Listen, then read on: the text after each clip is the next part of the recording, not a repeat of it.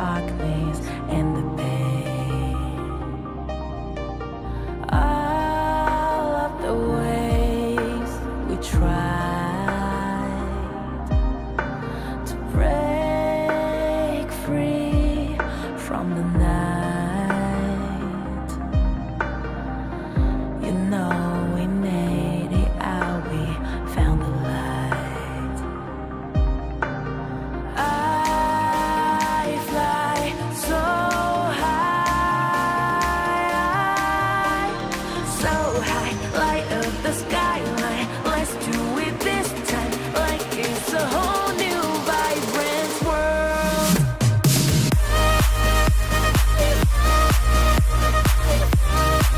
Like we're the only ones in this world. Like we're the only ones in this world. Now I see that I got everything I need. It's alright, I'm on fire, I'm alive, 'cause now I fly so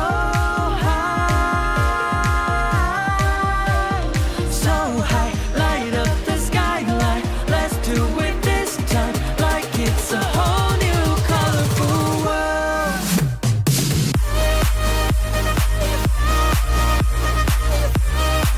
Like we're the only ones in this world. Like we're the only ones in this world. Never thought we'd get this far, burning like the stars. How we get this far, like we're the only ones in this world.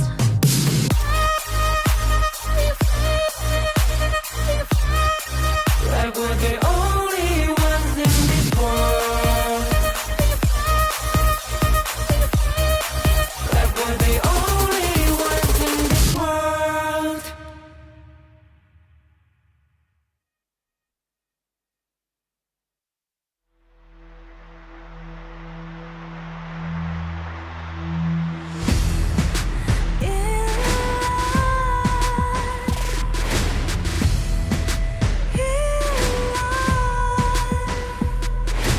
What's a life without its worth? Compromising with what hurts inside. When you let fear decide your fate, you don't choose which path to take in life. I'm finally letting go of everything that still holds me. I'm against all odds, but I won't give up, 'cause it's my time to shine. Standing in the spotlight, and no one let me down. Destiny is calling high. I'm not afraid to fight for everything I love. Victory is on my side.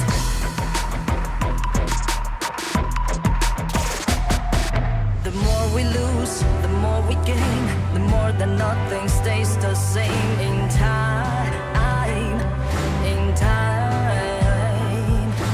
Can't love ever, can't forget. What you see is what you get sometimes. Gonna show the world tonight, the light that shines inside us. We're against the odds, but we won't give up, 'cause it's our time to shine. Standing in the spotlight.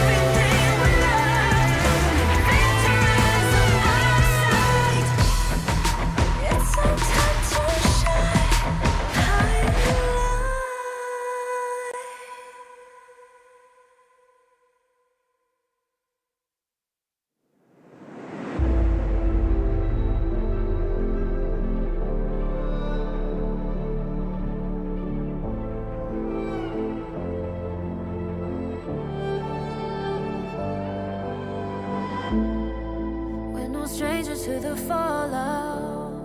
It's what got us here. Ever changing, some chameleon. Blood, sweat, and tears. We'll never make it if we fall to everything that brings us down. With a comeback is now. Blood, sweat, and tears. Fight for what we want. Doesn't matter the cost.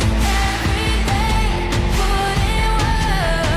Blood, sweat, and tears. Nothing comes overnight. Strength in numbers start to lie. We don't bow to fear. Blood, sweat, and tears.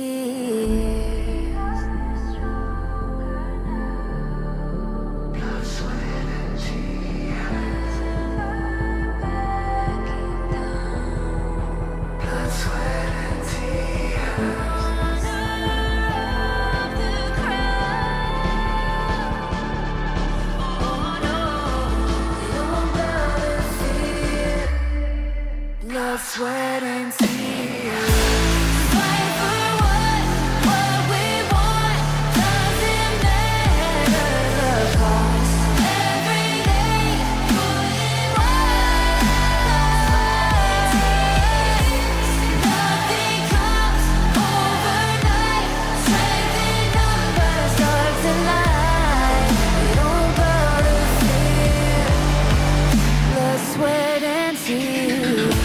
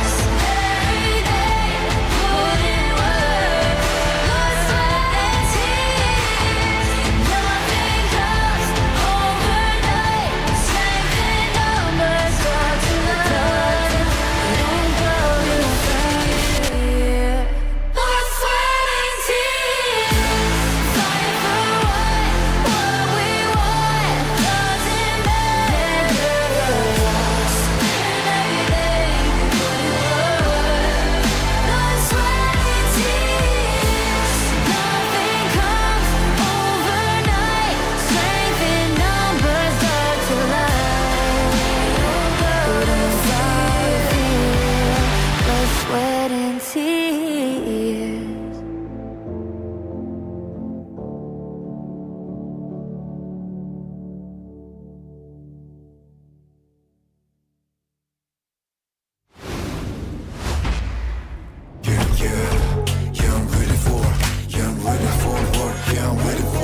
Putting in the top grind, all my squad is pop gallant. No one's a needed for trust, we got the confidence. Better stop it, I'll be ready all the time. Get it now, take a breath. Yeah, my plate is colder than ice, you gon' pay the price. Set the trap, got my body's in the back, you better think it twice. Coming on never. Casting off the shadows, yeah, I'm on my way. Stand against the fate, we won't be the same. Steeper and steeper, I'll step again. We're gonna dream it up high, live in the skies. You can never stop me fighting on the edge. Every time we fall, we get back again. The chances we're taking won't let us fade out. Now it's prime time, we're ready for the win. Honor. I'm a warrior, burning, burning up the flame. Running story, a rebel, rebel, rebel won't be tamed. I'm burning up a fight, and I'm reaching for the sky. It's honor, time, we gonna get it. I'm a warrior, running for the game. Make it glorious, running for the name. Yeah, we're putting up a fight, 'cause we get whatever die. We're rising high to the sky. We gonna bring it on it. For honor, we're beating the odds. We got the honor, 'cause we are the kings. It's honor showtime.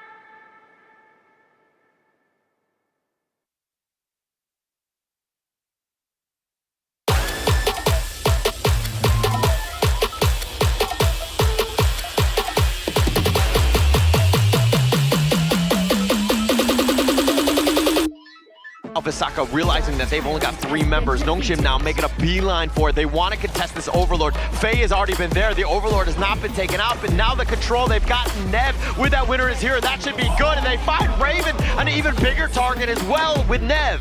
Yeah.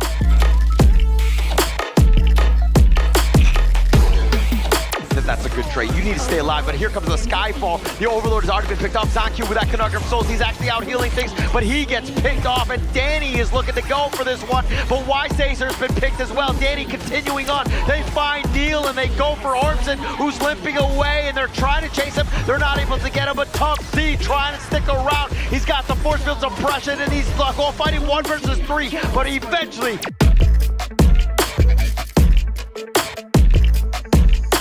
Is going to be the Dream Road that turns around the factor of death. Draw goes down as well as Lou. Support for support. Can they get some more here? IR trying to feed over Midgie to the back line. Spell a disaster. He takes the love bug. Senko, Ion. They're looking for more. Can he get the ace? And the answer for this one is a definitive yes. But maybe 90 losing his head with the takedown here, but it's going to be the access to the back line. The highlight wants it, but Keke denies it. They're looking for more kills. 2 for 1 on the side of OG Esports, but down looking pretty low. He has the Sage Sanctuary. City Boy looking for some way in, but the double kill from Shax on this flowball marksman. He is going ham, but now Wen with a couple blades, stealing back-to-back kills. Down with the last little life, with the finesse. Can he outplay it? Down gets the godlike kill. Down, are you kidding me?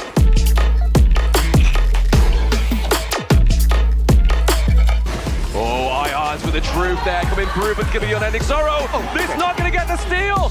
Weirod gets it, the kill onto Carl, but it's going to be Danny, top side of the map, with the Vanguard. He's going to get the Freddy finish from KIC2025. Danny gets it.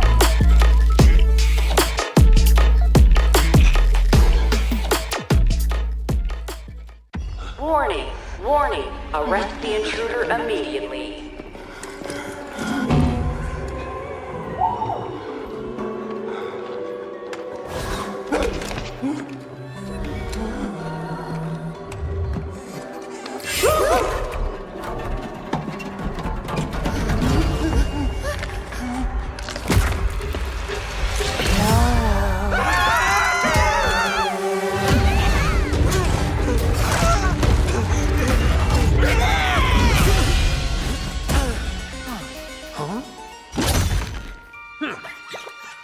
What's an undead doing here?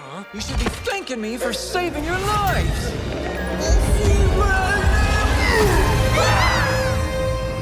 You must be confused. Why am I here? Here's a quick recap. I'm a mercenary.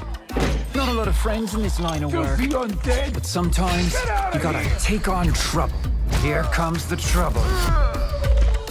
To find the clues you need. Marsh Soulseer attacked the news agency. Hey, Soulseer! This undead dude is taking you down! No one can stop me.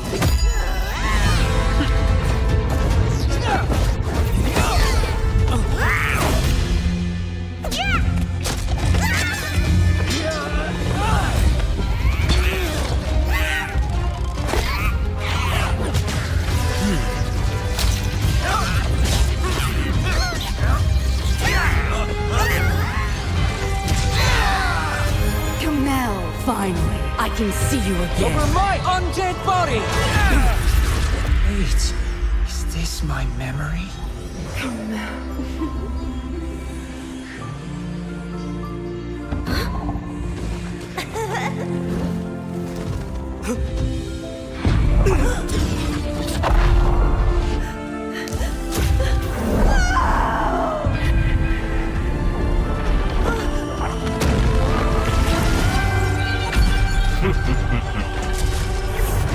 The strongest mercenary.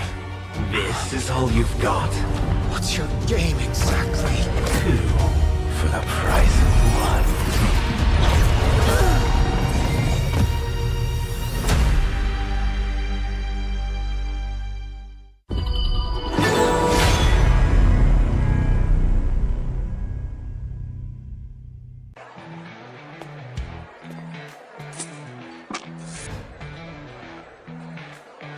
It's that stupid but rich guy again. He's still a traitor to the undead. Hey, is today's death delivery shipment in? How can an undead even die? Give me something useful this time. Don't just tell me to get more sun. Mr. Byron, here's the last payment for your last mission. Huh. Another piece of complete garbage. Filthy undead, ancient traitor! Hey friend, lies are the original sin. Your breath stinks more than the mines. Oh! Kill the traitor! Please don't fight here!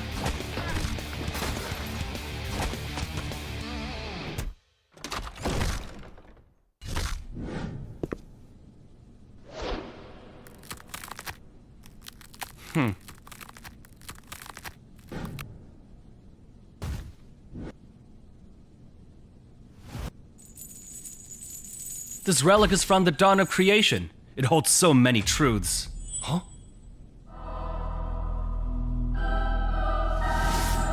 Descendants of traitors, eternal repentance! Nucleus control, privileges, curse, all plain lies. They broke the pact!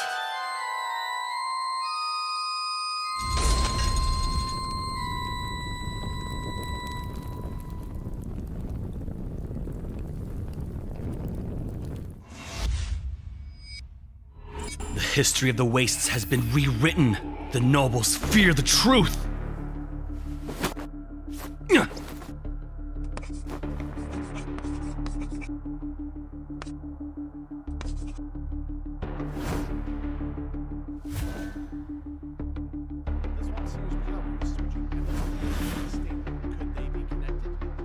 Aha!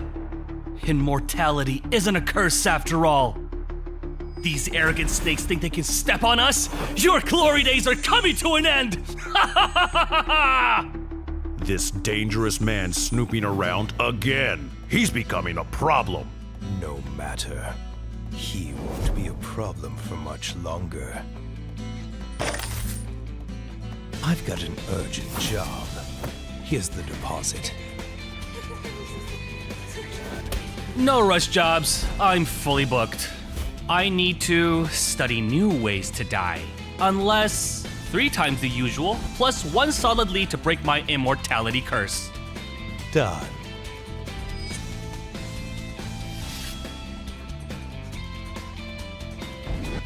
Perfect timing. She might have the clue I need. The Nucleus Council has a haunting and needs me to clean it up. This job's gonna be fun. The show's about to begin.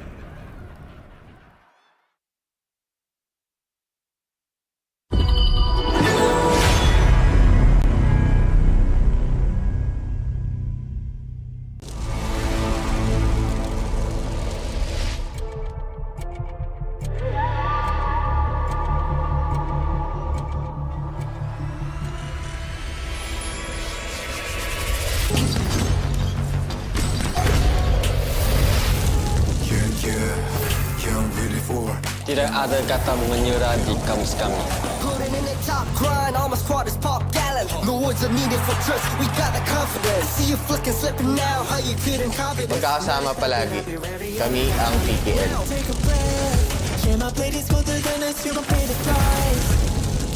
Já caminhamos uma longa jornada nos campos de batalha de Honor of Kings.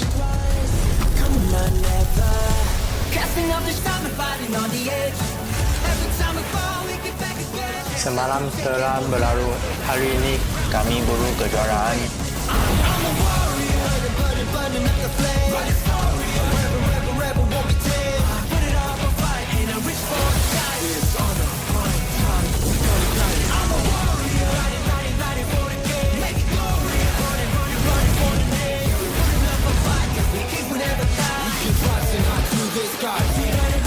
Finding illusion as well!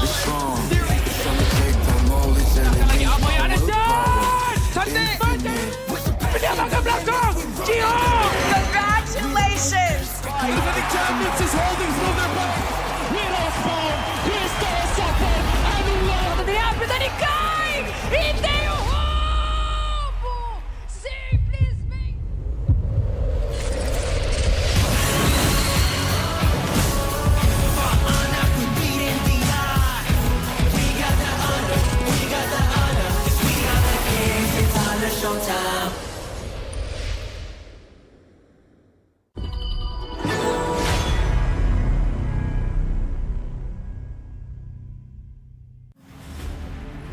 All crowns grow from a single seed. The Nucleus Project was hard won. This is humanity's first chance to harness its power. We must achieve results first! Subjects A, B, and C injecting nucleus extract. Progress at 75%, 87%. Wait! Nucleus resonance rising. Abort experiment. Nucleus resonance rising. Abort experiment.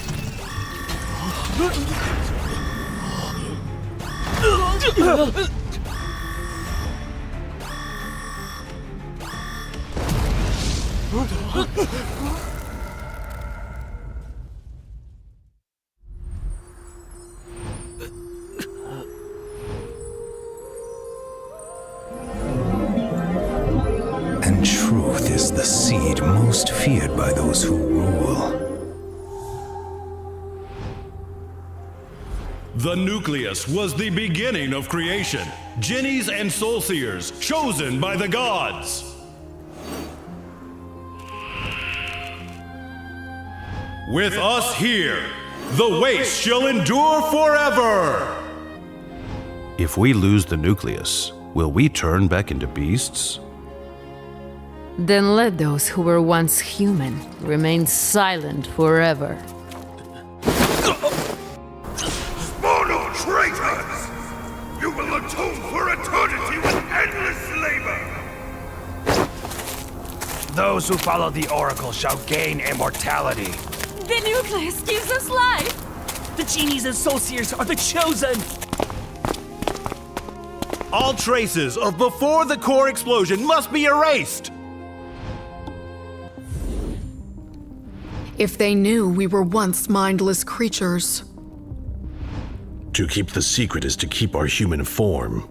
When the seed grows into a towering tree, the truth will resurface through the earth once more. We're being abandoned by the nucleus!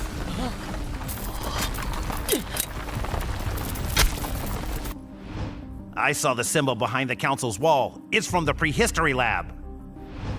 The Nucleus Council might be lying! We have to do something!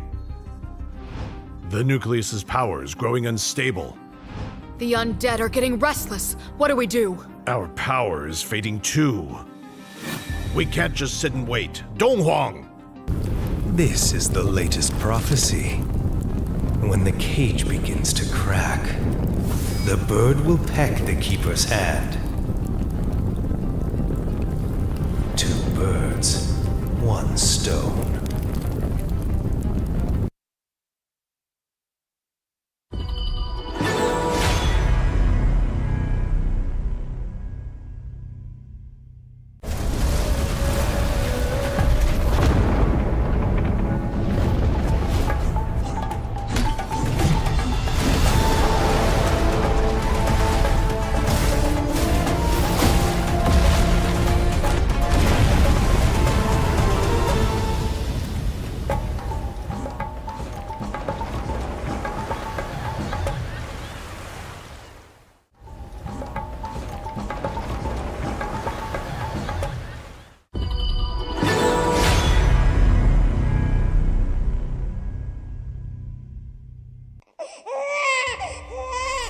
The soul seer's glory, bound by lies and pacts.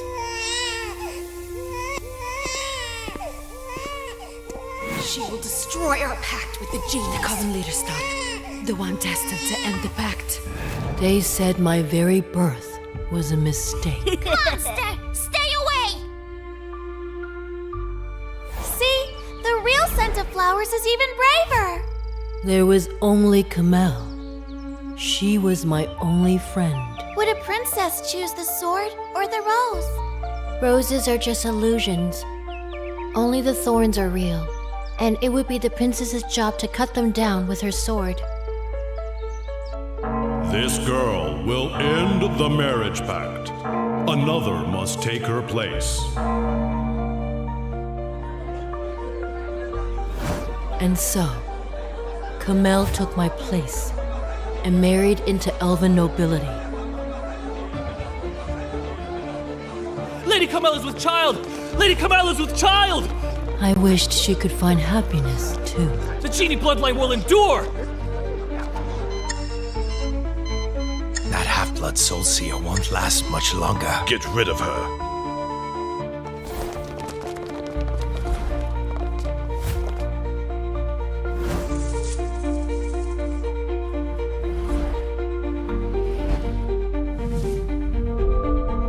Milady, you must free.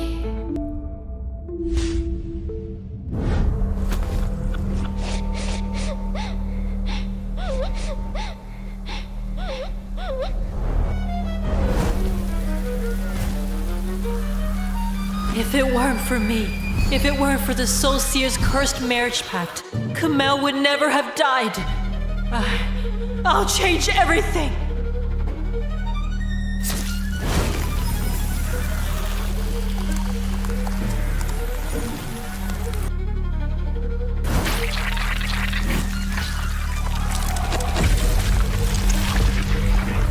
That's not enough!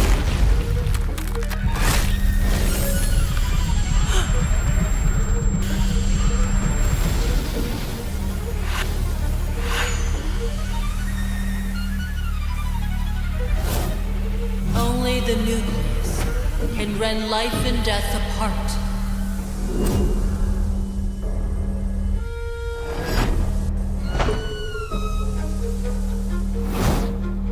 Here, only truth may dwell. It's a miracle!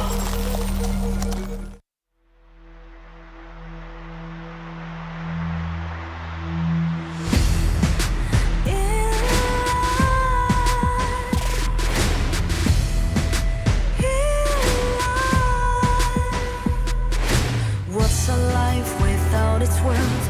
Compromising with what hurts inside. When you let fear decide your fate, you don't choose which path to take in life. In life, I'm finally letting go of everything that still holds me. I'm against all odds, but I won't give up, 'cause it's my time to shine. Standing in the spotlight, can no one let me down. Destiny is calling high. I'm not afraid to fight for everything I love. Victory's on my side.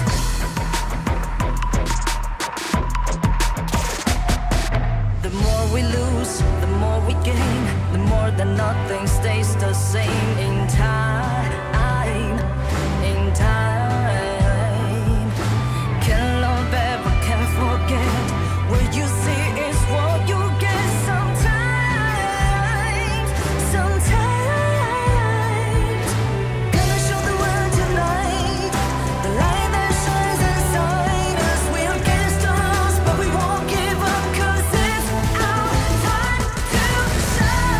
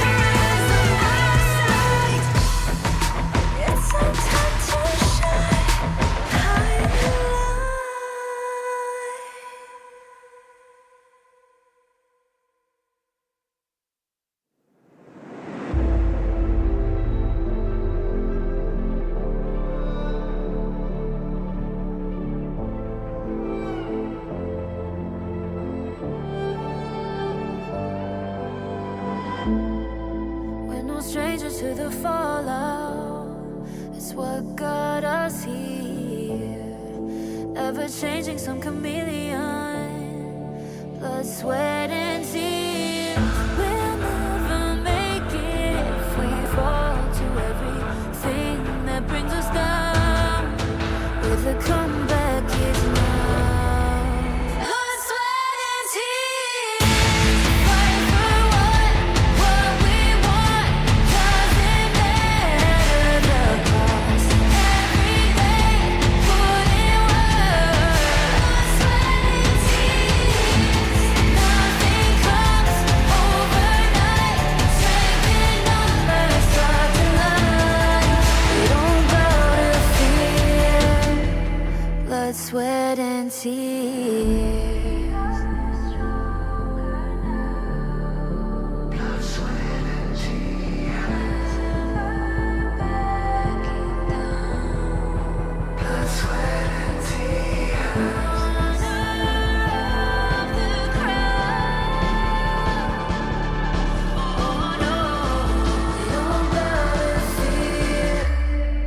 Blood, sweat, and tears.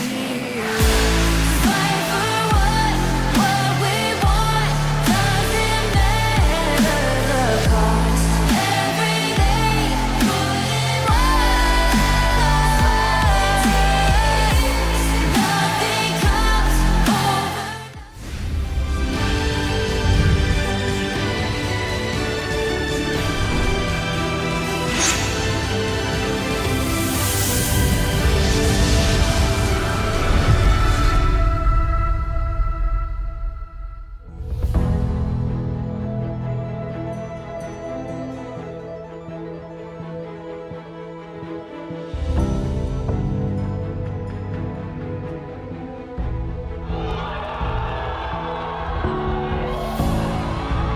But it's complicated, you know? So we open the back properly. Nah, I think don't give him Dama. I think it's one you like. It's still four, right? You have. You have my long. Yes, how long also? Just give him Mulan lah. You just can play a whole year after, right? Yeah. Just give him Mulan lah. I will worry.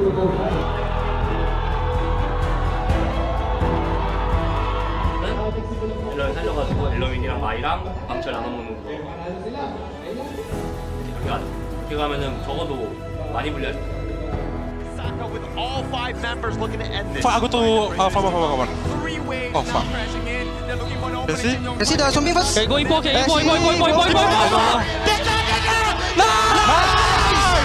Saka will take the game on this series. No Chimarao.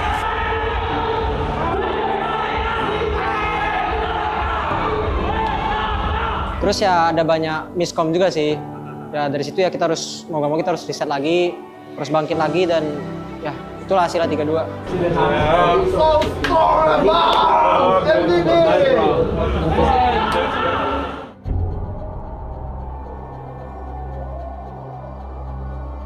Don't to rush, but everyone keep focus on the communication. Okay, keep focus on the communication. They're not going to get any sort of value. They cannot. And Omsen says, it's my turn now. Oh, that was a little bit scary. Yeah, he's going to continue to do this. Just go back and forth. And now he gets the truth. And Topsy with the play. And it's a cleanup duty. 4 members are already down, and they take the crystal. And they take the series. And they move on into the knockouts. I think we need to fix the communicate because in the team we use like a different language, right? We had to talk like the small detail. I think we can fix that later.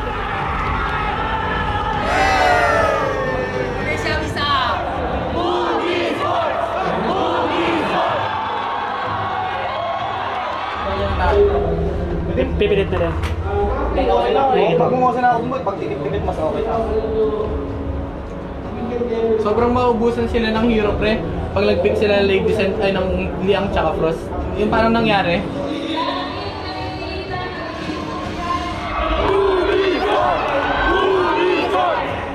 One question is, do we want to move to the blue side, or we just remain in the red side? If we remain in the red side, still can. Yeah, we need to even go to blue side before the right. It's not not going to get the steal.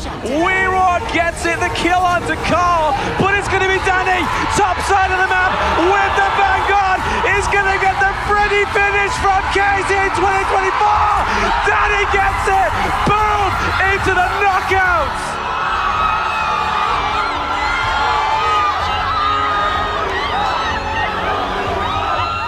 To our fans, they are huge boost to us because they help us a lot. Like, they can boost our adrenaline because we're excited to win.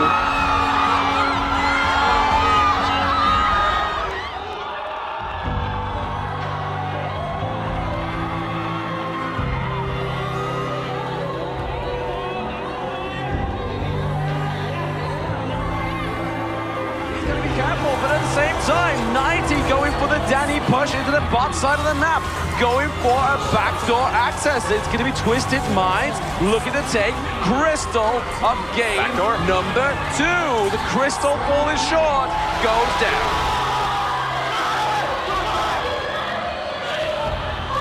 We lost a lot of time against OG in the KMW, and this is the first time we win against OG in the past 2 months.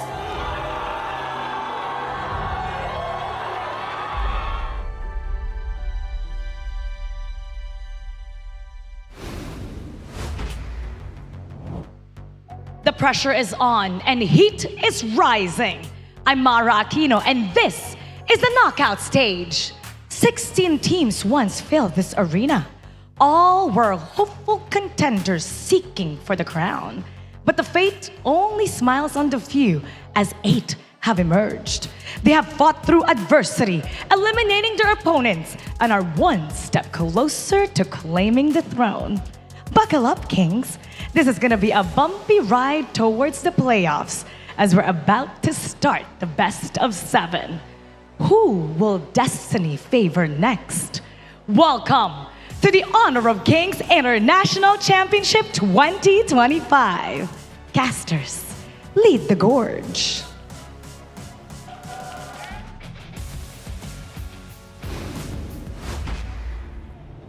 After 5 days of intense group stage, we are now down to the final 8 teams. This is day 6 of the Honor of Kings International Championship 2025. Welcome to the knockout stage. My name is Sagi HOK, your desk host and analyst for today, and with me is our casters, the voices of the gorge, Kindofu and Blam Moba. Boys, how are we feeling today?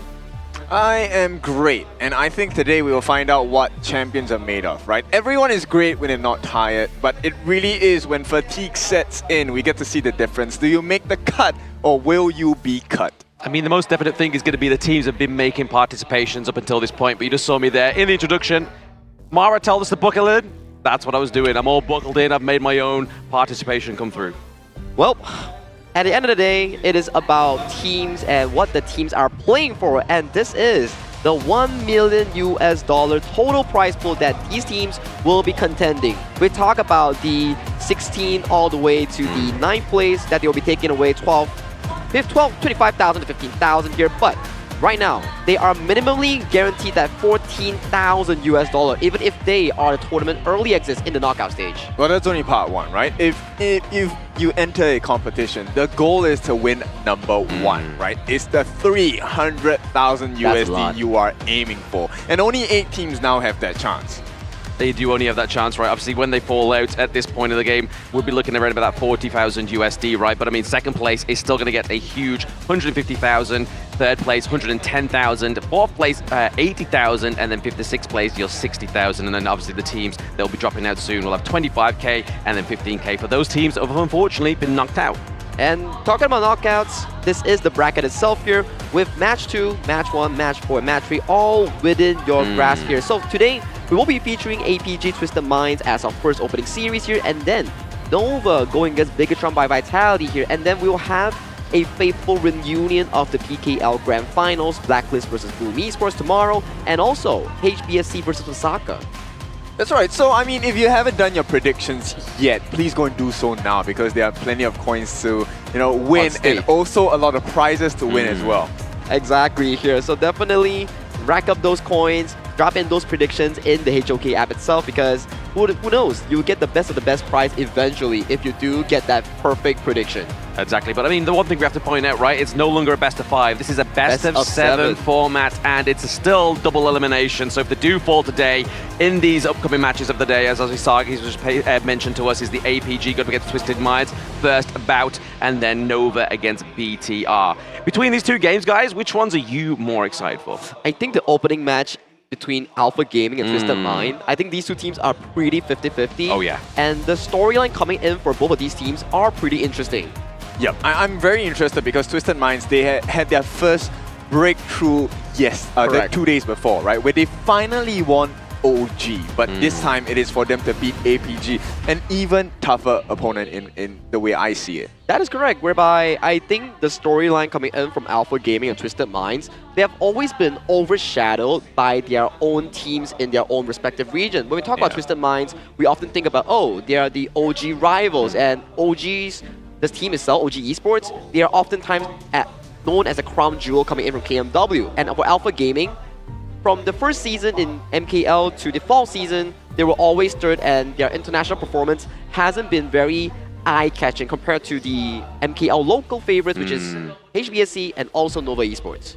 I mean, that's one point you can really fight on, right? Obviously, this is being coined as the Ghost of Glories, but you can honestly see the difference in the history of Twisted Minds, right? Obviously, this is a 4th place team within KWC, whereas APG weren't anywhere near that, right? Correct. So, to me, like, yes, OG is a Titan, but it feels like APG going into KIC is a different kind of Titan. So, because Twisted Minds has already toppled 1, that's why I feel like it's still going to be a very decent matchup. You make a very good point, especially when we talk about Twisted Minds. With their top 4 KWC finish, people often forget about the fact that they have a lot of international success because of how well OG actually does back in their home region. But now, that also gives them an advantage because they are often coined as the underdogs coming from KMW, and they sort of get underestimated from times, and they forgot how good they are. It's the same going for Alpha Gaming, whereby after the roster shift off, introducing Shisan and also Xiang to the roster, they have been looking even more consistent compared to before. All right, we will have to talk about their opponents as well. I mean, we'll take a look at the head-to-head. This is where we start looking at stats here. Alpha Gaming against Twisted Minds, a higher kill participation for the side of Twisted Minds, but higher kills on the side of Alpha Gaming. So it is really a sword and shield kind of situation here. And I do think that Twisted Minds 4 might be considerably better due to the fact that they had to go through double OG twice and had to 3-0 loops, so they definitely had more games towards their pockets. So it's also a double-edged sword whereby APG has seen more games coming from TM, so their drafts and their information is much more available for APG. But for Twisted Minds, their hands are more hot in this case. Speaking of hot, I mean, they aren't going to be the hottest of hands, but they're definitely going to be the most supportive of hands here, and it's going to be a Saber going against a City Boy in this head-to-head. These are the two support players of APG and Twisted Minds. As you can see, average kills kind of favoring Saber here, but damage taken, you know City Boy, he loves those tankier heroes that comes through onto the Gorge. Liempo, Zhangfei, he likes to be the front and center, even with the Hue 1 pick as well. So I think this depends then, like what kind of drafts will they put on the side of Twisted Minds, right? We have seen yesterday where we revisit that Kagendra matchup against Boom, right? The game plan was very simple. We'll take out the Liempo, we'll take out the Zhangfei, we'll take out the big tanks, and we'll see how you deal with that. So Boom had an answer for that. But you know what? I think Twisted Minds, they have more than an answer. They have domination in store for And talking about the hero picks that you mentioned, whereby for Twisted Minds, one more player that we can really introduce in towards the lineup is Clean. Out of 11 games he played, he has 10 different heroes in towards the jungle itself, with Nakoruru being the only hero that they have only repeated in that jungle here. But that is about Clean coming in from the side of Twisted Minds. Let's welcome Alpha Gaming, our first team on the side from MKL that will take the stage on today.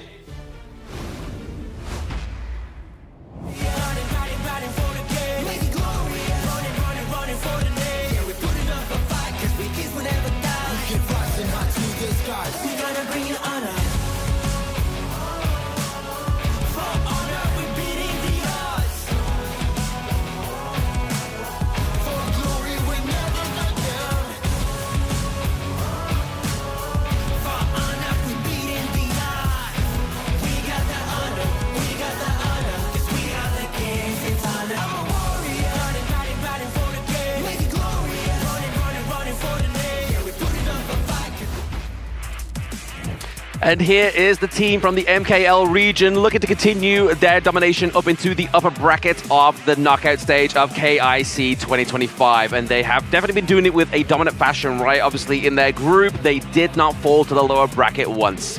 That is correct. And they have yet to face a proper on the same level opponent. So I'm definitely interested for their opponents who will be Twisted Minds coming onto the stage.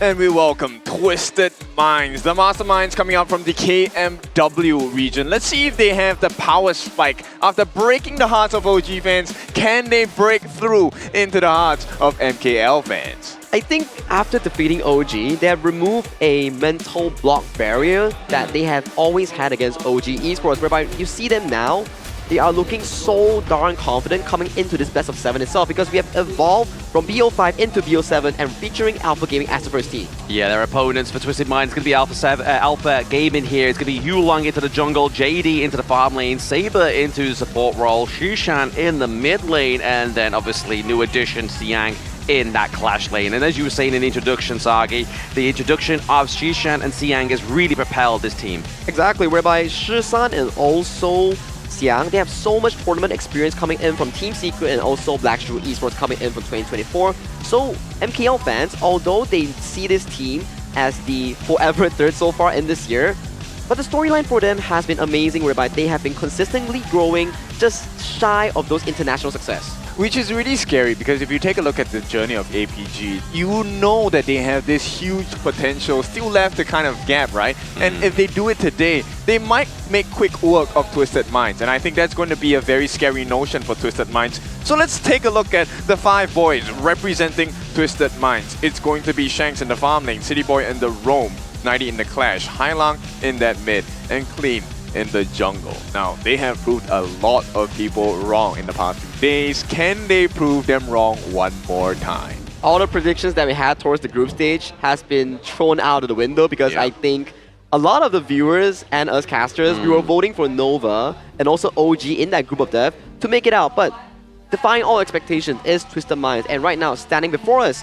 is Twisted Minds representing KMW from the last call. I mean, they always do this though. They always beat OG at the most important time, and OG always take the loss at the worst time they can possible. But it just shows that Twisted Minds can show up when they need to, and really showing obviously not just the players but also the coach. I think this is the added advantage coming in from Twisted Mind roster. The growth that we've seen coming in from KMW Fall Grand Finals into the KIC has been a amazing journey coming in for the Twisted Mind roster, whereby it is such an amazing way that they have improved in such a short span of time. Oh yeah.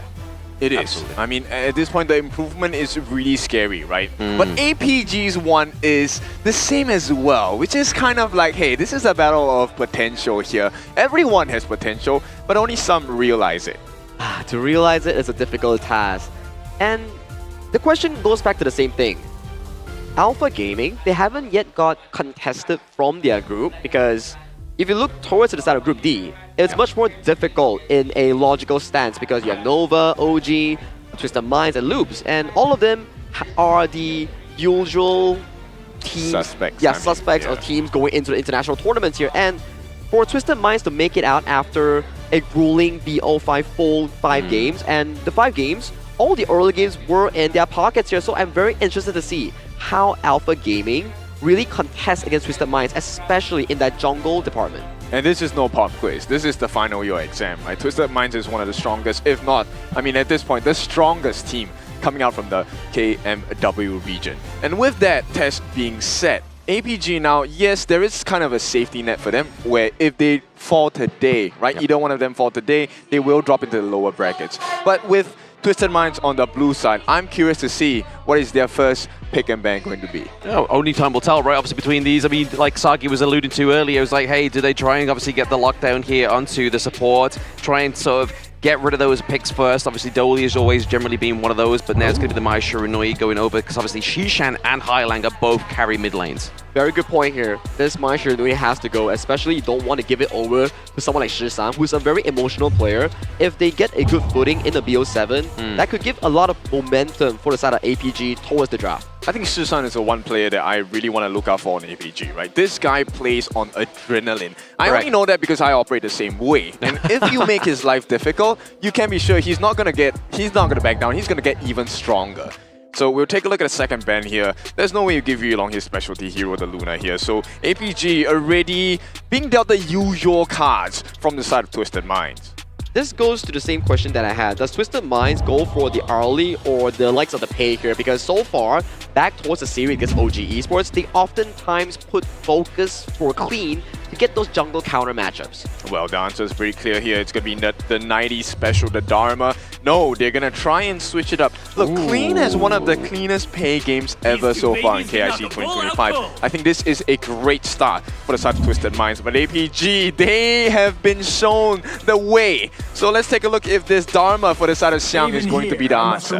But I mean, honestly, Clean went up against one of the most cleanest outplays of pay from Dao Dao, obviously in the literally knockouts of the group. So he's going to be learning what he's seen from Dao Dao there. But obviously, as you were saying, onto the side of APG, we do have Xiang on that Dharma as well as JD going for the D-Ranger. A very solid pickup, especially for the side of Alpha Gaming. It's a very safe and comfortable 1-2 that doesn't really do that bad against any of the counter picks here coming in for the side of Twisted Minds. I like this U1. It still serves as a flexible pick between City Boy and Hailang coming into this Twisted Mind draft and locking in the Byron, serving as a lane counter directly towards the Dharma and pairing up with Clean on that play. This is already looking like a very strong top jungle centric for the side of Twisted Minds. Okay, APG, this response is beautiful. I like this. The Ukyo Tachibana, for those of you that are new, this is a 50-50 matchup against the Pei, the Tigress. And it really depends here who is able to push the limit. I want to see what decisions both teams will make, at least from the first half of this draft. I mean, Pei Byron, it's just such a great combination we've been seeing throughout the KIC 2025, and then obviously pairing it with the Hue 1 as well here. City Boy, I mean, yes, this could be flexed onto Hailang here, but City Boy has notoriously played this pick into the front of the team fights and really just being that pseudo tank that just cleans up and cleanses a lot of the damage from the side of the enemy team. Exactly. Operating like a sponge. Now we'll talk about the bans here. It's going to be a Dolia ban coming up from the side of APG. And I like this idea. Shisan, a very aggressive mid laner. And one of the best picks available for him is the Kongming if there's no Mai. They will take it out of the picking pool. And APG going to conclude this entire roster with the ban on the channel here. For me, Shanks has been having a lot of growth so far coming in from KMWC until this specific point of KIC, where his performance has been very consistent with a much improved pool. So definitely, if you were to look towards Twisted Mind, Shanks has been that consistent stone in this tournament itself. And for the side of their bans, the Kongming and the Mai Shiranui Xiao Qiao is moving a lot of picks from the APG pool, and this is the debut pick of the Lapu in the tournament realm. And he will be going into the roam. This is the desired role for the Lapu, but we have been trying this hero out, you know, backstage. And Lapu can operate as a pseudo attacker as well. So there is damage potential, but hell of a lot of a setup from the side of APG. I'm a bit worried for Alpha Gaming here because if Twisted Mind decides to go a Zhuangzi here on the side of City Boy and flex the Yuhuan towards mid side, that could really just mitigate all the engaged knockout potential coming in from the Alpha Gaming draft here. So do they go for the Zhuangzi here on the 5th as a counter? I don't think you need to, right? End of the day, one of the things you need to protect... Okay, wait, if they do pick the Mengya, then I would like you to have a Zhuangzi here. So I like the poking potential on the side of Twisted Minds. Because for APG, you have to go all in. Correct. And now, playing from a distance, who better than the Nua? This is one of the premier picks on the mid lane for Hailang. We have seen him shine so many times. And they're picking it they're picking it as a way of banning it away from the hands of Shisan. Because there's really little late game mages for the Alpha Gaming draft right now. You have so strong early game in terms of Uku Tachibana and Dhiren Jin. But coming into Game 1 draft already, we have two regional heroes in the form of Garuda and also Lapu Lapu locked in for APG. Yeah, we always compare the power spikes of IKL, PKL. So you know what? Let's not compare. Let's bring them together. The perfect recipe for the side of Alpha Gaming to start game number 1. Yeah, the MKL team's just basically getting all the gems together, right? They're putting it into their gauntlet and like, you know what? We're from the MKL. We'll carry with the IKL and PKL heroes represented for their region. It's already very interesting to start off the series of the knockouts. This is day 1 of knockouts, day 6 of KIC, and we already get our first debut. At the first game itself, Lapu Lapu, the new roamer coming in for Honor of Kings. I just want to brag a little bit here, because obviously we knew about Lapu Lapu. Everyone was just like, yeah, we're not going to see it. And I was just like, nah, we've got to see it. We have to see it. We're in the Philippines. It is the representative hero of this country. Yes, it is. And it might be the deciding factor because his ultimate is one of the best setups in the game. And especially as a new roamer, this is one that you cannot miss out. So, I mean, best of 7s is a long journey, but it looks like APG have a completely different plan. This is not a marathon for them. If they win this game 1, it could very well be a sprint. It's a BO7. Every time I talk about BO7, it's about burning heroes, it's about setting up draft, it's about going the long distance to make sure that in Game 5 and Game 6, you can still make a strategically correct or consistent draft to beat out your opponent in those long series games here. But for the side of Alpha Gaming, the debut of this Lapu Lapu will be what we are looking for here. But putting our focus towards Twisted Minds, solid early game coming in from 90 and clean on this Byron and Pei, and late game will come in the hands of Hailang and Shanks on this double late game monsters here. So it's a very big contest to see between APG's jungler, Clean, and Yulong on this 1v1 jungle matchup here. Whoever gets the lead and whichever teams funnel enough resource, funnel enough momentum towards them will set the pace coming in from game 1 between Twisted Minds on towards the blue side and Alpha Gaming going on towards the red side. This is the first game that we will have in the knockout stage.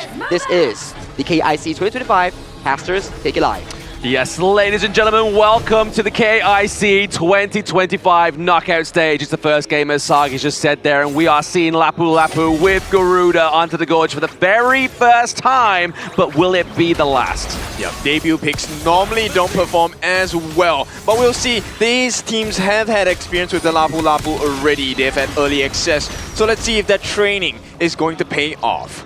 If we're looking at the real-time support there, APG definitely have the support of the players in-game, obviously the players of the MKL and maybe globally who have they've amassed fans for are definitely supporting the boys in APG. Yeah, man, you know what? You want a dream start, and so far for the start of APG Alpha Gaming, they've already gotten the Firehawk at the bottom. Saber helping to rush this first Spike Tail piece as well. So APG, everything seems to be going to their game plan. Oh, absolutely. Obviously over the wall there is going to be the side of APG. Saber just kind of trying to blank out those hits, trying to steal away that Spike Tail beast into the bottom side of the map here, but the thing I'm really going to be looking forward to here, Ken, in these ultimates, these fights, is obviously Lapu Lapu, his ultimate is in a line with a knockup, right? Then obviously with Shishan on the Garuda, also with a line, is that going to be a great synergy combo we could be seeing here? I think it's definitely going to be, right? Saber will provide the perfect setup for JD to land that golden token. And we all know with the defensive measures taken down on the side of Twisted Minds, it's not going to be an easy fight at all. They're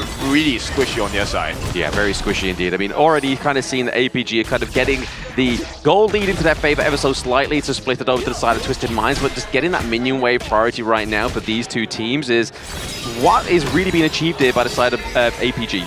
Yeah, and one thing, you know, APG, they know that Twisted Minds are on a timer here. They need to be as quick as possible. So that's why they're putting a lot of resources to shut down one of the main members here, which is Hailang.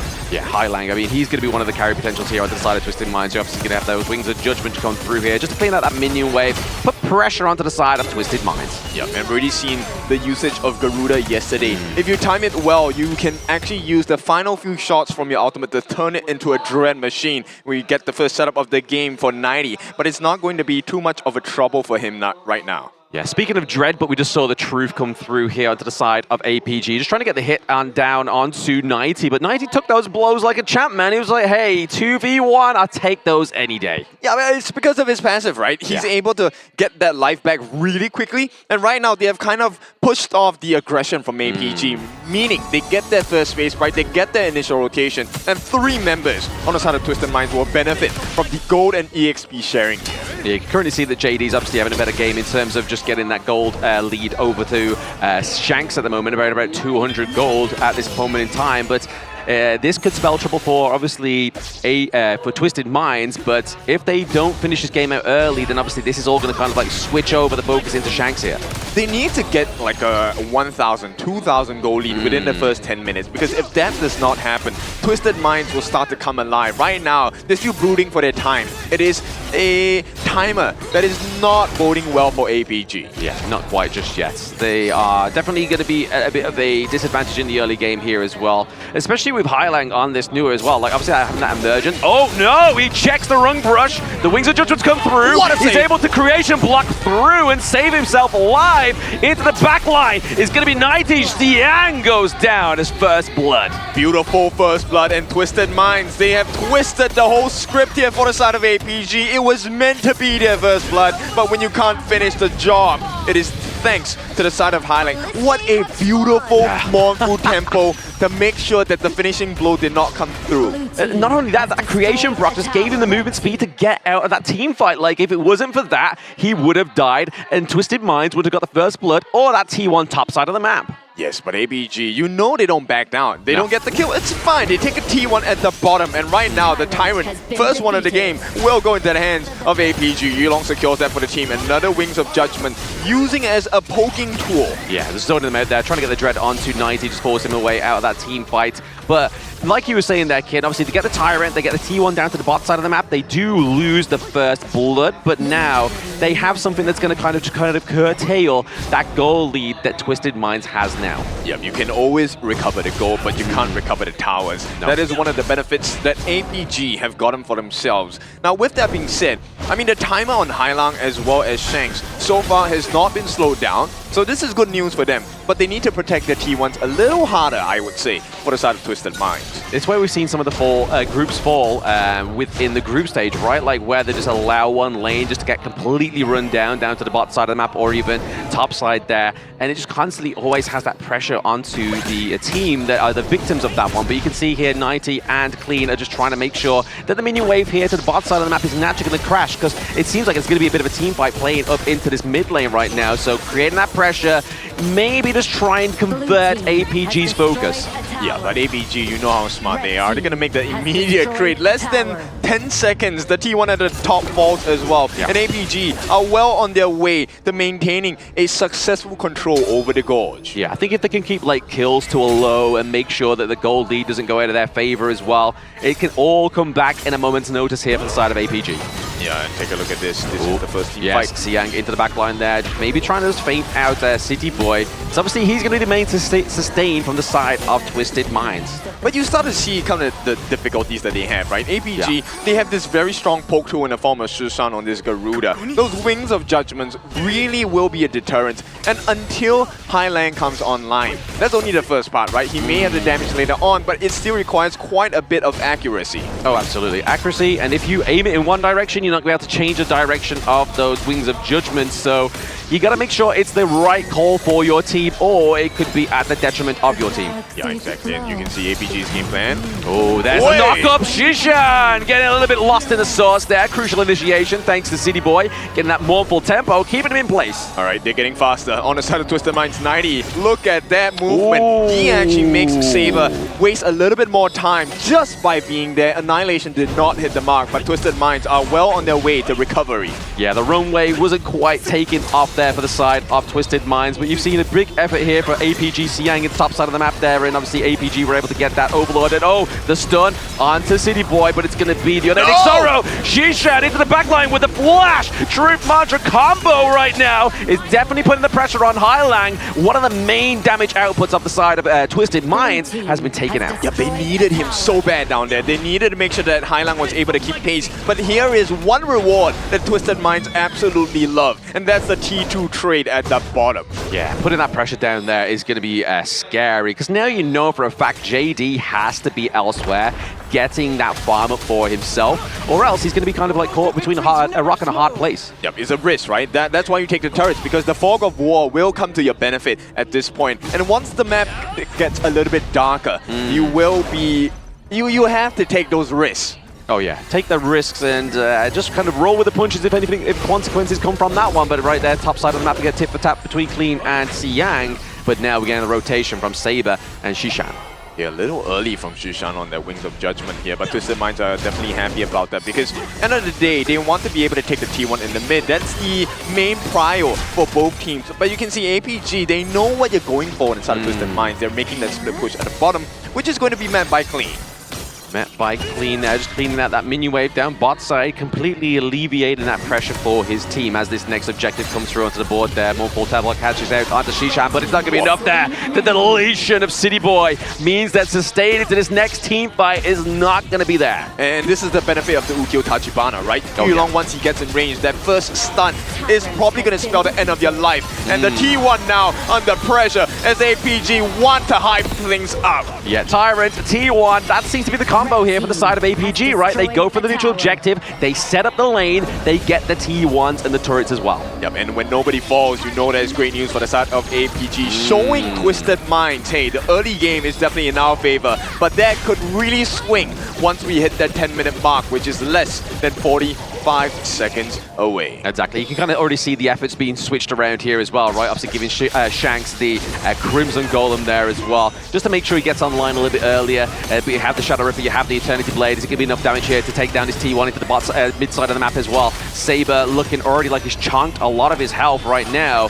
but he's still able to stay alive. Yep, Twisted Minds need to quicken the pace here. Yulong understands that this is a risk. He is all alone here, but at the same time, nice pressure from the side of Twisted Minds. Oh my god! Okay, yeah, getting caught there by 90. It's going to be the emergence come through here from Hailang. Can they get the flash in? Get the creation blocks? Not quite. Yulang is literally on the run. You took too long! And right now, Xiang will be able to provide that vision and information for the side of APG. They maintain the status quo. The T1 may be low, but the 10-minute mark means the Shadow variants are out. You need to wrestle over these instead. Yeah, you can see that Twisted Minds really playing with the timers in mind, because if they were able to successfully get the takedown onto Yulong, this would have been a devastating 10-minute mark here for the side of APG, but they are going to go and try and contest this Tyrant here right now. But it is going to go off to the side of APG. They are not letting that go. Xiang into the backline now, trying to put pressure onto the side of Twisted Minds, but Saber goes down for Clean, and now we get a Siang trade as well. So 2-1 overall here for the side of Twisted Minds as they look to push the mid. And you can feel the winds of change. Twisted Minds, they will be able to put that T1 down, and this is going to open up the gorge a little bit more. APG now need to start taking care of that bottom T3. Meanwhile, Twisted Minds, they have changed their attention towards the Shadow Overlord. This is going to aid them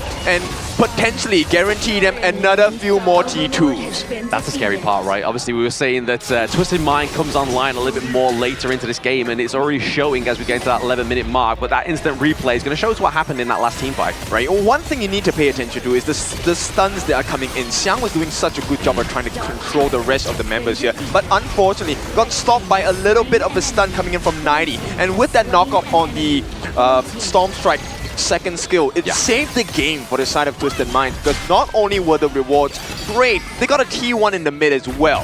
But I mean, when we have these two teams at this caliber, they have to have those game-saving plays, right? Like that we just saw there from Twisted Minds. It's really opened up their possibilities of getting this Game 1 map to themselves. It comes down to the most minute of differences right now. The T2 at the top. Oh, Yulong, he's going to try. Oh, he gets stunned onto 2, though. I mean, it's going to be the Unending Sorrow that's going to save City Boy in this one and his teammates to get a little bit more of some health. But a nice placement from Shishan into that bush, right? Like, he saw Clean was going to go there for safety. He was like, nah, bro, you're not going into that brush, because obviously you're going to try and get some kind of advantage on us. Yeah, and bear in mind, with the Vision Sprite on the top side of the jungle for the side of APG, that was provided, that was the value provision that was great enough for Twisted Minds to have to back off, because the deterrence of a potential team fight catch is huge from Xiang.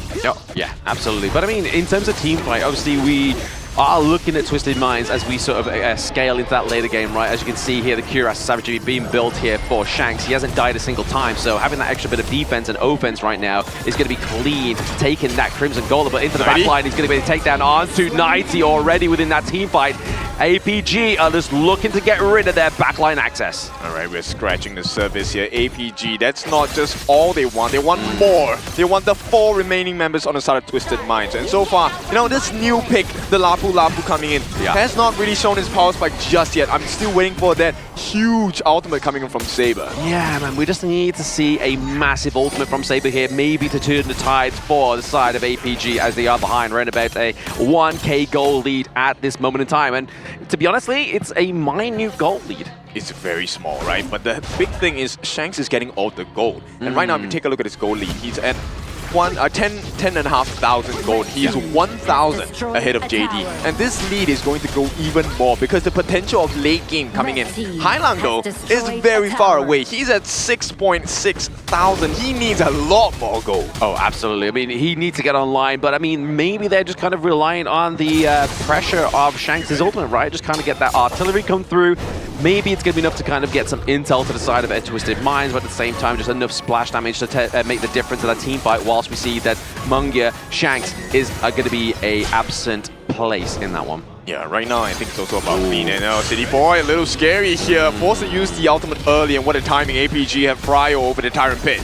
Yeah, that was a scary phase bush, right? Like, why would you check that one? Obviously, if you're going to send anybody, you're going to send City Boy within that one. But obviously, to his saving grace, Yulong's stun did not come through. Okay, Shushan unable to find the true value with his ultimate just yet. Hailong is a little bit low, but Twisted Minds, they could very well secure this. Yes, a lot of damage coming through from the side of Twisted Minds, but APG is going to be the one that claims that once again. Gets wiped out by Xiang. Beautiful placement into the back line here as they trade 90 clean.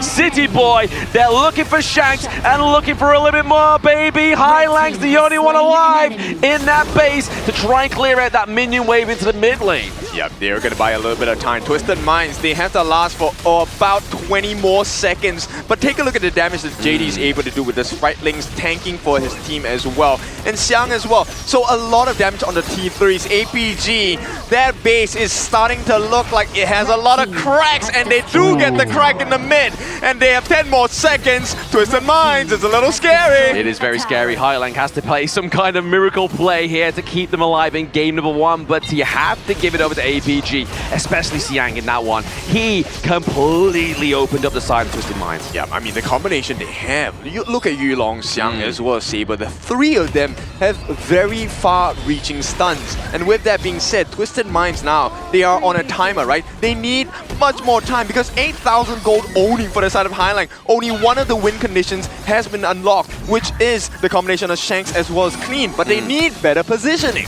They do need better positioning right now, and that's going to be the scary thing, right? You are literally going to be having some kind of PTSD when you see Xiang, and if you don't see him, it's even going to be worse. You're going to have paranoia. You're going to see the members of Twisted Minds looking over their shoulder, really just like, wait, where is their clash lane? We need intel. We need intel. Yep, exactly. Xiang, so far, he hasn't got those 5-man truth mantras, but there's no need for that because they have a potential setup once again from Saber here. Yeah, with a minion wave coming through here. It's going to be a clear job here for the side of Twisted Minds if they don't lose any members with that mid lane. It's the bot side of the map as well with those enhanced creeps coming through also, but now Shadow Vanguard joining the Gorge here could be trouble in times for the side of Twisted Minds. Yeah, Shushan's going to start peeling for them. I mean, they have so much long-range attack. Look at the free hits that APG are getting, and you can't do much here. You can put the Matrix down, but it's only going to buy you a little bit of time because the Shadow Vanguards are here. 4,000 ahead for APG, and they want to end this game here. Yeah, just observing from a distance is going to be the side of Twisted Minds, just pretty much watching the inevitable happen before their eyes, and that's going to be a scary, real realization for the boys of the KMW as APG look to try and assault their base a little bit further. Yeah, right now it's completely empty. It's a barren wasteland on the side of Twisted Minds. You may have the stronger mind for now, but APG have the stronger advantage. They do have the stronger advantage. They have the Vanguard into the bot side of the map here. They're trying to fight away the side of APG to this mid lane here of C90, trying to use the force of the Storm Strike here just to clean out these Spritelins, these Vanguards, everything but the kitchen sink has been thrown at that Crystal, but Twisted Minds, to their due diligence, have defended the base again. Yeah, Twisted Minds, all they need is a little bit more time. 2.5 more minutes. That will be the start of the final battle. Tempest Dragon in this game number 1. It's a best of 7. But you need a strong start because you need to be able to get the advantage in the bans and picks as well. You do need to get that advantage. I mean, that's where it all starts to happen, is that 4D chess game that we love to see within the BP, and thanks to the global ban pick, really the spicing things up. But speaking of spicy, the next Tyrant, the Shadow Tyrant onto the Gorge here, looks to be set up and a freebie for APG. Yeah, I mean, I'm just staring at Xiang, right? This entire game is really reliant on him to be able to get those truth mantras down. But at the same time, you also have to be concerned about Yulong. He's stunned when he's able to jump in a moment's notice. Coupled with Saber as well, everything means a complete lockdown for the side of Twisted Minds. Yeah, I don't think they're ready for this lockdown just yet, especially as they're fighting an APG that has that increased damage and movement speed going through into this potential final assault here. All members, all hands on deck here for the side of Twisted Minds. Yep, 6v5. Yulong does have the Sage's Sanctuary as well. No. Okay, 90. He tries to go a bit for a Hail Mary play, flashes out and keeps himself alive, but it's going to be the Winged Judgment that keeps tagging him into the backline. Xiang builds the Sage's Sanctuary just in case he falls down. But once again, Twisted Minds with another defense. I mean, so far it's been perfect right from the side of Twisted Minds. They wanted a little bit more, but they have defended successfully against 3 waves of the Mega Minions. Now, this is going to be a very tall order to come back into this game, but it is possible. Twisted Minds, they just need this setup of a lifetime from 90, or maybe even Hailang or City Boy. I mean, the good thing that's happening here for the side of Twisted Minds is the fact that they get funneled gold into the base as they're defending it. They're not losing anybody, so really trying to get that gold lead here for the side of Highland to get him online, because he's still not fully itemized. You can see that Shanks has every item within his possession, whereas we look at the Void Staff, we're looking at the Savant Seraph here,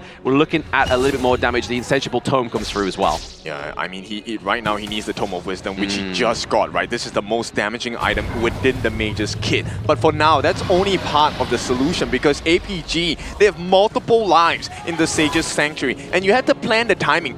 Who do you want to take down first? Because if you are able to take the members on the side of APG down in the correct order, there is a potential you could get an ace, even when they have, what, 7, 8 lives in total right now. I think 90's job is just to make sure that Xiang doesn't have a bigger impact into this next team fight. Because like you were saying there, kid, if they're able to take off the correct order of heroes onto the side of APG, it could be a dismantling of their team. But now, Tempest Dragon onto the board. Knockout day number 1, ladies and gentlemen, and we're already getting the game number 1, Tempest Dragon. All right, we'll see how this is going to be playing out. Saber here, giving information for the side of APG. They need to know where the members on the side of Twisted Minds are. At 90 going up against Xiang in a 1v1, but the members are coming in. The members aren't coming in there. They're trying to get that minion down into that mid lane. Really trying to force the side of Twisted Minds into this one, but it's going to be nice getting taken down as well. Can they contest the Tempest here for the side of Twisted Minds? No! Saber gets the steal again, but Twisted Minds clean is on the run. City Boy has fallen down, and now he's trying to get the outplay finesse that we saw from Down Down. It's not quite it. Shanks on the run, but he's in the wrong neighborhood, buddy. That's a 4v1 dive. A Sage's Sanctuary is not going to save you. And this is the last standing member on the side of Twisted Minds. Oh! What a catch! No! He was really hoping that he had enough time, but it's going to be the minions running this one through. Game number 1 is going to go over to the side of APG. And MKL, they retain the title of the strongest region, at least in this game number 1. What a force! That Lapu Lapu performance was a staple here coming in towards this game number 1 here. I do believe that multiple of these Tyrants, and especially at that final Tempest Dragon, Saber was consistently making those flash knockups here. The ultimate, you charge it, and then you can flash to redirect it, and you can slam on towards the enemy, and you dash towards them. That's how he successfully airborne for the side of Twisted Minds Clean. When you're airborne, you can't smite, and the opponent had to give over to the side of Alpha Gaming all of these objectives. And they didn't even have to burn any lives. That's the biggest thing about APG. The way they play, it's so clean, it's so good. And right now, we have to take a look at what is going to happen for game number 2. Because if you take a look at the draft, was it really expensive for the side of our MKL representatives for APG? I don't think so. The Dharma, the Direnje, and the debut of Lapu Lapu, right? Yeah. And the Ukyo Tachibana is just a counter towards the side of the pay here. So I would say it's much more expensive for the side of Twisted Minds. Oh, Twisted Minds had a huge, very expensive draft. Like the pay in Byron, the U1. The only thing was that Mongia, I think, was probably the only one that was probably like, you know what, very inexpensive. Okay. But the Byron, obviously, as well, was definitely a huge takeaway. Yeah. Now, if you're curious about why Twisted Minds was picking that draft, it's meant to be a long-range poke composition. Yeah. But it's completely spoiled by the one man himself, Susan, on that Garuda. The long-range poke has been so well done from the side of APG. But we'll take a look at the stats here. The goal differential, I think it was majority of the time Twisted Minds in the lead for goal, but somehow APG was able to control the goals a lot better. For, at the very least, the first 10 minutes of the game, all the goal was funneled into the side of Clean, whereby I remember you two were talking about in the game that Hailang, yes, he's a late game hero, but he wasn't really catching up on towards the goal because all the goal was funneled over to the side of Clean and Shanks on these double marksmen here. That's why, in the draft, you cannot have 3 carries simultaneously needy of gold. It will really drain the entire department, especially minions per se. Yeah, and they were very reliant on the Shanks ultimate, right? They were hoping that would be big enough of a damage gap that APG wouldn't be able to respond. But when you have someone like Shishan who's already poking you from afar, and then you have Xiang as well as Saber and Yulong who are consistently diving in and out at unexpected times, which is what they're meant to do, JD has just the biggest opening in the world to just land those tokens as well.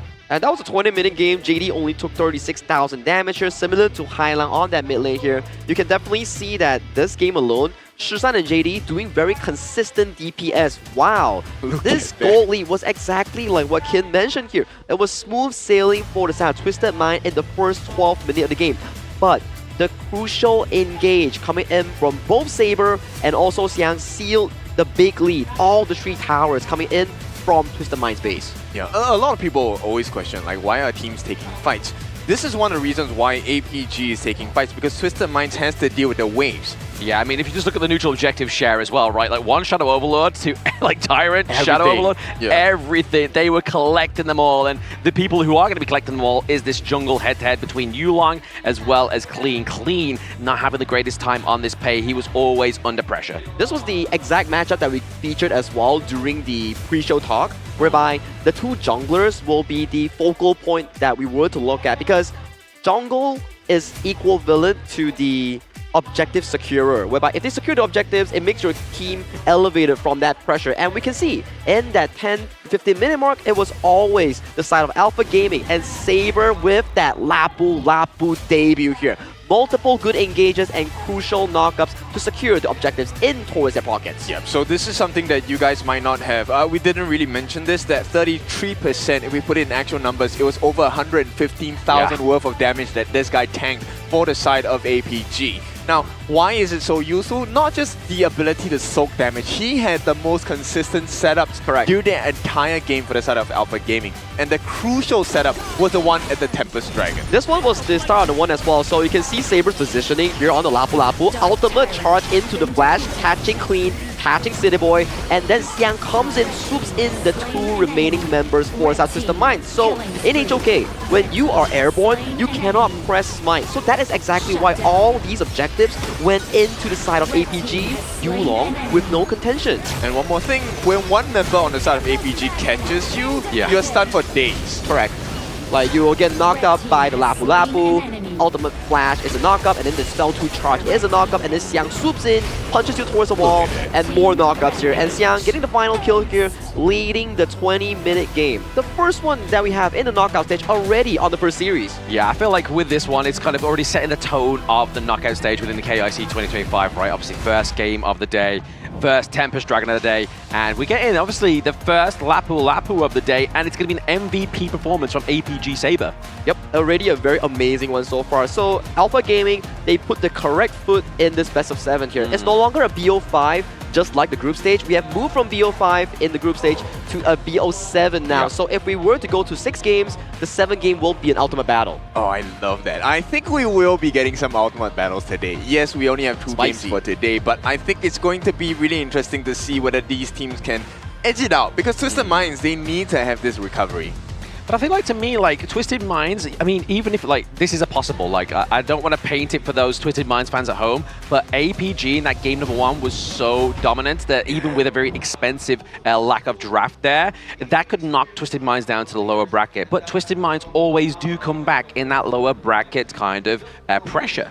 And to your point as well, whereby we saw how Twisted Mind played against OG. They lost game 1, and you saw how they played after game 1. So that is exactly the Twisted Mind playstyle. They adapt as they grow into the series itself. Yes, that's why they're called the masterminds, right? And of course, with this game number 1 draft from the side of APG, they showed you perfect control. And one more thing that will help you if you want more control is AI Eco Master, right? You want to have that kind of control in your life.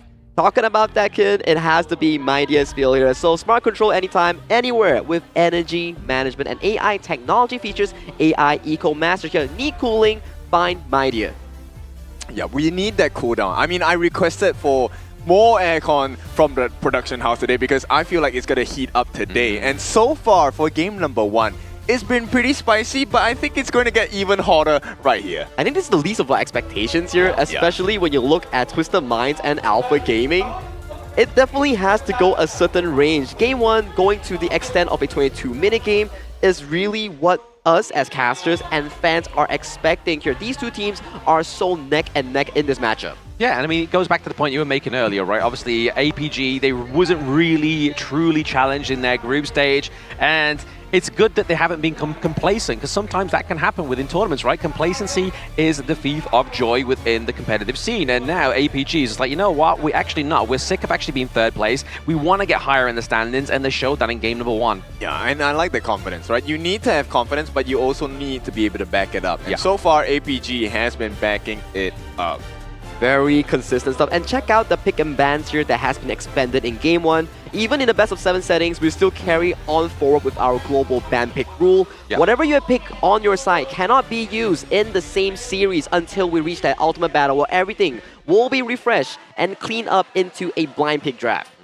I feel like right now, Twisted Minds are in a very peculiar spot because you can't really ban out the Arlie. I think you still have to ban out, you know, the Lunas and the Jinx away from Yulong. Yulong has shown that even with a non-meta jungle, while it is a counter pick, it's not as easy as he makes it look on the screen. The early game, especially for the pay, I think the main reason why that Twisted Mind got a large enough lead was because that Xiang went in for the chasing kill on towards Hailang, but the crucial save coming in from City Boy baited it out and got the early lead for the side of Twisted Minds, and that led to the side of APG to be in a much more, how would I say it, reactive position. Yeah, and this is where I think if you take a look at the two teams, at least in game number 1, it was pretty close, right? The goal chart wasn't that far apart, and the way they were executing the movements across the map has been pretty similar in terms of yin and yang, right? Yeah, in and out, yin and yang. But that was game 1. You gotta refresh come into game 2 because in a best of 7 series, the first to 4 points will win the series here. That's why, if you're Twisted Minds, refresh your manhole, come back to game number 2 with a fresh draft with APG on towards the blue side, starting off with the Dharma ban. Alright, they know 90 is upset. They know that 90 wants to come back, right? You may not be ready for the day, but it cannot always be the night, and 90 wants to make history here. So with that, APG have already given the first difficult task to the side of Twisted Minds. What is the reply? Twisted Minds say, Yulong, we're still looking at you. There's no Luna for you. Yeah, I feel like the attention has to be on Yulong, right? But I mean, if we've seen anything or learned anything from game number 1 is that Yulong is just looking to counter the jungle of the side of Twisted Minds. But it's going to be that Yang Jian ban out here for the side of APG rather than trying to catch that Dolia. Or did they let the Dolia slip and some other synergy comes through? All right, so we'll take a look at this. There's something I want to point out. Okay, Twisted Minds, they did not make this mistake still, right? Which is, you don't ignore Susan. You don't give the Mai, right? You don't have to. Whereby Mai Shunui has been a staple pick coming in for the side of Alpha Gaming Susan. That's something about MKL. They always have these fancy mid laners that could really pilot the Mai Shunui, like Wendy, like Shisan here. But I'm liking the first pick here coming in from APG. You don't have the Dharma, you don't have the Mai Shunui, you lock in the Arlie, and JD has been a key player here, very consistent from the APG team. Well, but they do get the counter in terms of like the late game, right? So Flowborn Marksman going to be picked up by the side of Twisted Minds, and they're going to be looking at the Zhangfei. Once again, let me remind you, if you've just tuned in today, so far in the group stages, almost every single Zhangfei has been a beast and a monster. Just like his nickname, Zhangfei, the Beast. So Zhangfei and Flowborn Marksman, a very consistent 1-2 setup that really elevates the lane pressure, provides that healing that this late game Marksman needs. So for Shanks, he can find those late game markers, and those arrow storms, once you're late game, they hurt damn hard. Yeah, even a tank will not be able to tank too much of it. And I like this strategy by APG because we've already seen, right? The Fatih can be kind of flexed. You can either go into the jungle or you can play in the clash lane. For now, I am looking at it as a clash lane. We'll see if APG finishes the job here. But Twisted Minds, nice response. The Holy Dive, which is coming from the Charlotte. We've seen this play yesterday or the day before where the Miggy Charlotte, that was sick, right? So let's see if that's going to be the same case for 90 today. I mean, to be honest though, Twisted Minds doesn't have the Guan Yu forcing them into the backline. It's kind of like taking the distance that he has to travel away from him, you know? But I mean, like you were saying about the Fatih, can be flexed into the jungle as well. But I mean, I do like the Diadea and the Ali combo here. Very great in terms of sustainability, single target lockdown as well, especially if you're looking to try and sort of like close the gap in the distance between yourself and the Flowborn Marksman. And the tradition of the Diadea, Ali, you are lacking a solid front line coming in from Alpha Gaming here. Potentially consider the likes of the Ogre, the likes of the Monkey to be the beefy front line that JD can consistently walk up to find those big DPS times. Yeah, you also have to protect your backlines, right? Which is why Twisted Minds, they've taken away the mid lane specialty in the Nuwa. Look, Flowborn Marksman, I mean, if you like her, you know that she struggles against high damage burst heroes. So Nuwa is definitely a great answer to that. I mean, the problem is as well, if you lock in this Flowborn Marksman, obviously as you go later into the draft as well, it's going to kind of completely negate the fact that Clean can't pick up the Flowborn tank, which we haven't seen a dominant performance of. But to be honest, I have to give it over to Shanks. Like, from what we've seen between Twisted Minds, Shanks and Clean, the performance for the Flowborn Marksman has been a lot more devastating than the Flowborn tank. And with the recent trend coming into KIC itself, more teams are starting to pick up the Flowborn Marksman as a late game insurance here. The additional range, the 2 times of the movement mobility spell on that spell too, really allows Flowborn Marksman to be at a 2 arms reach, whereby she's very far away, but she's still gunning you down with the arrow storms. Yeah, so you get the best of both worlds, right? And right now, Twisted Minds, I like this pick. This is a more steady pick, right? It's a Highland special. Yeah, it's a Highland special as well. Now, the Shi is going to be in charge of catching whoever makes that overzealous dive, and then you would be punished immediately by the likes of Twisted Minds. But at the same time, if Highland can't find those S2s, then I think, you know, APG is just going to poke them down to scraps. We have JD. He is an Arlie specialist. And APG said, you know what, you can catch our members, but we'll get the burst on you still. No Nuwa, we're going to get the gun and bow. So much firepower coming in for the side of Alpha Gaming. They just need like a P5, big tanky boy up front here.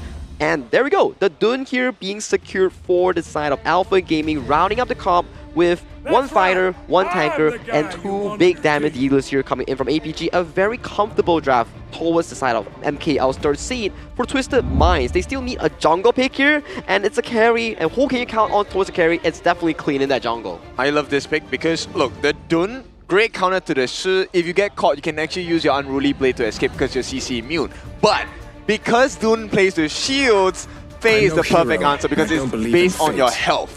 And I think the Dun and Shi combo, the matchup is actually very skill-based, whereby if you charge a spell 1 and you're looking for the Grand Slam on towards the ground, you're just going to get pulled in by the enemy here. So timing is the essence here coming in from both Shi and also the Dun here in this matchup. You know what's the statement that APG are making right now based on the picks? Now that you say it's a skill matchup, APG feels that they are better than Twisted Minds. They do feel like they're better than Twisted Minds, especially when you draft in the likes of the Dune, right? Like, obviously, we had the potential of the Orgrin to come through if they really wanted to in forms of a tank, but having something strong, sustainable itself into the front line, obviously relying, getting to level 4 is going to be the first part of, obviously, the Dune's execution.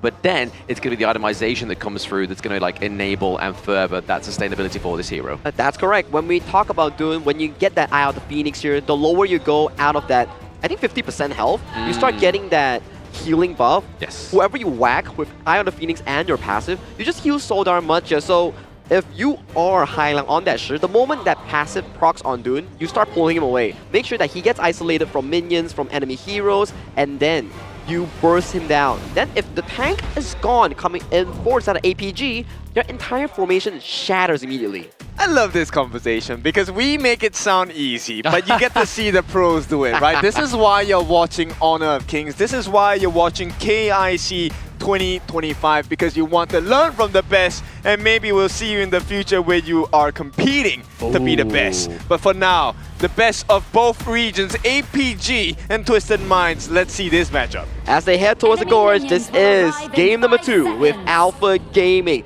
drafting a very early to late game composition here. Early game covered by the Dune, late game firepower coming in by the Ganemo, by the early. But on towards the opposite side here, we have Queen 90 desperately looking for that backline. This is game 2. Casters, take it away. Casters take it away indeed, and here we are. We obviously have the redemption of the Just Fight to redeem Gilded Flavor's chest for free. A brand new skin awaits, and obviously you can get this skin by just playing the game and betting those coins whilst you play your matches. Have a bit of fun, gamble responsibly, especially if you are thinking of winning the match, but also that 11-11 event is ongoing as well, where you can get the Baichi skin, the Starlight Prince Baichi, for as low as 1 token if you just keep playing the game. Yo, you know what? I feel like APG, this confidence is sky high. Oh, yeah. To be able to enter the jungle. Yes, Yulong did not make the steal on the Crimson buff, but he took away the Tusk Boars. And right away, this is not just a physical IRL attack. This is also a mental pressure placed on the Twisted Mind boys, right? Look, you lost game number 1. I think you're feeling the pressure. Let's invade a jungle. Let's see how you respond. Exactly. I mean, if you put pressure on in game number 1, I mean, yes, you have a mini break, but still maintain that pressure if you seek to destroy your enemy. And that's exactly what APG are looking to do here as well, because like I was saying moments ago, they're looking to coin themselves as one of the top contenders. And honestly, the way they've been playing in KIC 2025 already, they're looking like a top 3 form team. Yeah, I mean, all of us have been interviewed so many times, right? And then I think I've already mentioned it more than once that I feel APG is a dark horse in this KIC 2025. But you know what? They don't seem very dark right now. They are looking like a light for MKL. Exactly. They're the bright hope for the MKL region as well. But at the same time, we are seeing here just the domination and just cleaning up this early game already with about a 700 gold lead by the side of APG, which is better than the gold lead that they had in the previous game where Twisted Minds is currently leading ahead. And it's going to be... Oh no, clean. He kind of goes the wrong way, and Siang once again with the backline access gets the pick off. He is looking to be the master of First Blood. And what a timing to do it as well. Take a look at what's coming up this time. The jungle. Oh, hang on. Oh, more coming through here. They're going to pick off a JD. It's going to be the Silk Imprint. Surely we'll get a bit of a replay on that one, but that's going to be a trade for JD and Highlang. Okay, so JD for Highlang, I think it's a decent trade still, right? You get rid of the Shi, but Shi is not a very expensive pick. And with that, they will be able to recover on the side of Twisted Minds. Right now, it's, okay, what's this next decision? Do you get that space right? No, you don't. Xiang has already taken it apart. He's already rinsed it. He's like, you know what? If you're going to kind of wipe out my marksman, I'm going to go and get some more resources. I'm going to make your life more of a heck than it was moments ago. Having that space bright means that that's going to be the increased tempo for the side of APG right now. And speaking of increasing the tempo, they're increasing the gold lead, their difference as well, to around about 1.5k gold lead right now. Excuse me? It is only 3 minutes in the game, guys. APG, you are being disrespectful right now. But Twisted Minds, I mean, they have to take this one on the chin because there is no other way. You have to try and find another kill or perhaps take a tower from somewhere else. I think the saving grace here for the side of Twisted Minds is going to come in the form of clean, especially the neutral objectives, but hold that bar for a moment. 90 is taking too much damage here. He is a late game potential. He's going to miss out the wind slash though, which is really going to keep him alive in this 3 minutes and 30 seconds. And it's constant pressure. APG just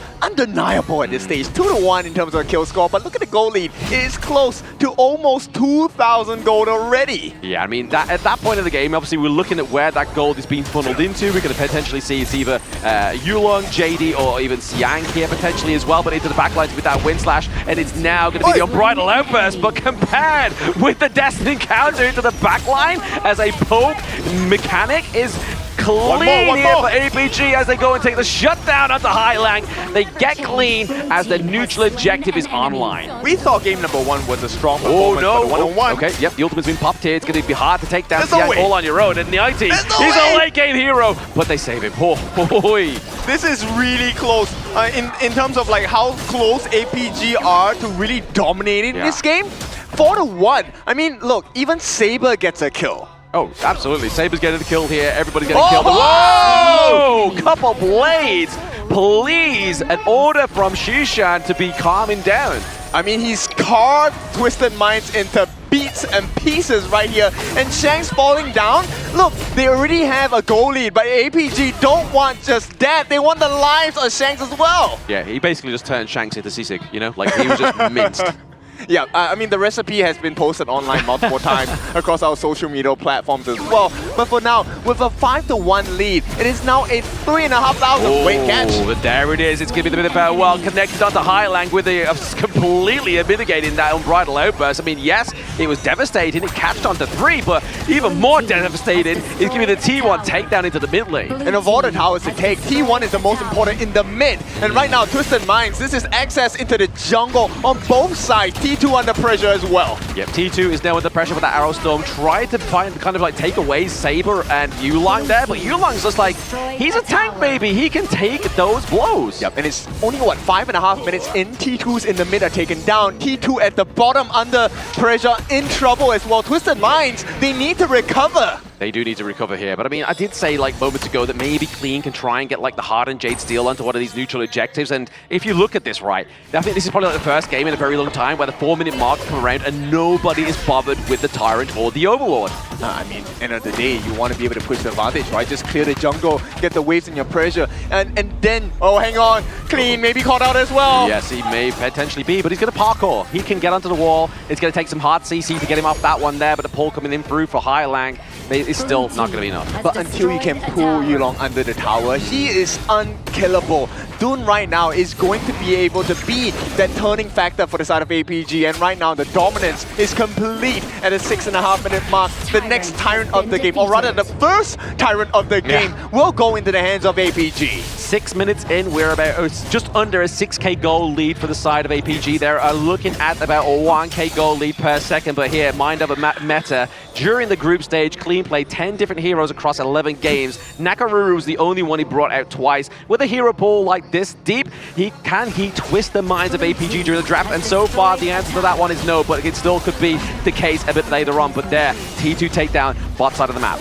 Yep, I mean, Clean is great, but he needs the help of the team as well. And everyone now is buckling under the pressure that APG have offered in this 7 minutes of the game. And right now, we are well on our way to a 1k GPM for the entirety of APG. Yeah, that's crazy. I mean, that's going to be something other teams are going to be like, okay, we need to study this. We need to make sure that we don't underestimate APG going into our next matchup. But right now, it's Twisted Minds game to try and win back here. Like, they are behind considerably, but maybe the macro play here from 90 is going to be what they need to get back onto the board. I mean, you can only buy so much time, right, if you're on the side of Twisted Minds. This is the maximum that 90 can do. He can only clear the lanes. They can't really take a team fight here. Twisted Minds, they need something of a, I mean, godly setup, right? City Boy needs to get the unbridled outburst of his life. And this is just a tie things up.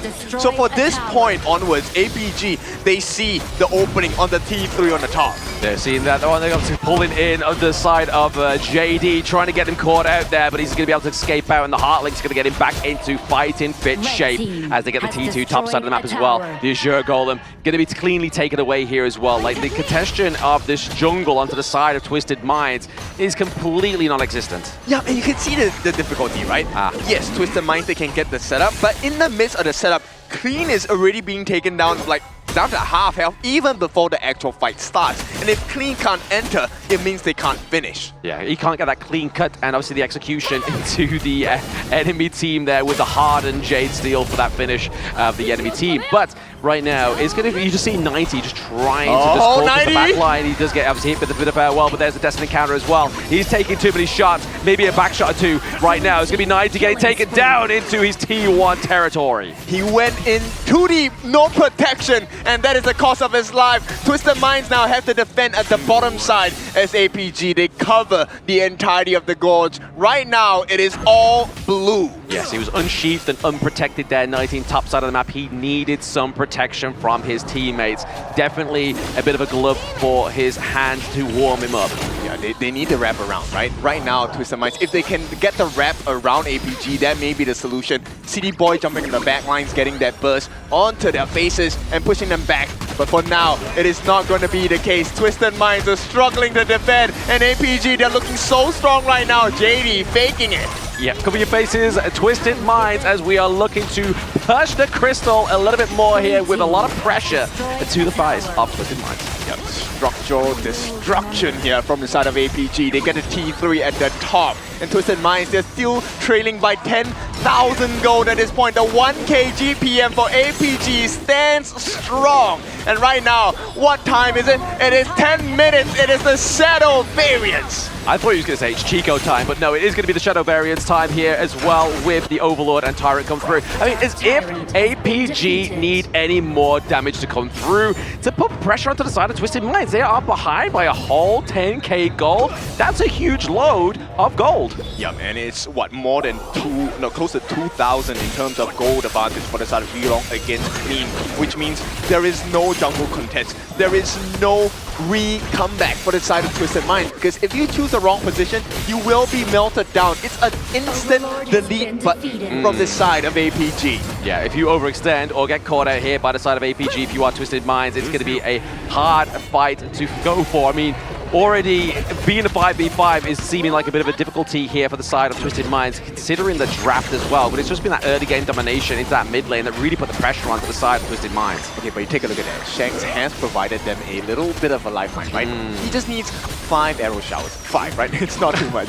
Yeah, instead of 2 activations, he has 5. That's the only way we're seeing here the Twisted Minds might potentially come back here. But with the couple of blades missing out here is a little bit of a saving grace. But now that T1 into the mid lane, T3, sorry, get taken down mid, and bot side of the map is really going to open up this crystal for the side of Twisted Minds. APG with the Vanguards coming through while they're going to just go in with the full frontal attack. They're looking for it, but City Boy still has his unbridled outburst. Can he make an impactful one? He's able to hit nobody with that one, but the Wind Slash kicks onto all of the team of Twisted Minds. We have the Vanguard still here. They're looking to push the enemy into the crystal. Game number 2 goes to APG. They absolutely can't. Twisted Minds, there is no response. This is so dominant from the side of APG. And maybe for now, APG looking like the potential strongest of MKL. That was the cleanest game I've ever seen from Alpha Gaming's performance. I was thinking like, hey, this series is gonna be close, but this game too, man, it was just absolute domination from minute 1 to the end game itself. Every single rotation coming in from Alpha Gaming was crystal clear, and every one of those plays capitalized on the most important member coming in from Twisted Minds, which was Clean. I mean, they had the answer shit, right? Everything from the side of APG was so strong. They had the burst, they had the movement, they had the entire map under control as well. And look, I like the draft coming out from Twisted Minds, right? You have Hailang, the potential of it looks really clean. Hailang, you get the catch, and then everyone pounces on him. But no, this Tiger became a kitty cat, right? They couldn't do anything. I think the main point about their draft was also this specific thing, whereby if Clean falls behind, your jungle is just gonna get fully invaded by Yulong on that Dun. Because Dun, we know, he's super strong in that early game. With the amounts of heal that he can provide for himself, it's very hard to take him down, especially when we talk about, if I'm not mistaken, the Shi went for the Roamer build, if I'm not mistaken.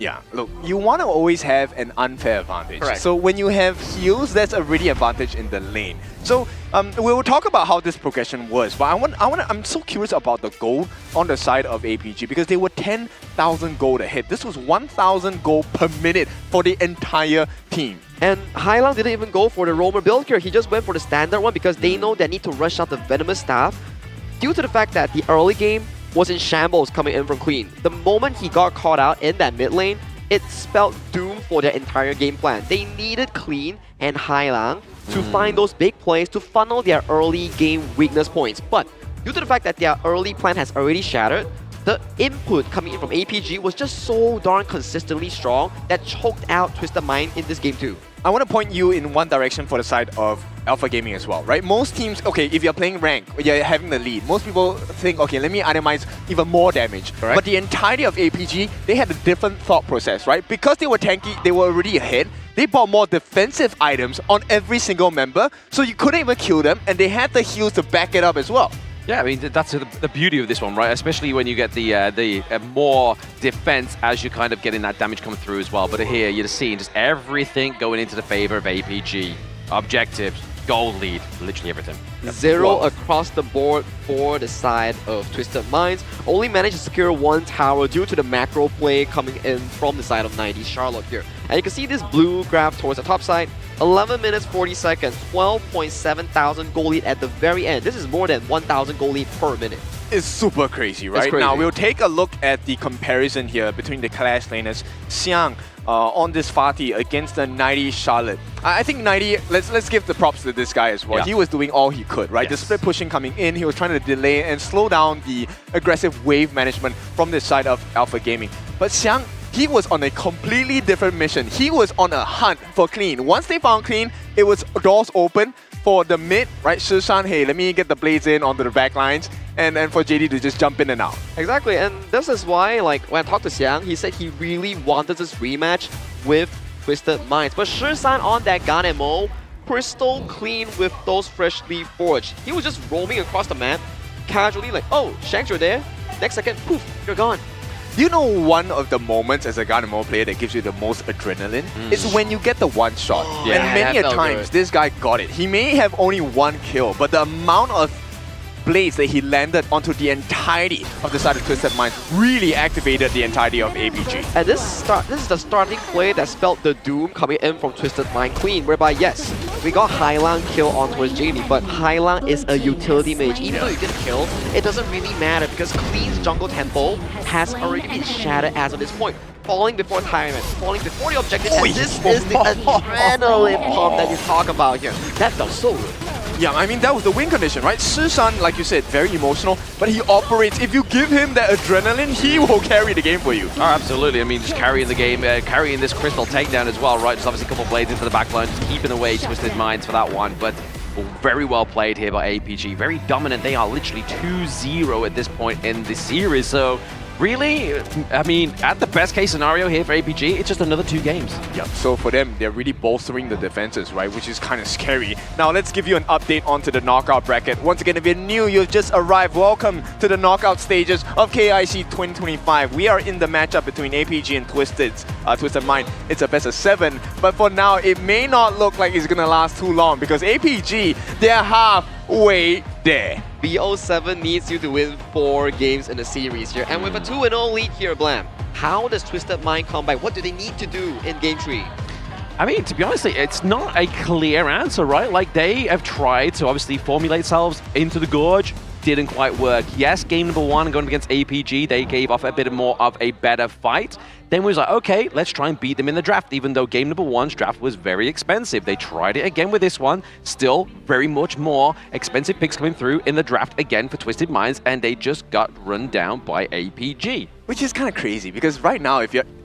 Put yourself in the shoes of Twisted Mind's coaching staff, right? Yeah. You had the answers, but it still didn't work. The concept of the draft was great because you look, the Dun, he operates on shield basis. Correct. He doesn't really get the health back that too much, right? But then now Fade, your Fade is clean from level 3-4 got shut down by Xiang. That was tough. Xiang's only job was to make sure he knew where Clean was, right? Killing him was a perk. Killing was a perk, forcing him to a low HP bar so the Dun can actually invade the jungle was the game plan coming in from APG in that game 2 here. Moving on to game 3, we'll have to refer back to the global ban pick here. We've seen the debut pick of the Lapu Lapu coming in for the side of Alpha Gaming in game 1. That worked wonders here, and for game 2, APG won with a very decisive early game plan that really carried them forward to this 2-0 lead. But right now, game 3, I need to know what Twisted Mind has in mind because they need to bounce back after this loss.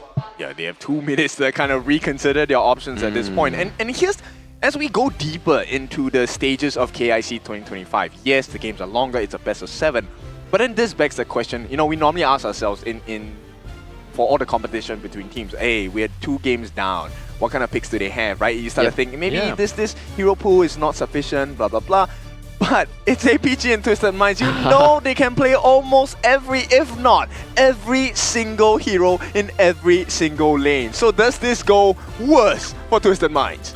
That's the thing though, right? Like, yes, you can play every hero in every lane as possible, but can you execute it on the stage? That's the most important thing that you need to do here. And I've already kind of pointed it out to you guys previously within the broadcast that Twisted Minds generally shine in when their tournament life is on the line. That's correct. When they're kind of upper brackets, that maybe just trying to get the feeler out here. Maybe this is a bit of R&D. It's an expensive R&D to be making here. True. But if they meet again in the lower brackets or meet a team where they struggle up against APG, they can just try and rise like a phoenix. There's always those lower bracket storylines that we have seen before, whereby they drop to a lower bracket and they just decimate every single one in the lower bracket, building that momentum and going in for that grand final spot here. But still, that's a very early story. Before we touch into that, we have to see this game first, because usually at a 0-2 deficit, it's also when Twisted Mind starts to find a comeback momentum here. Maybe they find it in terms of Highland on that Mai Shiranui, or Shanks on the Agudo pick that they have a lot of success so far.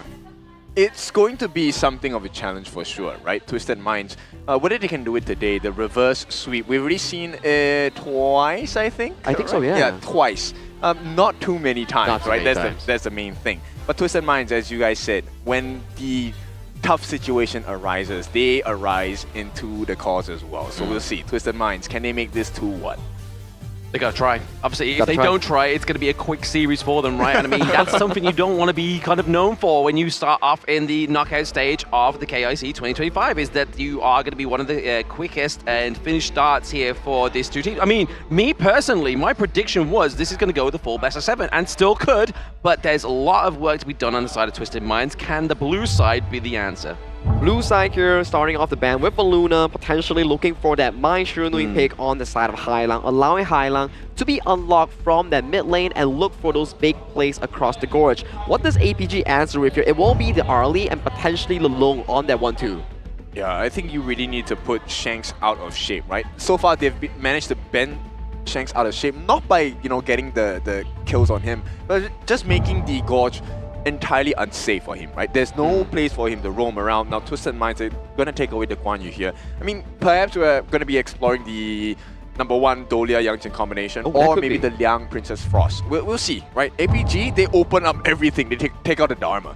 I think maybe it's going to be the Lung here, potentially here for Shanks as well, because obviously we've yet to see the Lung, but it's going to be the Dolia, so maybe the Lung comes after this as well. Or do APG pick it up for themselves, completely mitigate that synergy down to the bot side of the map, and Twisted Minds goes for the Elaine Dolia combo? That is one of the potential outcomes. 90 has been one of those better or best Elaine players coming in from the KMW side. And APG, they do put more priority towards JD here, picking up the Long, and potentially maybe they steal away the Yang Jian here and flex it over towards Yang's hand instead of the jungle. I like this answer, right? Because #1, if you take away the Yang Jian, it's going to spoil the combination. At the same time, if Twisted Minds, they want to entertain the idea of a lane, it doesn't really work, right? You can get the double death at sunsets, but then, yeah, the Lung will just fly away. Now, question is, does Twisted Mind go for the Nerza combo here? If they do, it's okay, because APG, on that third pick, can go for fast jungling tempo, like the Ogren, like the Pei, that could really disrupt the early game flow here, but I'm liking the approach coming in from Twisted Mind. They're like, bet, you take away the Yang Jian. We won't fall for your trap because we know this Yang Jian won't be flexed until the very end. I think there's also a potential. I'm looking at Hailang for the side of Twisted Minds, right? Do we get the double refresh for Shangguan, or do we get a double Yixing as well? That could be great. I think it's going to be a great potential for the lockdown, but Twisted Minds, they're going to put the Fatih up into the clash lane, probably. I mean, this is a global on both ends, right? I mean, the scary thing is that Maestro Nui has not been banned out here, right, for either of these two mid laners, and we're going into the second ban phase here. It looks like APG is going to go and lock in that, obviously a good counter to the Dune. But it's fine, because end of the day, look, Twisted Minds, they have a tanky lineup. APG also has a tanky lineup. If the Mind is unable to burst them, which is a risk you don't want to try in this game, because it potentially could seal your fate here, especially for Twisted Minds. So I think my great understanding from both teams to say, okay, let's not put ourselves in a risky position. Risks can be taken, but sometimes the rewards might not be worth it. It's like you're putting yourself into a particular position to not outburst anyone. And for this lane reason, I'm loving it a lot due to the fact that Twisted Minds, they have a Dune jungle and a Clash Fatigue, so it's a lot of front line in your face sort of composition. And if the lane reason gets to drop out that ultimate, the Destructive Deluge, it can really just limit the approach coming in from the TM Clash jungle. I mean, to be honest, with APG, obviously they are looking at going for some marksman bans here as well as the Ganon Mo, so kind of like get rid of any kind of long range. But could this mean that Twisted Minds are going to go for the Hou Yi? Because obviously we'll have the double burn in Sun Arrow, obviously 10% with the Dolia, and obviously in lane it doesn't do too bad against the Lung as well. I think they need more control though on the side of Twisted Minds, right? You need the burst, you need the control as well, but APG, they're making this super difficult. There's got to be an Ogre in the jungle. You're going to have the Yangtze in the Clash lane as well. And this is an issue because, look, they have so much tank, and this puts Twisted Minds in a very hard spot because the Fatih and Dune cannot go into the fight together. If they do make that mistake, Shishan is just going to get the Destructive Deluge on the two of them, and then there's no team fight to be had on the side of Twisted Minds. And APG's calm. If you go towards them, they're like, come on, come towards me. Yeah, they will invite you in, Twilight right? Yang Jin is just going to heal out of you. My Ogre is just going to get the best ultimate of his life. And they're just going to be bathing all in the Destructive Deluge that you talk about here. So this is already looking like a very strong front-to-back composition coming in from APG. And for Twisted Minds, they go for more DPS on towards Shang's hands here because they are severely lacking DPS. That's why even a Kong Ming has been considered in this final pick for Twisted Minds. I love the damage potential on the side of Twisted Minds, but my worry is, yes, you have the damage, but where's the setup? Who's going to set the fight for you? The Dune is not going to be able to do so, especially when you look, you have a double return in the answer. A Sakir Mulberry power slams you in the face, and then you have Shishan throwing the Destructive Deluge. It is not looking too good. Twisted Minds, the only way to win this is if they have the gold and item and EXP advantage. We need to see whether Shanks is able to win the matchup against the Ao Yin, whereby Lady Sun does amazing against this matchup. If he can get the snowball rolling and utilize the Dune Dolia to continuously enter the jungle, get those side lane towers, and make sure that they funnel all the resource into both the carries, they could just potentially steamroll this game for the South Twisted Minds. So it's really about positioning, right? That level 1 lane clear or laning phase itself, yes, if Shang gets the perfect distance for the frag grenade into the rolling raid, it could prove to be a lot of damage for the side of the Ao-In. For APG, right? But at the same time, if you allow the roam to secure during that moment to get the Mulberry Power Flash combination where you're knocked up into the air, look, Sakir is early game roam killer, right? He's not a support in the early part of the game. He is the turnaround condition. I mean, I don't know if you guys caught Siang's face there when that draft got locked in. He looked pretty proud. He's like, yeah, that looks solid, mate. Like, we are going to be able to execute this one pretty with ease. I mean, if you look at that draft, like, in terms of the setup to risk, it's not that very high. It's not that hard. Yeah. And this one's looking like a hole-in-one, right, for the side of ABG. Like, it's so this is an eagle, and right now they are soaring to the skies on the side of Alpha Gaming. It is up to Twisted Minds to be able to pull them back a little bit and climb on top. And this is also an interesting setup coming in from Hailang here, bringing the teleport spell on towards this mid lane. It means that he will be very active on towards the Gorge, collecting these resources, make sure that he is a late game final boss in that DPS department here. But this is game 3 on the line here for both of these two teams. Will APG secure series point on their hand, or will the side of Twisted Minds finally find that groove, find that first step towards that series first point? They can only hope so, right? But obviously, we would give you some kind words over with the side of the CD key, right? Keep on is going to be the thing that Twisted Minds needs to do if they want to keep in this competition between themselves and APG. But right now, you can also get the Limbo-themed Flowborn outfit for free as well. All you need to do is collect those cards with the Limbo collab to get them. But Twisted Minds Highline maybe getting caught out here. The path of passing and the execute first off Oh no, Shanks! 1 minute, Shanks is going to fall as well. A trade is going to be the best case scenario. No, but there's no shutdown goal, right? So no. Overall, APG still win big in this one. The fact that, look, there's no punishment coming in for Yulong. The defense comes in from the side of Saber to make sure that the buff is safe. APG, they, well, hang on, okay, maybe here. Yeah, maybe though. There we go. We get the answer in top side of the map here as well. But I mean, I have to give it over to Twisted Minds, right? I'm trying to keep the boys hyped, you know? Like, they need some faith. They need a little bit of belief. And I'm going to give it to them, right? They need to keep their heads in this game and keep cool.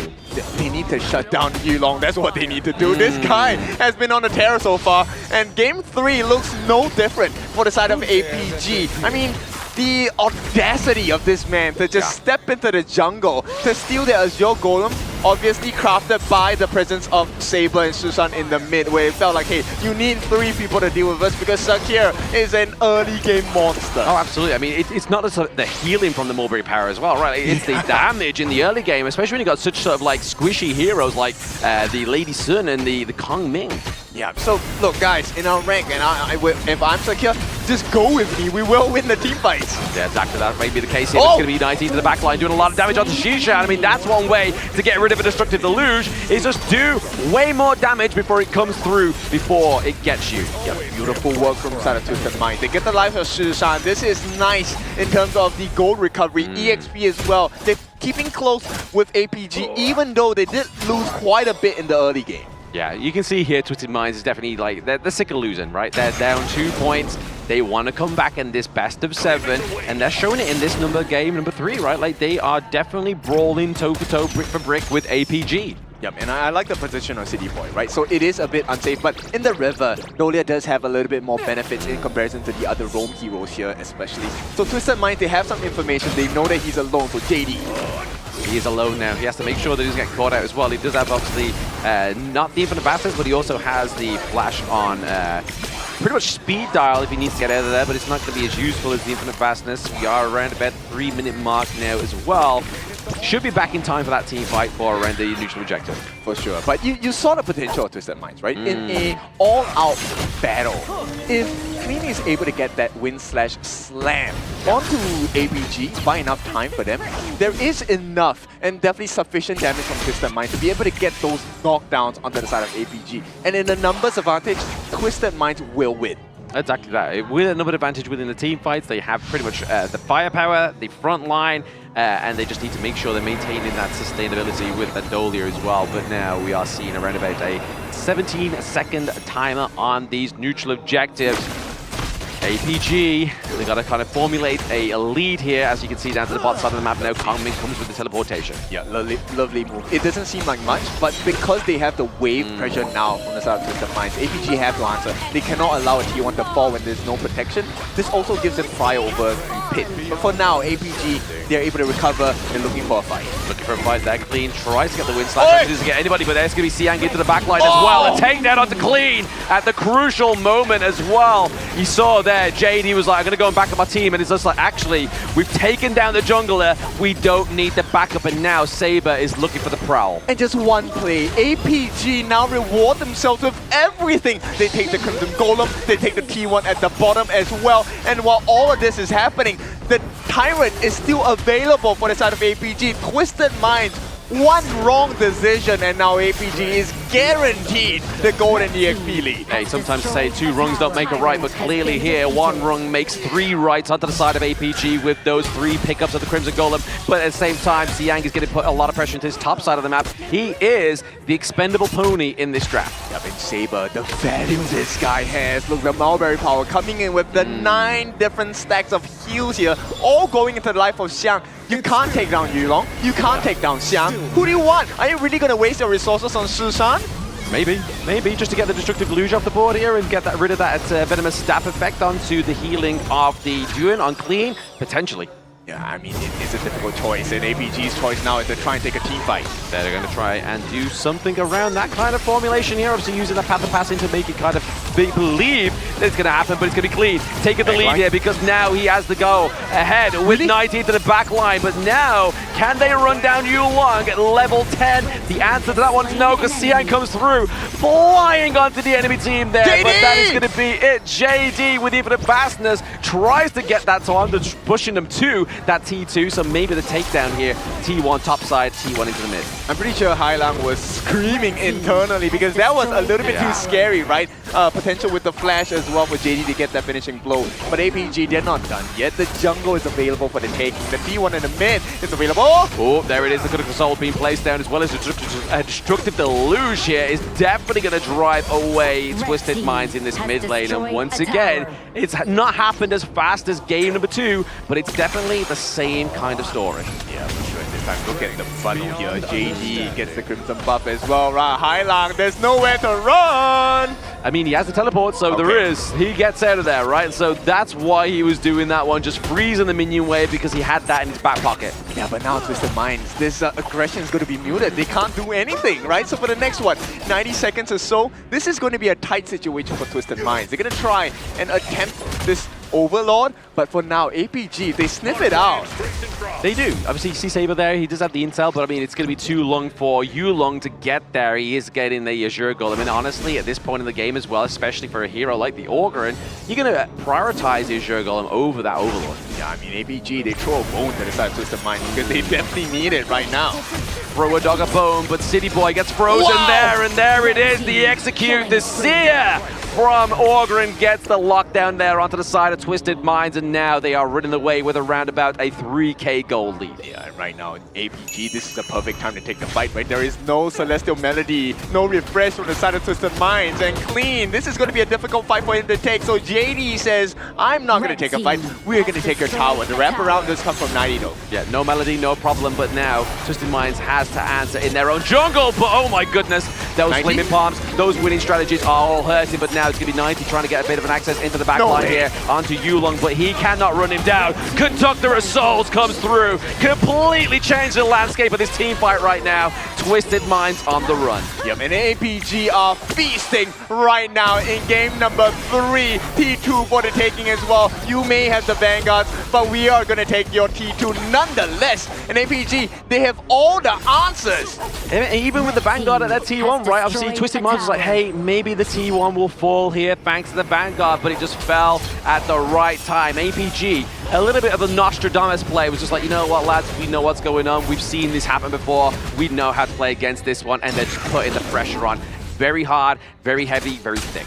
I mean, APG right now able to foretell the future, but also to turn it into a reality. This is something that very few teams can do. Yes. But if there's any team to do it, if there's any region to do it, you know APG is the one. Oh, absolutely. I mean, especially when you've got Xiang playing with revenge in his heart, right? Like, he is looking to basically reclaim the greatness of his name into that clash lane against 90 ever since KWC. Yep, look, the gap is so big. Yulong is more than 2k ahead of Clean. Xiang also has a big level and gold advantage against 90 as well. There is very little that Twisted Minds can do right now, which was the whole thing. Yeah. Where is the control?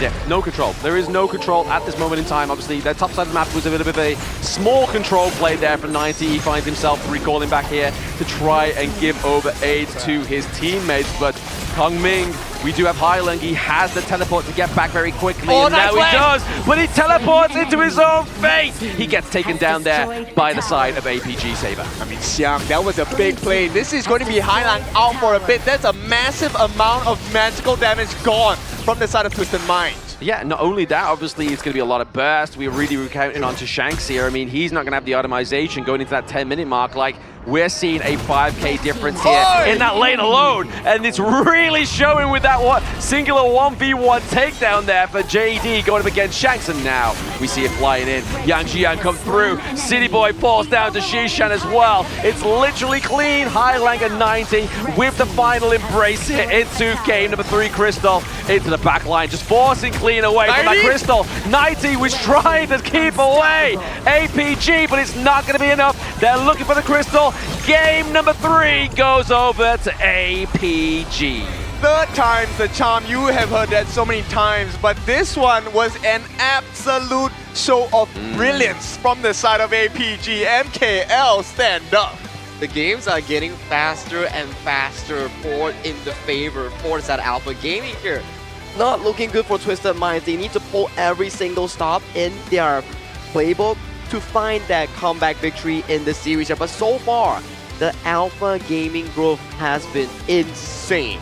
Yeah, I mean, this has been the most consistent performance in KIC so far, right? Across the series. There was never any doubt from the side of the MKL representatives here for the side of APG, right? It's been crazy because the way they grow, the speed they grow, and how they achieve is absolutely insane. This time they went even more aggressive. Correct. They got 3 different wins across 3 different lanes. Yeah, that's scary. Like, for the 3-lane domination there for the side of APG, which we saw pretty much in game number 2 as well, right? But it just happened very much more quickly. Twisted Minds definitely came out with a brawl in mind in that game number 3, and it just, again, wasn't enough. It wasn't the answer to topple APG. And I think the Hailang teleport spell was pretty innovative, but it really bit him back in that level 1. When Yulong went for that aggressive invade at the Azure Golem, Hailang shifted into the Azure Golem wall, and then when he got out, he's like, oh, Hongling actually, the Kongming actually suffered a nerf on the spell too. It was 3 stacks back then, now it's 2 stacks. Yeah. So you go in, you go out, there's no more. Yeah, it's difficult to play this particular game itself because you expected them to be able to take the lead, right? Take a look at the teams here. I think APG are in a very comfortable spot. Now, with that being said, it's going to be our next set of games, potential final game. I think we might be going for a break as well for the players itself, but we'll take a look at the post-game stats. So we'll look at the itemization. Look how far they are apart. It was so far apart in this game itself here. As we talk about in towards the early game, Hailang suffered a big loss. Yes, you can lose away the Azure Golem, the first one is fine, but to give a kill towards Yulong, plus the buff, that is a lot of gold funneled into the pockets of this jungle player coming in from Alpha Gaming. And then we pan our vision towards the bottom side. Shanks, I gotta say, lost the favorable matchup against JD in that 1v1. I mean, it all comes down to the decision-making from the side of APG, right? I mean, yes, there was a very clear goalie, but if you take a look at the decision this time by APG, Saber actually went for a more aggressive build, right? The Radiance to get the slow as well, because if you talk about the control, they have plenty on the side of APG. But in terms of burst, once you have it from JD, you want to make sure that that burst potential lands onto as many people as possible. The Radiance with the slow allows for the rest of APG to catch up with the members of Twisted Mind. Yeah, it just buys you a lot of time, right? That's Radiance is a great skill, and not only that, the support item there for the side of APG Saber, but now we're obviously getting into that graph here, obviously in terms of the gold. Yes, obviously a little bit of a saving grace here for Twisted Minds, where we really hoped that it was going to come back here, but then it just goes into a steady decline. I think Game 2 and Game 3 was very similar. Yeah. We saw signs of grace for the side of Twisted Minds in the early part of the game where they got some lead, they got some goal in towards their pockets here, but when it mattered the most at the most important timer, APG could always find that one good pickoff, leading to the side of Twisted Minds to find those jungle resources, to find those towers towards the side lane, and then all that gold will be pulled so far between these two teams. And talking about gold, right? We take a look at the 2 extremes of what gold is used for, especially in the mid lane. So Hailang here going for the damage style. He needs a lot of farm in his hands. Meanwhile, Shishan doesn't have to do too much. He just needs to be able to land his skills consistently. And the first prior item he bought was the Venomous Staff. The value of this was crazy. If you take a look at the kill participation, he was the main guy to make sure that he was the deterrent. We talked about this at the start of the game. So what if Clean jumps in? Correct. The Destructive Deluge, I make sure you don't have the regeneration that you want cut down by 35%. Bye-bye. It's like, I'm like welcoming you inside my Destructive Deluge. You're welcome to bathe inside here, but whether or not you can actually move out towards safety, that's a different question here coming in from the Twisted Line lineup here. And also, we saw a lot of mid-lane brawling in this 3 games so far. Yeah. Exactly that, right? So obviously the cut down, obviously Shishan wasn't quite what they were able to get there, but it's going to be Yulong with a 5-0 KDA here. He was the driving force on this Augur, and obviously we did say in game number 2, hey, why not pick the Augur? And it was like, hey, we're saving it for game number 3, and we're going to show you why. 5-0 to KDA. Damage dealt 24%, but damage taken. He was the soaking sponge that was Gate and Ray and just completely mitigated Twisted Mind's damage. So Yulong showed you the multiple things you can do right as an Ogrin. Correct. And from the first minute of the game, you already knew. And this comes down to the composition, right? You pick a secure early game because you know that, hey, I have the ability to pressure you. You have to put another member to deal with the secure. They knew he was going to mid, which means you're putting... You can't win everything in a map, as a coach used to tell me, right? So you have to give something up. And unfortunately for the side of Twisted Minds, Yulong knew exactly what he wanted. You may be on the blue side, but I'm going to beat you black and blue, and potential first blood there was taken. It was a potential, but he got it. He got it, capitalizing that Highland, didn't have that flash spell here, and Clean coming in for this play, immediately getting stunned, CC chain galore by Shisan and Xiang, getting executed by that time here, led to their doom here. And as of this point, for this side APG, they have like 3 to 4k goal lead here. Even if 90 gets like a beautiful flank, it's not really that useful because it's so difficult to come back from that deficit. Yeah, and even if, let's say, you're behind on goal, it is possible to come back, but you need someone to lock them in place. 90 had all the brilliant plays with the flash, the diving as well. It's the correct move, but who was supposed to be able to get the stun? The Clean jungle Dune. He was supposed to get the wind slash, but when it's the only option you have to lock them down and it's gone, you can't win anything. That's the difficult part. You got put so behind at minute 1 until the end of that game itself. It's a big snowball that has been generated by APG, and the pressure now lies on Twisted Mind's shoulder. 3-0 is the series point in hand for Alpha Gaming. The third seed coming in from the MKL, looking super duper strong for the opening series of the knockout stage. Okay, so this is something that I think if you ask different people, the response is going to be very varied, right? Obviously, if you ask the MKL fans, what do you think of this game? The APG and MKL fans will probably tell you, what, 3-0? We expected this, come on. But if you're asking the rest of the world, especially the KMW fans, they were like, you know what? This game could have been, should have been closer. I mean, should have been closer. For my personal prediction, I put this as a 4-3. Yeah. Same. So definitely, I'm very shocked but happy because I come from MKL itself. The Alpha Gaming is having such a consistent performance from game 1. It was 50-50 to game 2 and game 3. It was looking amazing, an absolute stampede coming in from the APG lineup itself. But that was 3 games down the line. We need a break. The players need a break. So grab your snacks, grab your drinks. We will see you right about after this break. Take it away.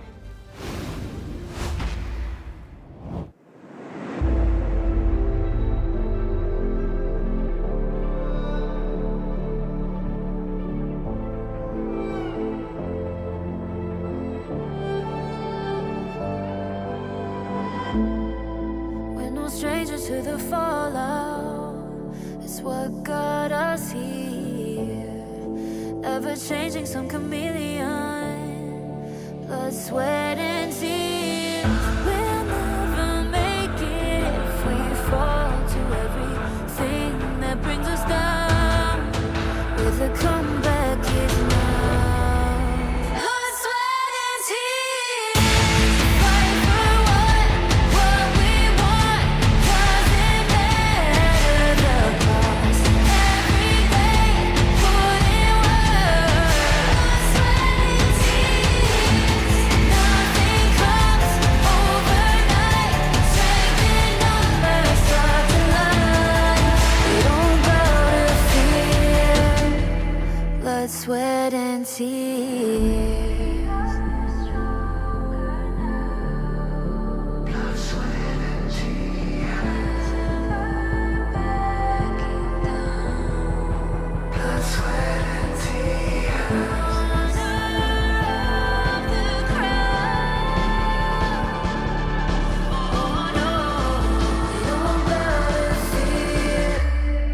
Blood, sweat, and tears. Fight for what we want. Doesn't matter the cost. Every day, put in work. Nothing comes overnight. Strength in numbers, start to line. We don't bow to fear. Blood, sweat, and tears. Fight for what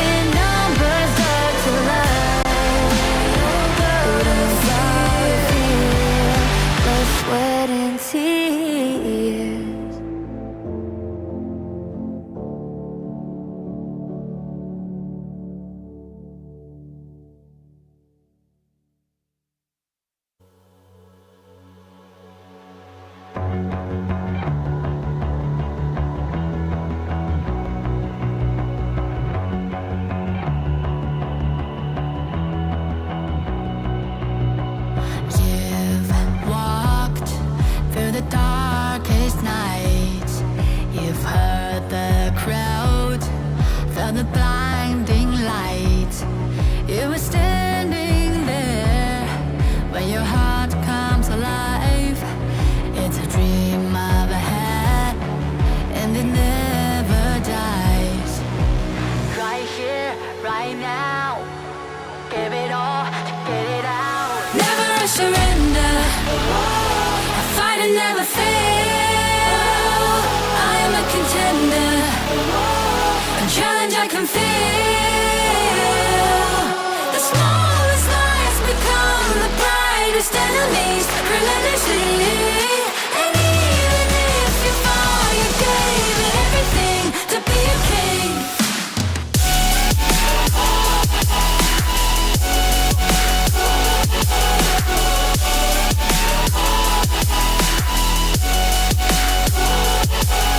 The smallest lies become the brightest enemies, relentlessly.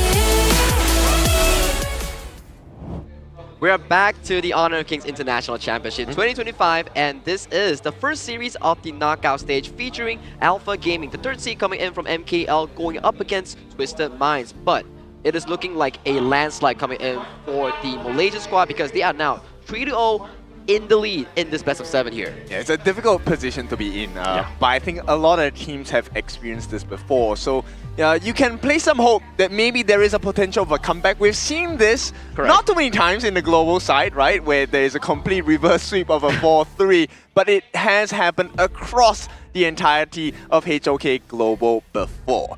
Now, we have to consider like what are the different steps to take because there's quite a few. You have to win the draft, you have to win your lane, you have to get the gold, you have to get the objective. So it's a tight one for Twisted Minds. They have to do everything to try and get this win onto the board for themselves, right? Obviously, we're already at a 3-0 scoreline. This is match point for the side of APG. They are looking very dominant in their first match of the knockout stage. And honestly, they will go obviously up into the upper bracket, but they have played some very expensive heroes on both teams, but I'd have to argue that Twisted Minds has definitely played a few more expensive heroes than APG. And to check out the expensive picks, this is the global ban picks here. For those who are not familiar with the HOK tournament setting, we utilize the global ban picks. For every hero you use in a series itself, you can no longer use it for the following game until game number 7. So this is going to be an added difficulty. This is why, I mean, Honor of Kings is already a very special game, right? Yes. And we want to test the best of the abilities for the players because our champion needs to be the strongest in the world.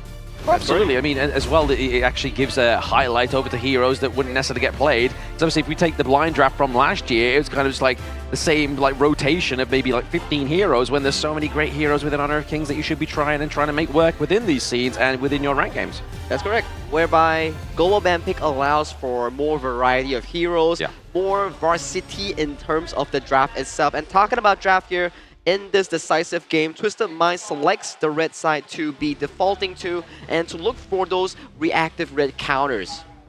Yeah, reactive red. I like this option because Twisted Minds, I think it's better to be able to figure out, okay, give yourself some space to think.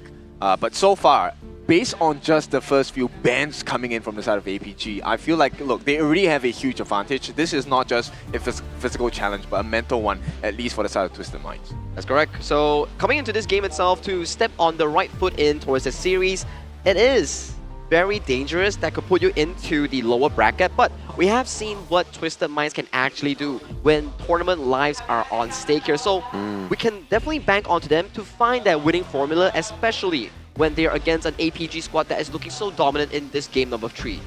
Exactly. APG looking very, very dominant in this one as well. Obviously, you can see here the Twisted Mind boys are pretty look a little deflated here as well, right? Obviously, they are at the behest of APG, but it's all about kind of trying to bring yourself back up from that lowest point. Yeah, and I think, you know what, one of the things they need to consider for this particular game is, can we get more control? Can we get more CC, right? Sure. Because I think it's going to be very important. Talking about control and CC, we've seen how Lapu Lapu was piloted by Saber here. Potentially in Game 4, maybe for the side of City Boy, we will start to see those engaged roams like the Lian Po, like the Lapu Lapu. He has already played Zhang Fei. Not the best of the success here, but so coming to Game 4, if we can whip out the Lapu Lapu, maybe that could be a Winds of War change for Twisted Minds.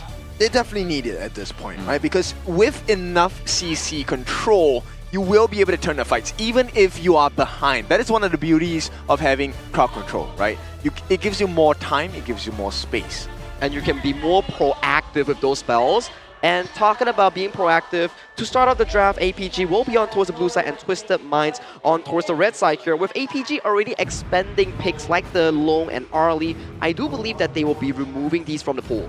Yeah, Arlie's a kind of like a really good point to go to, right? Obviously getting that band out. Don't give that over to Shanks, but Shanks still gets to play the Lung if he really wants to, right? That's true. I mean, you know what? I'm curious whether Twisted Minds want to take a risk right now and give the Mai over. You know, and exchange it for something else. So far, they've been locking away the Luna and also the likes of the Guan Yu from the side of Alpha Gaming. So I'm interested, like you as well, to see whether they will let the Mai go over to either mid laners here. And that's the Dharma that we talk about here. Lock away, potentially even APG as of this point. They might just go for the channel first pick here. Oh, that's true. And then, you know, it's a little bit difficult. I mean, you want to put up a Lung for the side of Shanks? I think it's still difficult. And here we go. This is going to be the channel right as you said it. I feel like APG, their draft is very, I would say, systematic, whereby they put a lot of focus in making sure that JD gets a comfortable environment to play. But with the ban coming in from Charlotte and Luna here, Twisted Minds 90 hovering on that Mayin. He's daring the side of APG to pick up that Guan Yu matchup. Alright, at the same time, there we go! This is the Hailang special, man! The Mai Shiranui!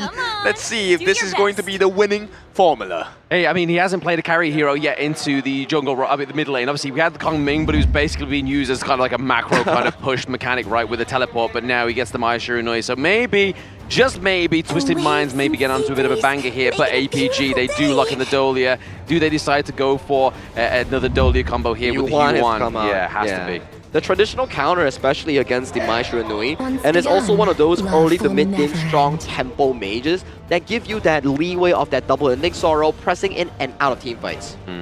This one's a bit difficult to deal with. APG, there are so many people that you can pick up on the jungle Let's as well. go! Let's go! It's a Lapu! Lapu once again coming in from the side of Twisted Minds. The guy with the maximum amount of control so far. Can he make the tides change? He definitely has to here. Lapu Lapu, the hero coming in from the Philippines region, has been locked in by Twisted Minds here. So coming in this first stage of Twisted Minds draft, first 3 picks already spelling one thing, bounce house for days. Oh, absolutely. There's knockups for days coming through. Lapu Lapu, the second time, I mean, I hate to keep bringing it up, guys. Flexing, people were saying they're not going to play the Lapu Lapu, and I was like, hold my drink. They are going to pick that one up because it's such a frightful engage. So now if you're on the side of APG, you know what? I'm thinking no Nerza, that's fine. Why not pick up the Kaiser? Right, I have double a question. invincible warrior. Are these the times that you actually rip out the Zhuangzi jungle because you have 2 consistent carries on towards Yulong and also JD, and you just need the side of the jungle to be that Zhuangzi front line and cleanse out the CCs? I mean, if he buys like, what, 4 Overlord's plate mail, then maybe that makes sense. But Twisted Minds, they are looking for the tanky lineup as well because they have the poke damage coming in from the Mai Shiranui. They also have the potential setup from the Lapu Lapu. So it's consistent stuns over stuns. You have 4 knockup potentials or CC potentials. And APG say, no, we're going to play the fast game. The timer has come down. Yeah, amping up the tempo, Alpha Gaming with this hay here. And they do lock in the Byron here, so they made a very safe draft in game 4 itself. Is looking very scary here. If Twisted Minds isn't able to find that one big engage and settling the score, after that engage, the DPS structure for APG is just much more consistent compared to Twisted Mind. It's about front to back by APG playing the long team fight versus Twisted Mind finding that one dream wombo combo. I mean, Twisted Minds at this point, I feel like this matchup for the side of Shanks is going to be extremely difficult. Marco Polo, obviously a single target hero. Once he gets that Spark Force Dagger, yes, he's able to clear the waves a little bit faster. But against a Channel and with the Dolia by Saber, there's healing and there's poke damage. I assume that they will commit for the lane swap at the very least for Shanks and 90 so that the Marco Polo can avoid the laning phase against that Channel and go bully that Byron in towards the clash. I think that's the ideal setup coming in from Twisted Mind. It's whether or not Alpha Gaming actually predicts this on happening. I mean, it's a tough one, right? Because end of the day, you also have that very strong combination in terms of the Pei and Byron. And if you make the wrong decision here, First Blood could definitely and very easily go into the hands of APG Alpha Gaming. Their lineup is just so consistent. Strong side lanes, consistent mid-game coming in by the Pei and also the Yuhuan. And to top it off, Channel on that late game structure. But we always talk about draft, we always talk about execution here. So if Twisted Minds has a superior execution, and with the Maestro itself coming in from Highland, we've seen what he can do on that pick. If you can find that early game tempo, this is just going to be a landslide snowball draft coming in from TM themselves. Yes, I really like that a lot. Because if you get Lapu Lapu's ultimate down, it actually controls you for a very long time. And paired up with the Frigid Charge plus the Fever Barrage of the Marco Polo coming out from Shanks, it could cause plenty of damage. Yes, it could do plenty of damage, especially to the side of APG. It's going to be scary seeing that combo come through as well. Obviously, the knockup with the Fever Barrage may be the key to success here to try and take this game winning point from APG. Yep, series point on the line here as Alpha Gaming leading the score 3-0 here. One more win will advance Alpha Gaming to that upper bracket semifinals, which defers Twisted Minds to that lower brackets here. So a lot is on the line on this game number 4. Whether or not Twisted Mind is able to come back from this deficit, it has to be proven on towards this gorge. It has to be right now. High risk, high reward as they start the game, but it is going to be potentially the final point, series point for the side of Alpha Gaming. Blam, let's take this all the way. Let's take it all the way. I mean, APG are looking to do exactly the same thing here as well, right? But here we are seeing a bit of APG invade into the mid lane, really trying to put punish onto Shushwan, putting away that splash, but the Kachusan come in. Can they do enough damage? We see the APG reacting so slow. And I mean, this is the dream start, but here comes the response. They are looking for the response here, 90, but it's going to be Lapu diving in, trying to get the knock onto the enemy team APG there, but it's only going to be Saber getting the wave breaker, trying to do the damage, but it's not going to be enough at level 1. But this is what we need, Twisted Minds. What a setup. The Lapu pick coming in from City Boy, clutch with this one. Now, I have to say this as well. Shanks, they're really going in very risky because Shanks actually took the stun for the common spell, which means there's a potential for Xiang as well as Shishan and JD to stop that. Oh, there's a lot of chance, right? Just to completely get rid of that Fever Barrage with any kind of CC, which would be scary here. But the Wavebreaker tries to contest the Azure Golem onto the side of Twisted Minds right now. But Saber, once again, just kind of just playing to the forefront here, making sure that nobody gets phase checked, nobody gets taken down here. We have some squishy heroes. Bit of a Dream Roam invade here. Just going to be used defensively to get back to his team. All right, it's a pretty decent start from the side of Twisted Minds. We'll take a look at what this is going to be like. Yulong has been placed under pressure, but this is something, I mean, he's not too unfamiliar with, right? He knows how to deal with this kind of situation. And for now, Xiang trying to go for that lane freeze, which is already working wonders because Xiang is already a level ahead of 90. He's a level ahead right now of 90, and that could spell disaster, right? I mean, having level 4 means one or two things. You obviously have a little bit more of attributes. You also have your ultimate within your utility as well. But right now, we are seeing a APG and Twisted Minds being very scrappy, obviously, with Twisted Minds getting that first blood in the early game. I mean, I really like this little interactions that they have, right? So APG, Xiang, and Yulong, they actually force out 90 to move back a little bit so that the lane freeze cannot be done. And now, Twisted Minds, they're going to try and make a slightly different move here to put pressure against Xiang and have a 3-man share go in the jungle here. Try and get a bit of an evade. Obviously, just keeping over the aid to Yulong, right? Obviously, we're going to really be playing and hoping for Yulong to have a dominant early game, right? Because obviously, JD doesn't get online until the later parts of the game. So really, that's the late game assurance here from the side of APG. Yeah, but you can see the APG response. I like it a lot, right? So the 3-man rotation in the mid. Not only are they sharing the gold as well, they're getting the EXP together. And right now, APG, even though they got dealt the hardest hand, I would say, at this point of First Blood, giving over to the side of Twisted Minds, they're maintaining a steady goal lead. Not the biggest, but a lead is a lead.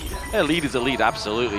You want to be in the position of a lead rather than kind of like trailing behind, especially if you are already 3 points within the series. and not actually getting a single game onto the board just yet, but it's going to be used at more full tempo just to kind of get a base check there, but it's going to be Highline into the back line, trying to just get the knock-up onto Saber. Does so, but no success to follow through. Yeah, this is where the pokes come in, right? Saber is going to be able to help Shishan with this defense. And Shishan, I am curious to see what the build is going to be like that for later. Is he going to go full tank build, or is it going to be the magical build, helping out with the damage department for the side of APG? Only time will tell, right? Obviously, Shishan right now, got to be careful. Shanks gets to the back line, gets the Fever Barrage with the help of Highland, gets another kill onto JD. That's one way you're going to kind of hinder the late game of APG. Right, there's a great start. Once again, Twisted Minds, we're hitting that 4-minute mark soon. City Boy has been providing so much value with the vision, but more importantly, the stuns. The one thing they were trailing with in game number 3. Yes, no stuns, nothing that they could try and do and get any kind of like CC onto the enemy team there. It's just very much of a struggle for the side of Twisted Minds. But now we're getting into that 4-minute match. We could see a potential go for and contestation of these objectives. Okay, so Clean does well, gets the Crimson buff in his hands. 10 more seconds before he gets the Azure spawned up. But it's the wave management that's really important, right? We haven't seen the biggest of trades in terms of JD versus Shanks. I mean, aside from that little 1v1 kill here. But APG, they know the exact answer. They don't mind losing this Tyrant. They have the map advantage for a moment. They trade the T1s top and bottom on both sides. But I mean, in Twisted Minds, you get obviously the T1 down to the bot side as well as the Tyrant. So I feel like that trade overall definitely goes over to the side of Twisted Minds here. If they don't lose anybody as they try to escape and try to maybe like reform into the lanes here, it's definitely in favor of Twisted Minds.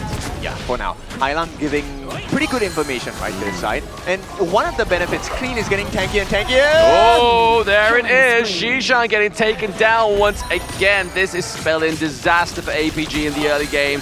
But really, they need to make sure they make it into the late game for JD to pop off. Yeah, they need to make the trades as well, right? And this is for both sides. Twisted Minds, I really like this shift of momentum. 90 is going to clear the lanes and hopefully see value in trying to break down the T2. If they can get a T2 at the bottom, it'll be great. But here comes the defense by APG.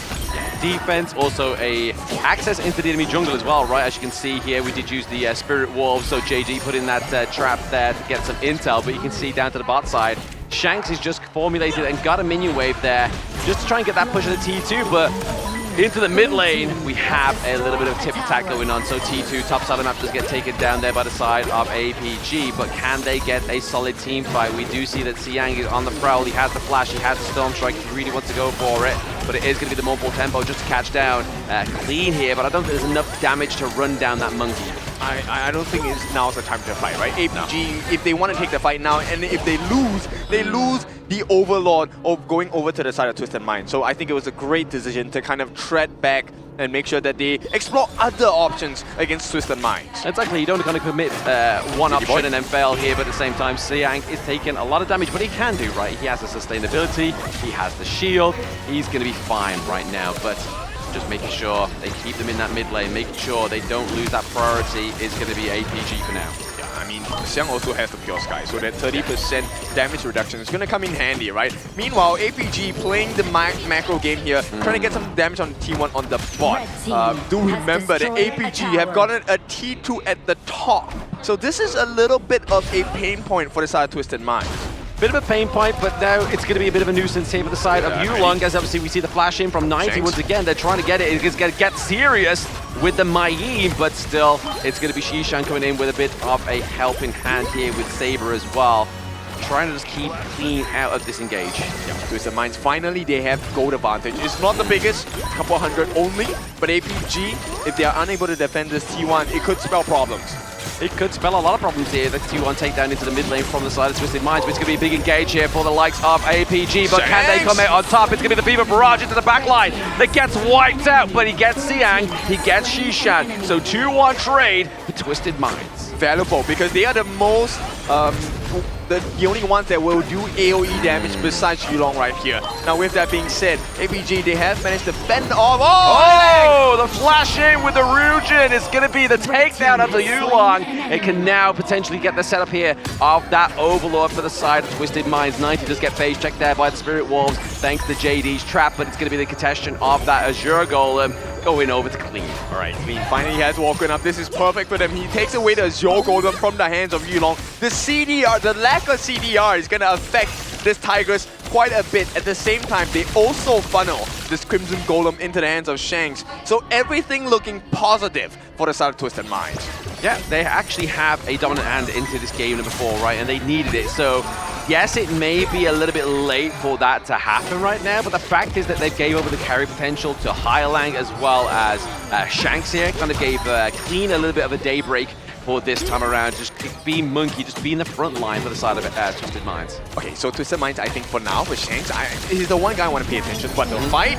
Oh, yeah, 5 potential go through here. I did just clean out his name here, but it's going to be 90 waiting in the wing as well. Can they get the pick off here? They're going to just be like, you know what? We've got Minion Wave crashing into the top side of the map. Let's get out. Yeah, 90 was kind of considering, right? He had the flash ready as well. If he got to get serious there, I think it would have been great. But with the whatever's 1 and 2, I think right now the important time is to make sure you have another kind of advantage, which is the Tyrant buff, of which will go into the hands of Twisted Minds. Yeah, the only advantage we have now onto the side of APG is that top side of the map as well, but it looks like it's going to get mitigated by Twisted Minds down to the bot side here, but once again, potential team fight.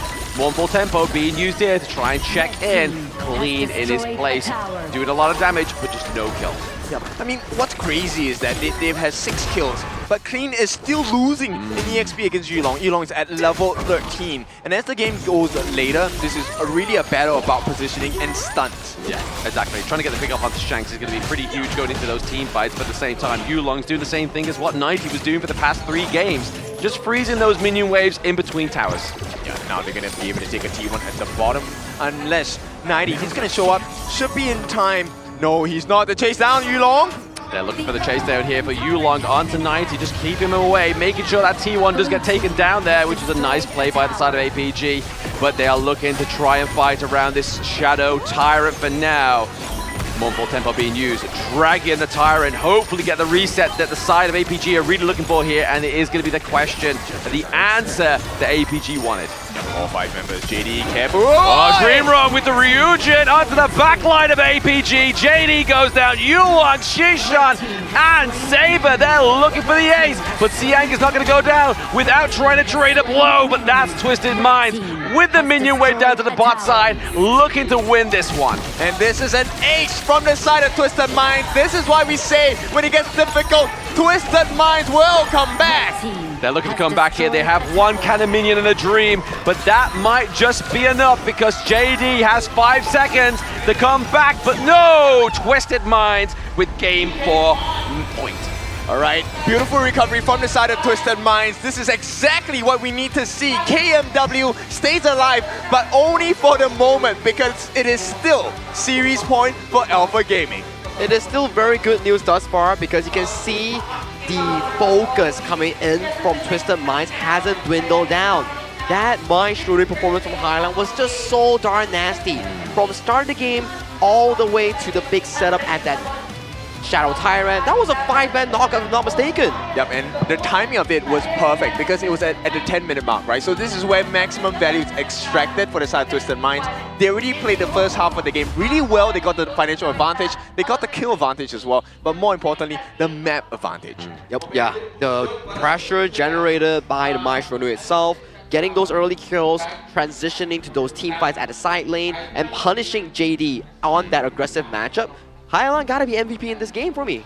I mean, he was the shift of focus, right? Like him being the core of that one really set up this game for Twisted Minds because obviously, like I was saying, in-game where Clean was given the monkey, he was just given the fight, the idea to just be the driving force, the spear for the side of Twisted Minds. All right, we'll take a look at the post-game item stats and stuff like that. But I want to, before we go into that, I want to ask a question. So now that Mai Shunui is out, Kongming is used. What else is left in that particular style of play in the mid lane? So he burns Shi, Kongming, Mai Shunui, and also the likes of the Nuwa. The next hero that I can really imagine, potentially the Garnet Mo for the long range catch. That is potential, but so far, our Lapu Lapu in this tournament, 100% win rate. 100% win rate. That's on great. release. Yep. Let's take a look at the stats of City Boy first, because I'm so curious. The amount of setups that he did for the side of Twisted Minds really changed the game for them. It was game-changing. It was absolutely game-changing. Picking up the Radiance there as well, obviously just locking them in place. But like you were saying there, Obviously, in terms of the carry potential onto the side of Twisted Minds, I mean, if they still had the chance of the Dolia, we could have seen the Shang 1 come through, but that's not going to come through separately.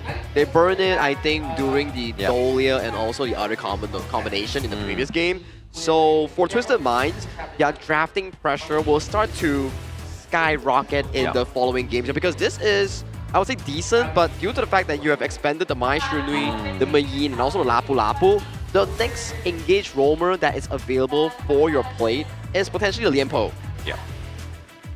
So Lianpo might be the consideration for the side of Twisted Minds coming in, but let's take a look at the stats here. The damage dealt, this one's pretty even, right? Clean, Highline, and Shanks, showing you that the teamwork is really where the dreams will start to work as well. The setup by Shanks, there was a little bit of concern, right? The stun coming in, it did not work out too much at certain points of the game. Correct. But with the lead that they have and that absolute beauty of a knockout from both City Boy as well as Highland, that changed the game. That really changed the game for them, and that led to that Shadow Tyrant contention to be a immediate game-ending push coming in from Twisted Minds as they really conclude this game in almost 11-minute fashion here. So very good recovery thus far coming in from Twisted Mind. Yep, I really like it. The game lengths are just getting shorter and shorter, right? Obviously, we had game number 1 where it got to the Tempest, and then ever since that point, it just got shorter and shorter and shorter. 10, but I mean, 11. It's at the advantage, obviously, Twisted Minds, right? Obviously, if they got APG to the late game, JD would be online. It would have been a lot harder to formulate that win. I think that goes back to our discussion back in towards their drafts, whereby if Twisted Mind gets going, they're just going to be a death ball and choke the side of APG out of contention for that late game here. As we see towards this head-to-head matchup between both the junglers here, you can definitely see that Clean has really woken up from his slumber back in the past 3 games. Yes, for sure. And it looks like tank junglers are the answer to APG, right? APG, they like this assassin jungles brain, which is a lot of firepower. But once you have this huge brick wall that you can't get past, which is Clean, then I think things start to get a little bit dicey for the side of APG. But the one member that we're talking about that has to be the MVP, it is none other than the player of Highland here, bringing the Mai Shiranui to greater heights. Yeah, the core shift comes over, and then Highland gets the MVP. 515 KDA, doing 27% of the damage dealt, and obviously being very untouchable there with that 17% of the damage. All right, even from the word go, obviously that 3-man dive, wait into the brush there, was just enough, and that was kind of like the sign of the times here for this game number 4. So this is what I want to see from the KMW representatives. Now bear in mind they are number 2, but they have now clearly touted themselves as number 1. Correct. Beating OG, their old nemesis, they have made a breakthrough. This next breakthrough against APG seems a bit far, but I think it's still possible. And it's also to bring the spirit of OG with them as the sole KMW representatives coming out from Group D towards this game itself. As we can see, towards this highlight here, it was City Boy pre-charging the ultimate and then flashing to redirect the Raging Sea, the Lapu Lapu ultimate, to land on towards multiple members, and then Shanks going in with Highland's setup, finding the kill. As of this point, it's 1 and 5, and Yulong with a quick getting engaged off by Highland. It's a trade, but you can see how decisive Highland is as a player, and this is the key one here. Check out Highland's position here. 5-man group down here, 4-kick view engine coming in from Highland. He's such an insane player on the Mai Shunui. I like this confidence because yesterday in the closing interview, he was like, bring it on, right? It doesn't matter who it is. I mean, when you come into a competition, expecting that you can beat everyone. Exactly. No, you can't beat everybody, but you will try your best to do that, right? Obviously, they have taken 3 games back-to-back from the side of APG, but now they're able to get that first point. As you can see, this updated bracket right now looks like APG aren't going to get that sweet spot run right. They were looking for that 4-0, but Twisted Minds just like, hang on, if we are falling down to the lower brackets, we want to make sure that the loser knows that we can take a game from APG. With that snowball game-winning lead coming in for the side of Twisted Minds, definitely they will be feeling much better, pacing themselves into Game 5 later on. Potentially, this might just be a longer series if they can find their marker in that Game 5, which will be coming after this. I think we will dare to dream, or at least let me put it for the KMW fans, for the Twisted Mind fans. I think it's safe to say you can dare to dream because we are now on the cusp of what may be one of the biggest comebacks ever, and it's just the first day of the knockouts, right? All they have to do is to win 3 more games in a row. That would be a reverse sweep and an absolute banger of a storyline here coming in for the side of Twisted Minds. But this is the global ban pick here, and we were talking about like, hey, what can still be picked by side of Twisted Minds on the mid laner himself? He has expanded the picks like the Nuwa, Shi, Kongming, and the Mai Shiranui here. Potentially, the next in line for him might be the Ganemo. Yeah, potentially, right? But I mean, obviously, the Ganamo's done very well when the Dolia comes through as well. But I mean, you're going to have to draft some solid front line as well. So obviously, we have seen the takedown, obviously, of the Zhongfei as well as the Lapu Lapu. So really, what we was alluding to earlier was the Lian Po pick, right? So maybe, just maybe, they go for that, or maybe they try and lock in the Sakia so they get the Mulberry Power as well as the couple blades targeted. I mean, to add on to that, right? I think that the potential for Shanks is also very huge because they now have both the Arlie as well as the Long available for picking. That's I don't correct. think you want to ban both of them and leave the rest of the lanes open in the first phase of the bans. And you make a very good point, whereby Long, Arlie, yes, they are still open, and all the counters of the marksman pool has been used up by the side of APG, whereby Long, Arlie, Chano, Direnje, all are gone from JD's hand here. So I think that those two picks will be the primary bans here coming in for the side of Alpha Gaming. I would think that for APG, I actually would give it, right? Because they still have the Xiao Xiao pick. Oh, that's true. They could go for the Xiao Qiao, they could go for the Mai Shiranui, plus an assassin on towards Yulong, or a dive-heavy composition to really decimate whatever that it will be coming in for the Twisted Mind. Firmly in pool here, but clock is ticking here as they need to decide what is the best course of action coming into this Game 5. Twisted Minds have one more thing to consider. They have to ban out the Nerja. This is something that is really scary on the side of APG here. I mean, they can pick it up for themselves as well. But that is only at the cost if there's a Dolia here. So there's no more Dolia due to the fact that they have already expanded the Yuhuan Dolia at the previous Game 4. So I think Nerja will dwindle down from the priority list coming in. And so far from what we've seen coming in for the Twisted Minds bans, it has been consistently targeted on towards Yulong's Luna. Yeah, that's true. I think the Luna just poses as a huge threat because you can enter from multiple angles, and you know, once you get the goalie, you can't really take a good fight against the Luna. Do you really think, obviously, with the comeback of Twisted Minds here as well, that they're really going to allow a Luna to come through? Yeah. That they're going to like, you know what, we've got 1 point, lads. Let's just like throw our hands up in the air and go for the Luna pick to come through here as well. But now we're getting into game number 5 now. Obviously, this would normally be match point. It is match point technically here for the side of APG if they do take this one. But if they don't, we're going to go into match 6 and then potentially an ultimate battle in the first day. But the Dharma band here is going to come through tried and tested as Siang has already picked this one up. All right, so I think APG are very comfortable. We'll see. I think APG might really consider, okay, we'll give you both picks, but we do have the relevant counters as well. Now, Twisted Minds, they don't want to take too much of a risk. They're going to ban the Mai Shiranui away from the Shishan, who we know has had fantastic games from game 1 to 3. And we saw the potential of the Mai Shiranui on the hands of Hailang here, so you don't want it over to Shisan that's angry after not a great performance on towards the Yuhuan. And that's the early we talk about here, so that leaves to Twisted Mind the lone pickup available on towards the side of the farm lane here. And again, Luna removed from the pool. I think you pick up the Nuanen if you're on the side of APG. They have not used it yet, right? Correct. They still can utilize the Nua pick if they do want to. It's just that, do they pick up the first pick Guan Yu here? There's no more counters on towards like the Mayin. There is, however, still the Charlotte available for 90 here if he wants to go for that aggressive 1v1 towards the Clash lane. We have seen that happen before. we know what happens. Yeah. Oh! Kaka Spirit is here. They are channeling the spirit of OG. This is the KMW special. And will we get the potential of the Da Qiao as well? We've seen the Da Qiao Mulan combo play into fruition, whereby you go towards a heavy sword, you press the Da Qiao portal and cast a spell, you can teleport with the CC invulnerability coming in with this pick. But Antina roam on towards APG. They're whipping out all cards in this game. Yeah, APG is like, no, there is no comeback. We're gonna end it right here, right now.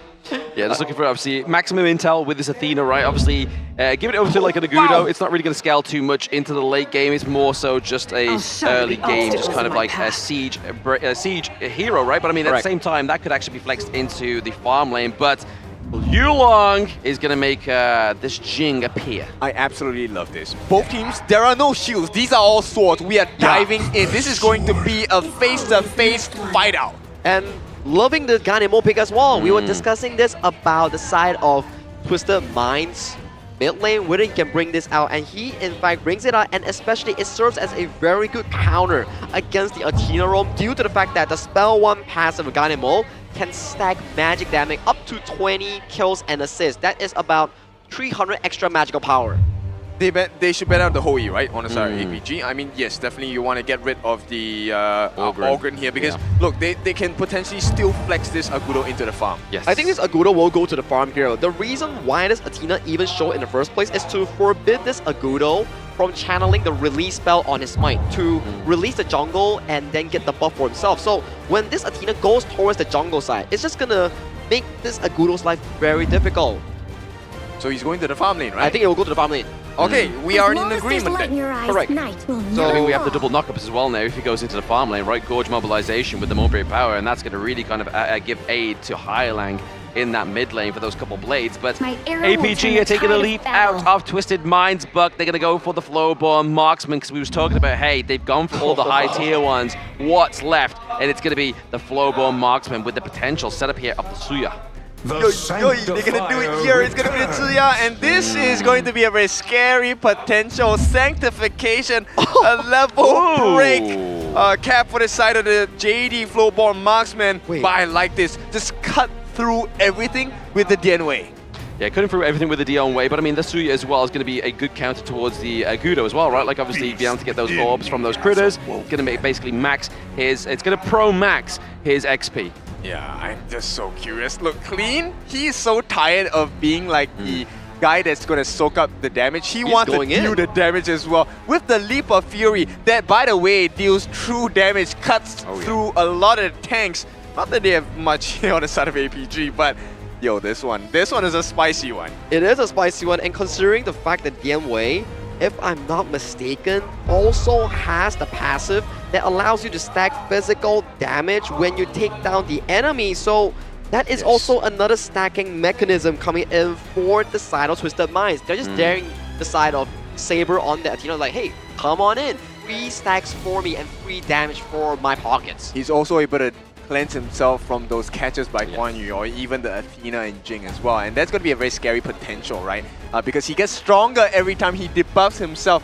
You know what? I've seen too many Dian Weis in ranks and have been crushed by so many to understand that this is going to be one of the greatest games of his life for Clean if he makes this Dian Wei work. It has to work. They are at tournaments, upper bracket lives at stake here. Nobody loves that lower bracket adrenaline because, yes, it makes you hyped up, but it also puts you into a position whereby you will always know you lose one more series, you are completely out of the tournament here. We've seen good teams crumble under pressure, even though they are crowned as the best of the best teams, but when under pressure, that's where it succumbs you and makes you lose your form. I mean, I love it. I love the fact that we have a potential to go into more games over here. And the way we're going to get there is by Clean having one of the strongest performances available. But right now, APG, this is also a great draft. I don't think we might be able to entertain a game number 5 here. So let's see, APG against Twisted Minds. Blam, let's go. Let's go indeed, right? Twisted Minds 90 just looking for that, like we saw in the last game, right? They were hiding in the brush just to get the potential setup here as well. But it's going to be Saber that's going to be able to check this one out. Because that's the whole point of Saber, right? On this thing there is making sure he is just going to be that phase check-in. He's just going to basically be the distraction right now. And that's exactly what happens. And the timing is great because right away, 90 doesn't even lose any single one of the minions. So he's not going to be trailing in terms of EXP or gold.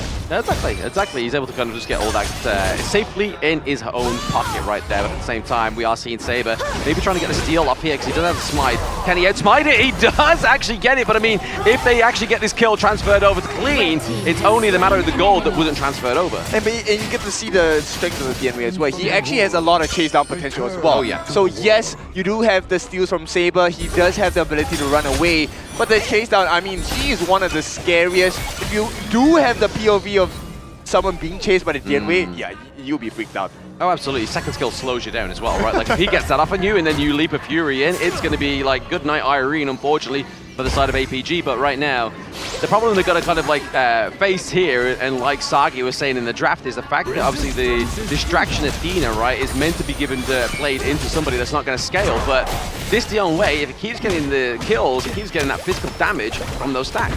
Yeah, too smart right there. JD, oh, what a flash! The reactions on this guy. Yeah, absolutely quick reactions there with a flash there coming through for APG JD. He doesn't want to get caught out, but 90 may not be at that same kind of privilege there, using the ultimate to make sure he doesn't get CC'd. I'll be honest, if I was JD, I would have been caught. I would have given away another kill.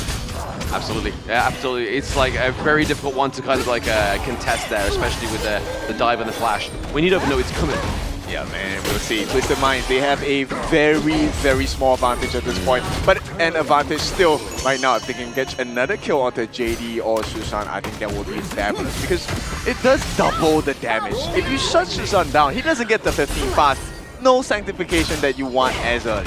No, exactly. You don't want to give out that as early as possible there, but obviously the dash into the enemy jungle here is going to be Saber. Just kind of once again, slowing down the farm of Clean, just making sure he's been a nuisance here, but trying to steal away as well, which he did there. Yeah, I mean, it's valuable. EXP stolen away. Yes, you get the kills, but it's negated, right? It's mitigated because there's lesser EXP going in.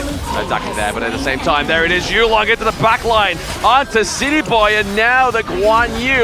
Siang is online, but that CC immune from the Mulan is going to be a little bit of a pest for him. Oh, no! Flash, he misses it, but the takedown of the Clean is going to be huge. They needed him to stay alive, but Clean has been taken down, and this means Yulong has advantage. Not only does he have the buffs, Highlight, he's not hitting those marks. He's not hitting those marks as well. That's going to be scary. But I mean, at the same time, we just saw that he was going to be used as a distraction. Oh my goodness, that damage over time was all so close. But once again, Saber finds himself in enemy jungle, just contesting it as well. If you feel like why I'm not hyping up the depths or the claims onto the side of Saber, it's because I would have no voice every time Saber's going to die in this one. Yeah, I fully understand. But boy, Saber has been making the steals. That's the most difficult part, right? And right now, Twisted Minds, I feel like, yes, you have the advantage, but here we go. Maybe one kill that is going to be important. Xiang will make it out safely for now. But Twisted Minds is starting to get more and more difficult. Oh, absolutely. They are going to get more difficult. Obviously, they are playing these team fights very well with themselves here, but it is all down to the fact of the Saber just slowing down the enemy team, taking away those minor camps, but at the same time, Twisted Minds is like trying to revert the focus elsewhere. They get this Azure Golem on their side, they get the Tyrant as well, so not really blundering them too much. Yeah, but APG, look, Saber is just really pulling a lot of financial advantage from the side of Twisted Minds. You can get the Tyrant, but then for every camp that is stolen from the side of Twisted Minds by Saber, that is gold going to the side of APG. So they're consistently neck and neck. And Yulong makes the steal once again. Clean is not having a comfortable time at all. No, definitely put him under pressure. It definitely not kind of like serving the way that the Athena needed to here for the side of Twisted Minds. But there again, Yulong with the Mirror Domain gets a takedown onto Clean. We're going to maybe potentially see more here as well. Just using that ultimate so he doesn't get pushed away by that guard, Hurt Grave. But now we're seeing a bit of a takedown onto the Crystal. The T1 here into the mid lane, sorry. But it's going to be at the behest of CD Boy. But those claims are going to be the couple blades. I mean, APG is just showing you why it's important to work as a team, right? Clean as an individual hero is really strong. But APG, not only are they dealing damage to Clean, they're also dealing damage to the Gorge itself. The T1 in the mid, one of the most important towers in the game, already taken down to less than half its health for the side of Twisted Minds. Literally moments after those Tyrants and Overlords came up, it's looking pretty low. But I mean, you have to give out props to Twisted Minds. They're just trying to make the best out of a bad decision here. But now 90 does have his flash. He can commit what he needs to do with that combo. It's going to the T1 takedown down to the bot side of the map. Team has destroyed a tower. This game, the KDA doesn't matter at all, right? 7 kills, so what? Twisted Minds, they need to find a lot more value across the map. And this is potentially, look, Saber has the potential to get kills as well, even though he's 2 levels behind 90. Exactly, yeah, he's able to get the kills if he really wants to. He's got the smite as well if he really wants to commit the smite for a kill. But the Arrow Storm here for JD is going to keep him out of the range of Highline.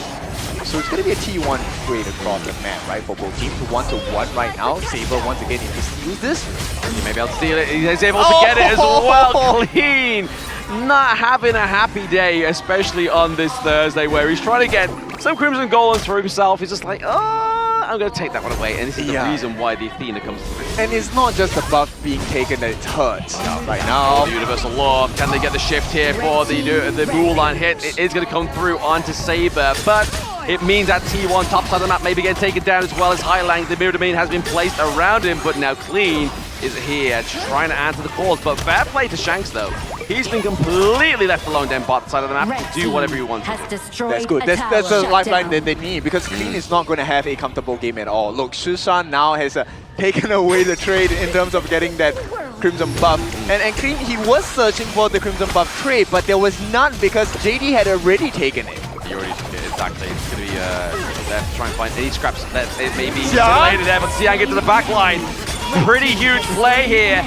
Trying to get the takedown onto City Boy. City Boy looking pretty low as well as Clean, but ultimately they came for that T1 into the mid lane. Shanks goes down! With the mirror image cut, not even the real guy. He doesn't deserve that damage. I don't need to be there to take the kill. That's it. My former shadow of my former self will come through and cut you down there. Yulong really showing a dominant performance and one of the biggest plays and heroes he goes for in the MKL. This is his specialty pick. Yulong, I mean, his Luna is great, but this play on Jing, especially such a clutch moment. KIC2025, lives are on the line, money is on the line. This insane catch by Xiang as well on the backlines, causing absolute chaos for the side of Twisted Minds. And look, that last decision from the side of Yulong, knowing that he had more than enough damage potential, beautiful move from APG. Very good move from APG here, but maybe it's going to be a little bit of an overzealous play here for the Mulan to get caught by the Radiance, and there it is. Xishan coming through with a hit. And if you didn't notice moments ago, the unit sanctification has been used onto Yulong as well, but now the fight on two fronts. Shanks gets taken down, just trying to use those couple of plays to drive away APG, and they are just dodging them. Yep, they get the life of Xiang, but they take 3, and Twisted Minds are starting to look like they are running out of options, running out of time, because APG Yulong, this Jing that has been on an absolute tear, has gotten Tyrant as well. They force the flash out. It's okay, it's just Saber. APG still has control. It's just Saber, but obviously the stack does go over to Highlang as well, so obviously that is another hero that is going to stack up with each kill, each assist here as well. But it's going to be a bit of a Brucey bonus, or at least a consolation death here by the side of APG. If they lost anybody else to that one, then yes, that would have been a problem. I mean, they get it in time, right? The buff only lasts for that long, and if APG refuse to fight Twisted Minds, they don't find value with this Crimson buff. They don't find value, but I mean, so that APG is able to steal away the Azure Golem, so that's a very good play here for the side of the boys on blue.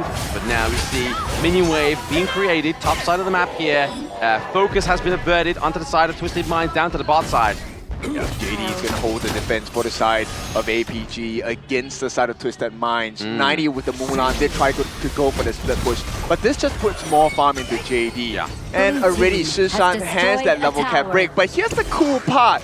He did not choose the farm laner. He chose Yulong. Yeah, exactly. He was like, hey, you seem to be doing well, mate. Like, you have 4 kills. Let's give you a little bit more here. But now, that 2v1 into the bot side of the map here. Mulan gets taken down by JD. He's looking for some more damage, but now Clean trying to get the leap of Fury onto the enemy team there. But looking just to contest this Shadow Tyrant. They need this damage onto the side of Twisted Mind.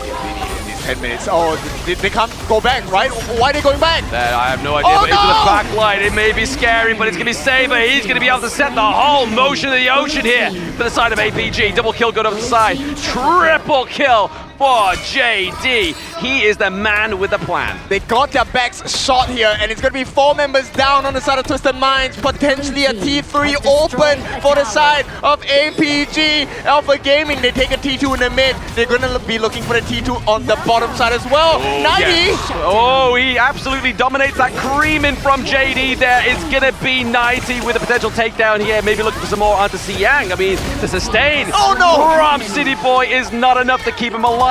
We have minions into the bot side of the map and into the mid. Playing at the point of position is APG. I mean, they got sandwiched right there, and this one, revenge is sweet For the side of APG, you may have gotten my farm laner, but Twisted Minds, they lose much more. All the T2s have been completely wiped off the map for the side of Twisted Minds. And right now, the only things standing in the way of the lower brackets for TM are the T3s. Yep, they love to take their T3s deep onto the side of APG, right? They are looking for the pressure in all these three side lanes. The boys on the blue side are trying to just formulate that one last push. Maybe just trying to get this pressure at first T3 and then go for the Overlord. All right, this is a very nice usage of the ultimate from the side of the Sakir here, but we'll take a look at the wave clear. Okay, Xiang may be a victim here. Yeah, 90. He's looking for some kind of approach. He's sat in the brush there. He knows the intel onto the enemy team because there is that brush ward through there, but now he gets taken away still. He's like, you know what? They haven't found me. They don't know where I am. I might go for the Lung Wing here as well, but they are just there trying to cut down this minion wave into the mid lane, but it is going to be a push here for the side of APG to get that T3 into the mid, into the top side here as well. They have the cannon minion. Right, the T3s have been taken down in the mid and the top as well. This is going to be great work for them side of Alpha Game. At the same time, 90 does alleviate the pressure on the bottom side of the map, clears that one wave, so Twisted Minds have a lifeline at least. They just need to defend the two lanes, mid and top. Exactly that. Maybe the minion wave might just actually make it to the high ground turret onto the side of APG down to the bottom side of the map now, but obviously the Overlord being contested by the side of APG. They get the takedown here as well. Looking to create that pressure elsewhere, but now 90 facing the hate of 3-4 people on the side of APG. He has to get his boys through, so everybody top side of the map trying to stop that takedown. Yep, they force the flash from 90. Not only does that dwindle his efficiency on damage output, but it also closes the gap on the potential escape. So if Xiang makes the ultimate flank here, I think Twisted Minds are done. Oh, absolutely. Ultimate flank, take away the Azure Golem as well. I mean, it seems like Clean's never had an Azure Golem in the entire game, which is a bit sad for him, but this is what you mean. This is what you need to do in the KIC 2025 if you want to be two of the top teams. Yeah, 14 kills apiece for both sides. APG looking for the finishing blow against Twisted Minds. They just have to get this T3. Shadow Vanguard and Shadow Overlords are flying down on the bottom side of the map. One nice catch by Saber. Multi-man catch would do it as well. They would do it as well. The Arrow Storm is going to definitely do a lot of damage onto Highland, which is not what you want when he is going to be your artillery, but into the front line is going to be the Furball used as the Gorge mobilization. But Saber, he is just going to be another bit of cannon fodder here for the side of APG. They split them wide open here.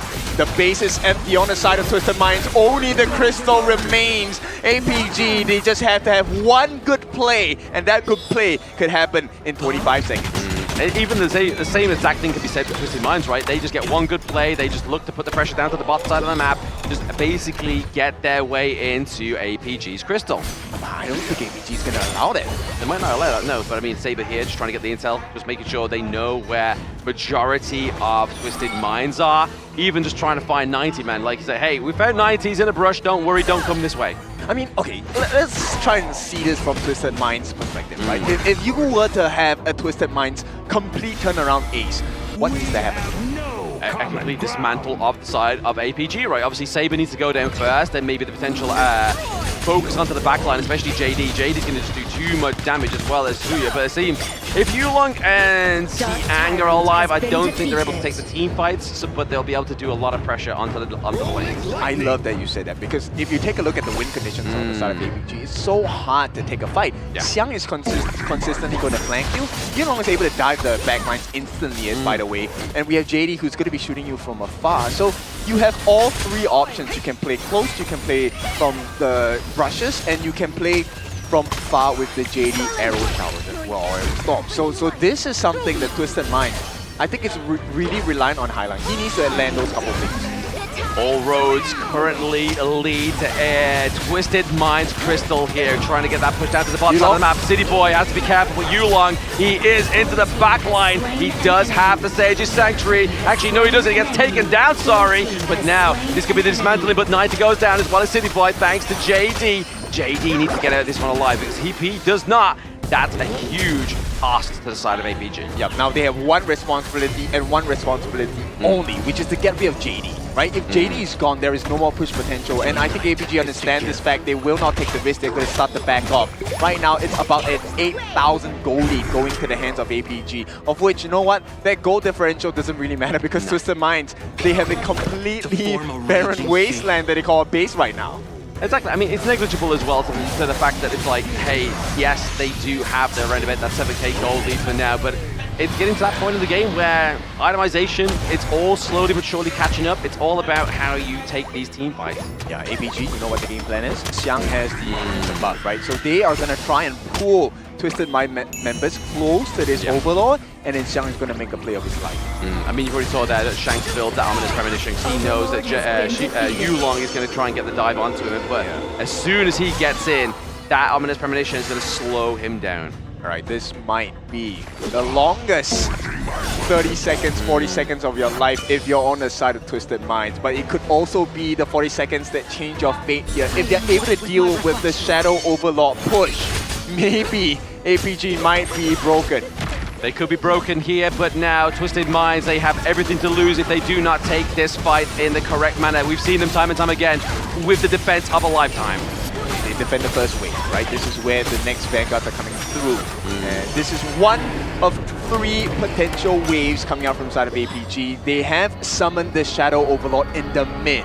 So this is going to be a huge problem for the side of Twisted Minds. You know why they should summon it there? Because this allows the flank from Xiang. So I'm expecting huge plays from this Guan Yu. The Wall Saint needs to bring the wall to Twisted Minds. Yeah, the idea is to funnel the wall into that one lane. As you can see, APG Xiang is top side of the map here. We do have the Arrow Storm being committed pretty early there. Not connecting onto anybody the side of Twisted Minds. Just trying to keep that Vanguard alive. But at the same time, Xiang trying to get the minion waves. Push through. Yulong into the backline with Saber as well with his trusty steed. Is going to be Xiang bringing him into the enemy. And now APG with the Vanguard. They take match point and continue into the upper bracket.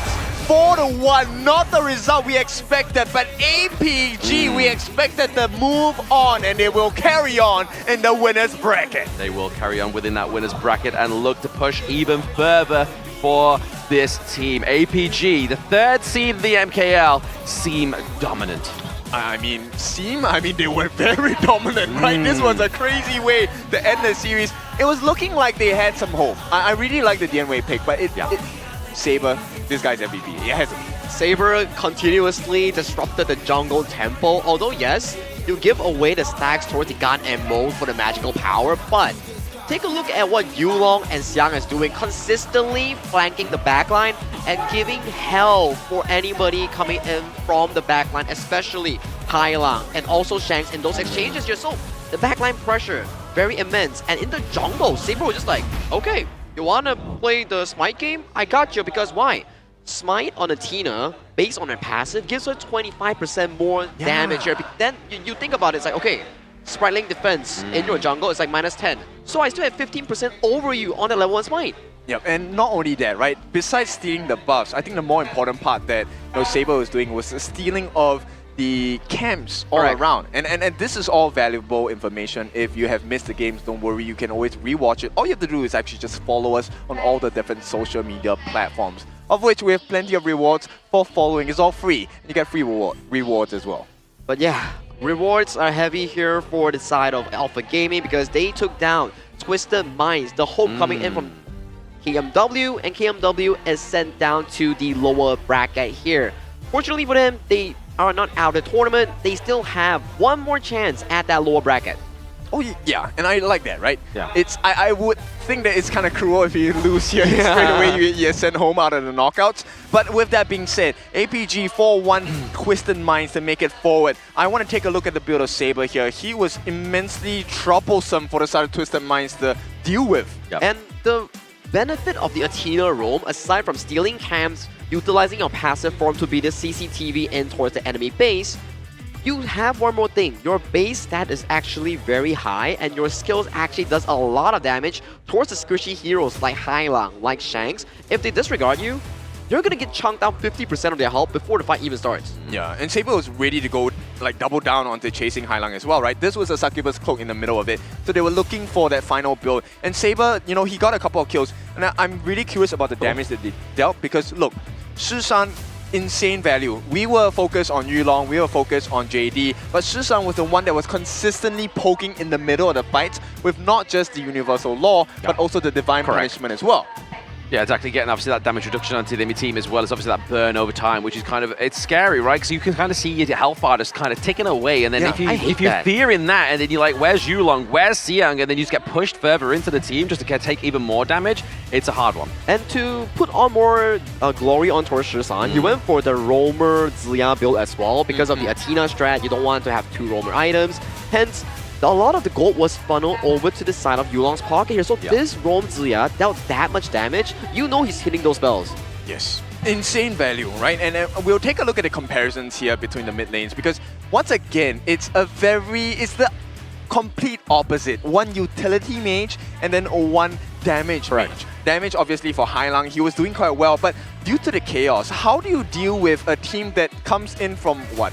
It seems like infinite angles. Exactly. That is also the fact that in this 5th game itself, keep in mind, this is a best of 7.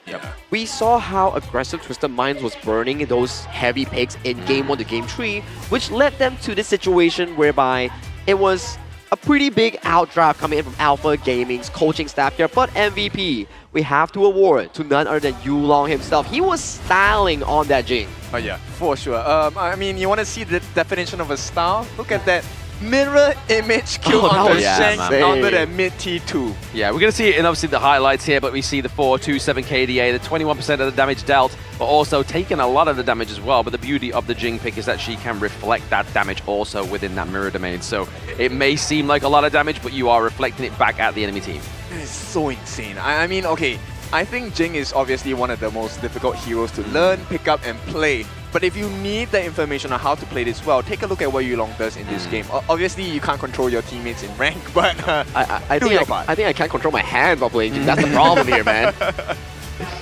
Yeah, exactly. Controlling your hands into ranked as well as your teammates would be a fantastic thing if you could control too. But control the controllables and just forget about the uncontrollable there. But speaking of the control, it is the fate of APG controlling their fate going through into the upper brackets right now. And they are very proud going through to be the top team. So really, it's looking at who they're going to meet going through. Who they will meet will be decided later on between the series of Nova Esports versus Bigetron by Vitality here, but that's for later here. But let's check out the highlights on what exactly went down in this game itself. I think this was so beautiful coming in from both Xiang and Yulong, immediately assassinating Hailang, and this was the play that Yulong styled on Shanks. Check out his mirror image here. Setting it in, utilizing Spell 1 and Spell 2's mirror splash to get that kill onto the Shanks. Yeah, this one was a big turnaround because this should have been a Tyrant for the side of Twisted Minds, but instantly the jump by Saber, he gave his life, but the catch was nice. The catch was nice, just like this one here, whereby Xiang immediately went in, pushed back Hailang, and this was a successful defense coming in from Twisted Mind, where it pushed the game to 2 to 3 more minutes, but clean, getting poked out by Shisan on that Zilia, and the cavalry coming in from Yulong and Xiang immediately flanking from all angles here. And Yulong was very, very precise with the timing. He only went in after clean used the Blood Rage because he wanted to make sure it was a guaranteed kill. Correct. So very smart move coming out from Yulong. And it's so hard to really pick up these moments because when you're in the chaos of it, it's a very big difference maker to be able to outthink your opponent and understand what's the next step. And the next step for Alpha Gaming, at the very least, is that they already advanced to that upper bracket semi-finals here. And with the loss coming in from Twisted Minds, they do go down towards match 5 here, which they will face the loser of match 2, which will be Nova versus Bigetron here. Yes, exactly. They get about a 2-day break, right, until they can kind of go up against their opponent, which whoever it will be against Nova or BTR. But I can imagine they are definitely going to be looking towards maybe seeing to fight the BTR team. Obviously, we haven't really seen many like KMW groups face up against the IKL teams as well. So that'd be really interesting nonetheless. But very much a proving ground for Twisted Minds to go through to the lower bracket. Yeah, now you're making me excited for the next series because Nova against BTR. Man, I think we've seen the growth of BTR, not just in, I think, KNC, IKL, EWC, KWC as well. So right now, to be put against Nova, who used to be world champions, right? Correct. Coming in, now they're second place for MKL. They had pretty decent results. The only team, by the way, to take a game off of a KPL region team.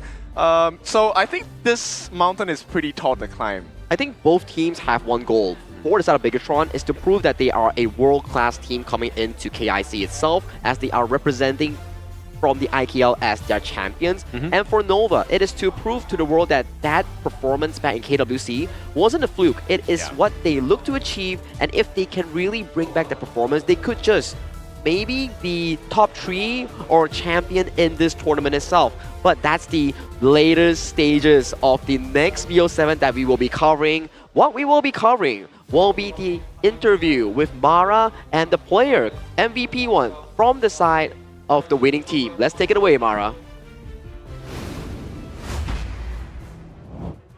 APG once again dominating the series, Saber. Congratulations. For the first time, we saw Lapu Lapu in KIC 2025. Tell us about this pick because it helped you guys get the Tempest Dragon. So what is the strength behind this Lapu Lapu?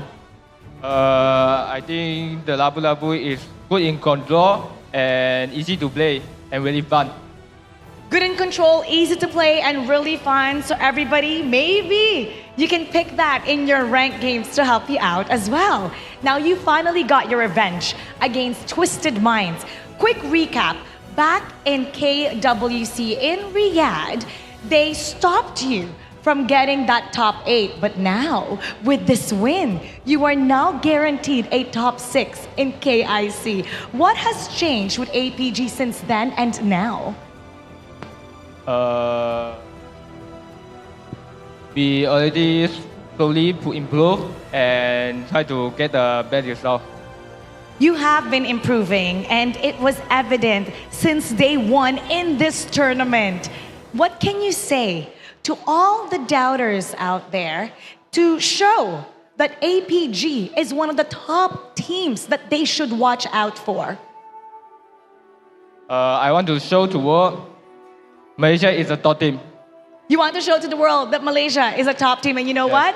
So far, you have been proving that.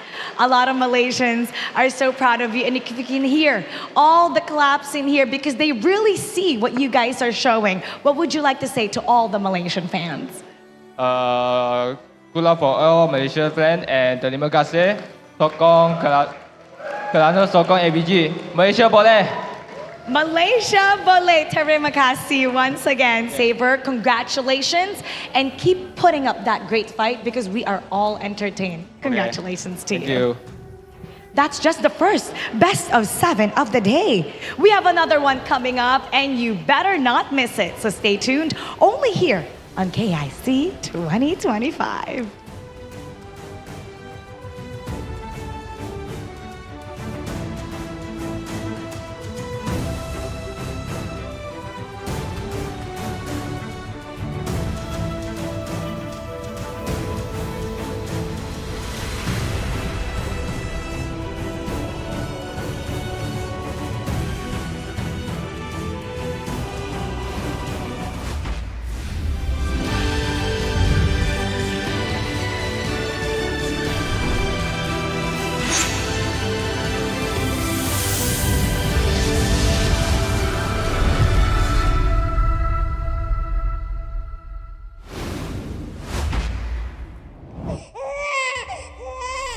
The soul seer's glory, bound by lies and pacts.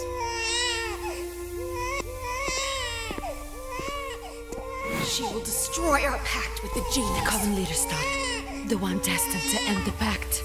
They said my very birth was a mistake. Monster! Stay away! See? The real scent of flowers is even braver. There was only Kamel. She was my only friend. Would a princess choose the sword or the rose? Roses are just illusions. Only the thorns are real. And it would be the princess's job to cut them down with her sword. This girl will end the marriage pact. Another must take her place. And so, Kamel took my place and married into elven nobility.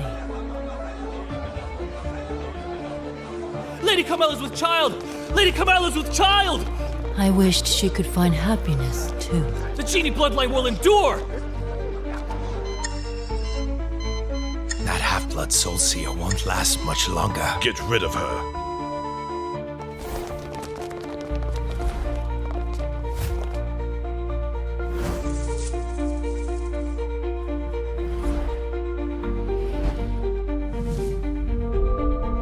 Milady, you must free.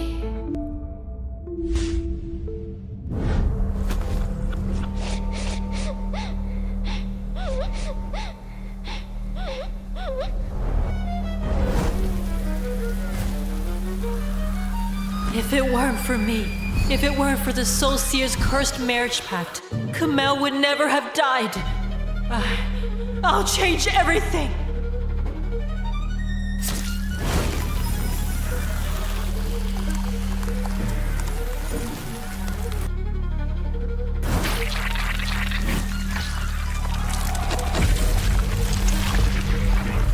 That's not enough!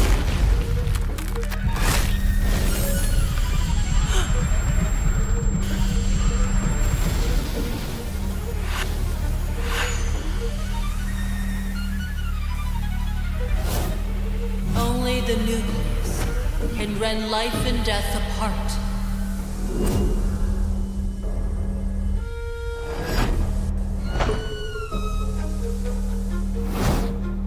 Here, only truth may dwell. It's a miracle! Swamp Seer, protect us! We shall follow you forever! The Swamp Seer must perish. Time to get to work, Byron.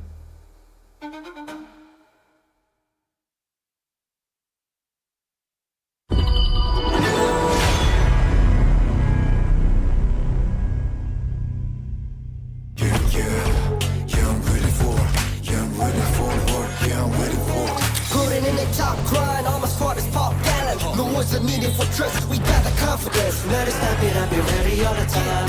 Now, take a breath. Yeah, my plate is colder than ice, you gon' pay the price. Set the trap, got my bodies in the back, you better think it twice. Coming on, never. Casting off the shadows, yeah, I'm on my way. Stand against the fate, we won't be the same. Steeper, step again. We're gonna dream it up high, to live in the skies. You can never stop me fighting on the edge.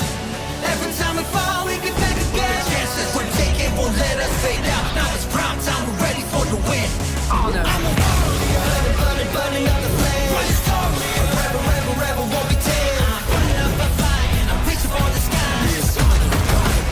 We gonna burn it. I'm a warrior, grinding for the game. Make it glorious, running for the name. Yeah, we're putting up a fight, 'cause we never die. Keep rising high to the sky. We gonna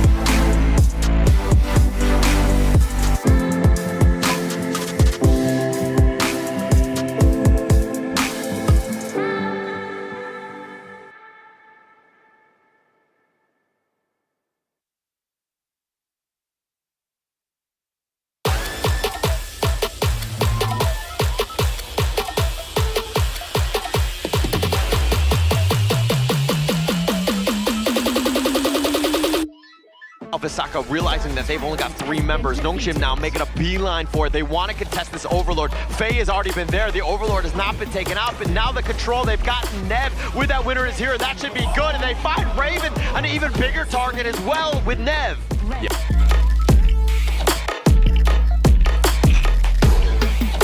That's a good trade. You need to stay alive, but here comes the Skyfall. The Overlord has already been picked off. Zankyu with that Conundrum Souls. He's actually out healing things, but he gets picked off, and Danny is looking to go for this one, but Weisacer's been picked as well. Danny continuing on. They find Neil, and they go for Ormson, who's limping away, and they're trying to chase him. They're not able to get him, but Tom C trying to stick around. He's got the force field suppression, and he's fighting 1 versus 3, but eventually...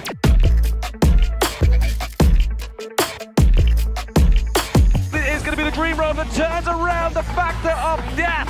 Draw goes down as well as Lou. Support for support. Can they get some more here? Ion trying to feed over Miji to the back line. Spell a disaster. He takes the love bug.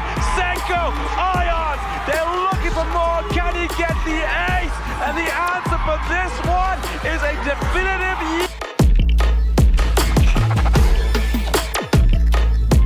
But maybe 90 losing his head with the takedown here, but it's going to be the access to the back line. The highlight wants it, but Keke denies it. They're looking for more kills. 2 for 1 on the side of OG Esports, but down now looking pretty low. He has the Sage Sanctuary. City Boy looking for some way in, but the double kill from Shax on this flowball marksman. He is going ham, but now Wen with a couple blades, stealing back-to-back kills. Down now with the last little life, with the finesse. Can he play it? Down now gets the godlike kill. Down now, are you kidding me?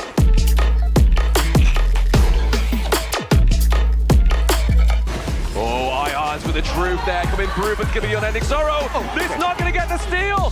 Weirod gets it, the kill onto Carl, but it's going to be Danny, top side of the map, with the Vanguard, is going to get the pretty finish from KIC2025. Danny gets it.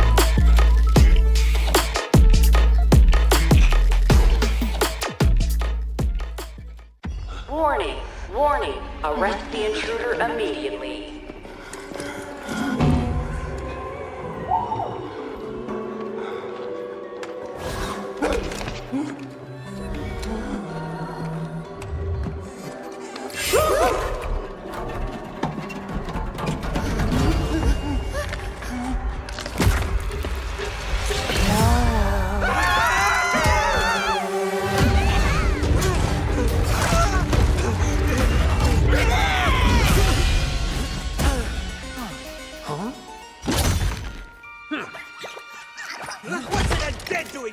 You should be thanking me for saving your lives!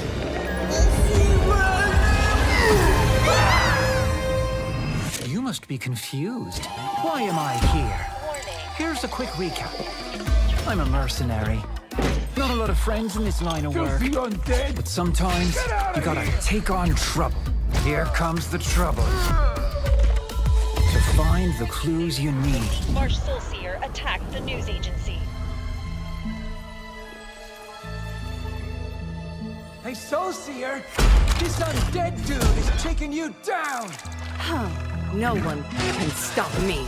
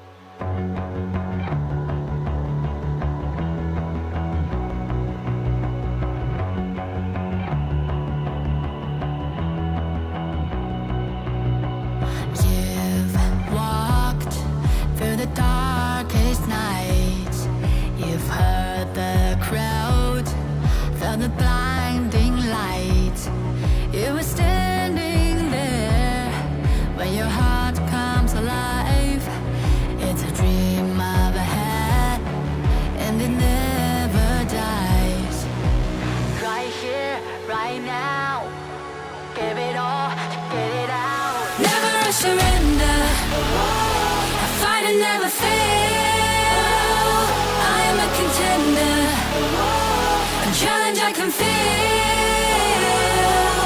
the smallest lies become the brightest enemies relentlessly. And even if you fall, you gave it everything to be a king.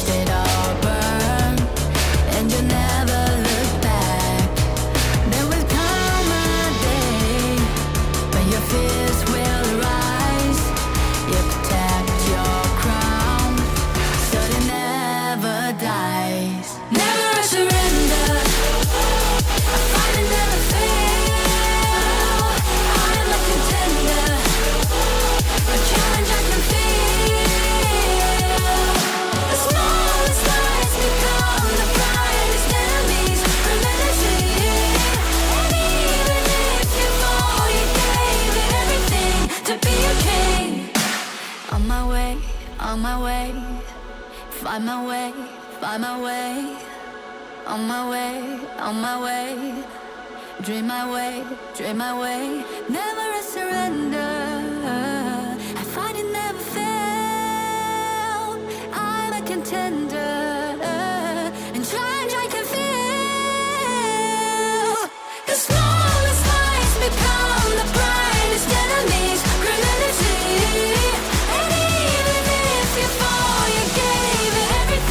To be a king.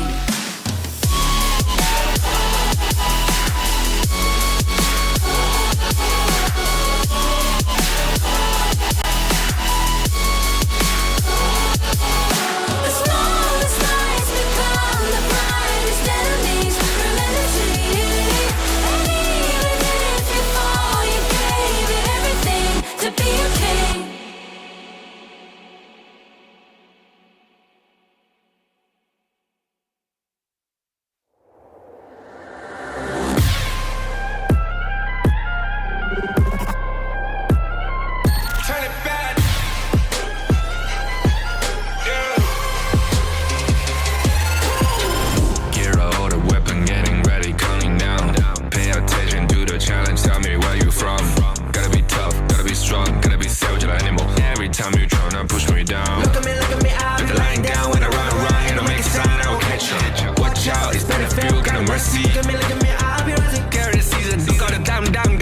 You never hesitate for another moment, but my bone is golden.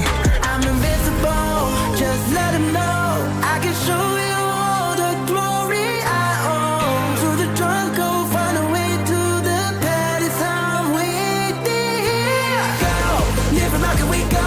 It ain't a river, turn it back. Storm is coming, tired of your cold. It's my kingdom, fire blowing up. We the kings, it's our honor showtime.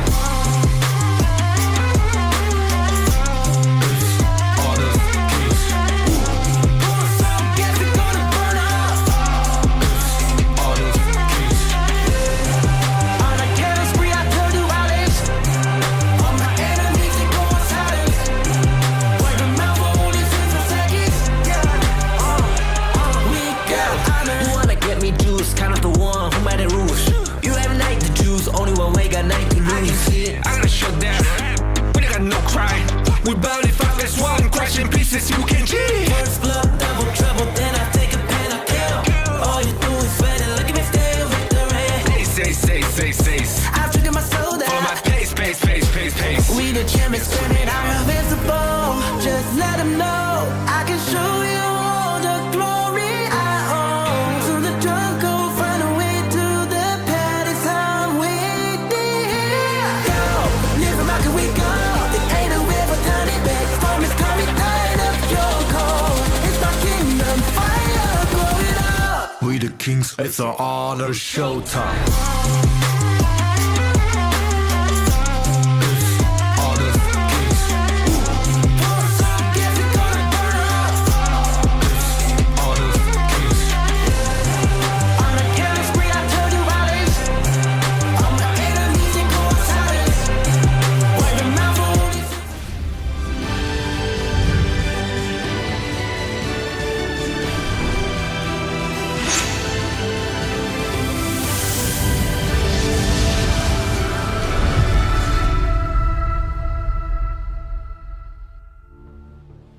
Hello and welcome back to Honor of Kings International Championship 2025. This is day number 6, and after the group stage, we are now in and heavy in the knockout stage. My name is Sagi HOK, and with me are the casters, the voices of the gorge. It will be Kindofu and Blam.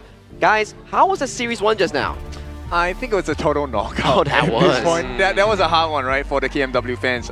Very difficult fight against one of the best teams from MKL. So I think it's well deserved. They have really shown us the versatility of APG in this first series of the day. Yeah, not really a knockout, but a knockdown, I would say. Like, Yeah, they're down true. in the lower brackets. They could still come back up if they really want to. Yep, because our tournament format here features best of 7 in towards the playoffs, which is the knockout stage, and then if you lose at the upper bracket, you do fall towards the lower bracket for a second chance. So the competitiveness allows you for a second shot to that glory of that $300,000 first prize here. But talking about the prize at hand, it is Nova going up against BTR by Vitality, forging the unbreakable spirits. Champions are made from pressure. Yeah, very important for them to take a win here. I think it's more important for BTR because I think they want to push and show the world that, BTR is a team that needs to be watched out for. But let's take a look at the entrance of Nova, the superstars of MKL.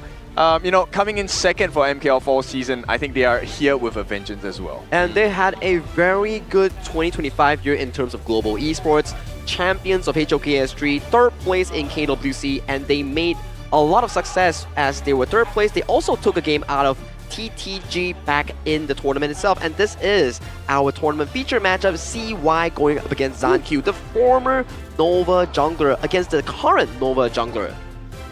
This is a very scary lineup, right? I'm really interested in this particular 1v1 matchup, although we already get it in this particular series because it's a team game, right? But CY going up against Zanq, two of arguably the best junglers of what we have in the HOK global esports scene. Absolutely. I mean, this is going to be forging the unbreakable spirit between these two champions, obviously, of their respective region. Yes, obviously, MKL with the spring champions, whereas BTR are the current fall champions of the IKL. But the head-to-head here between Nova and Bigetron Esports by Vitality is the kill participation goes over to the side of Nova, but then average kills per match goes over to Bigetron. And this also is because the fact that Bigetron and Vitality, their games are generally, how would I say it, much longer compared to that Nova Esports. Yeah. Nova Esports, their games are often around the 12 to 16 minute marker here, and for the side of Bigetron and Vitality, it's looking like a bit, I would say 16 to 20 minutes per se. And one thing to look at is that Nova Esports, they don't die that much in the game itself, but this will be our feature head-to-head between Nova Shren and also BTR's Tough Z. You know what? I expected the stats to be a little bit more skilled, but looks like Tough Z is doing a pretty good job. Average kills 1.5 against 1.6. Damage taken both are really high, over 60,000 worth of damage taken from both these Clash laners. So I think they'll play a very pivotal role in the team fights later on. I agree with you, and especially if we were to put on towards recency bias, if we do some maths, right? Just numbers. In MKL Grand Final Fall, HBSC 4-0 Nova, and you know who took a game out of Nova in KIC? It's BTR, so we do the math of it. BTR has 1 win against HBSC, and for Nova, they got 0 wins against HBSC in the most recent tournaments. Yeah, I mean, that's a good stat to pull from, right? Yeah. That's what drove my prediction to be around about maybe like a 4-2 here for maybe Nova. But because obviously taking a point from the bigger team within the MKL means that there is some potential here for the side of BTR to try and get some rounds off of Nova Esports. I would like to join that party as well. I think there is a high potential, but I think it's a tough challenge against Nova. Yeah. That is true here. Nova Esports definitely one of the prize teams coming in from the 2025 season here. They will be facing their first challenge in the knockout stage against Bigetron Vitality, but let's go into the Nova lineup video that we have prepared for you right now.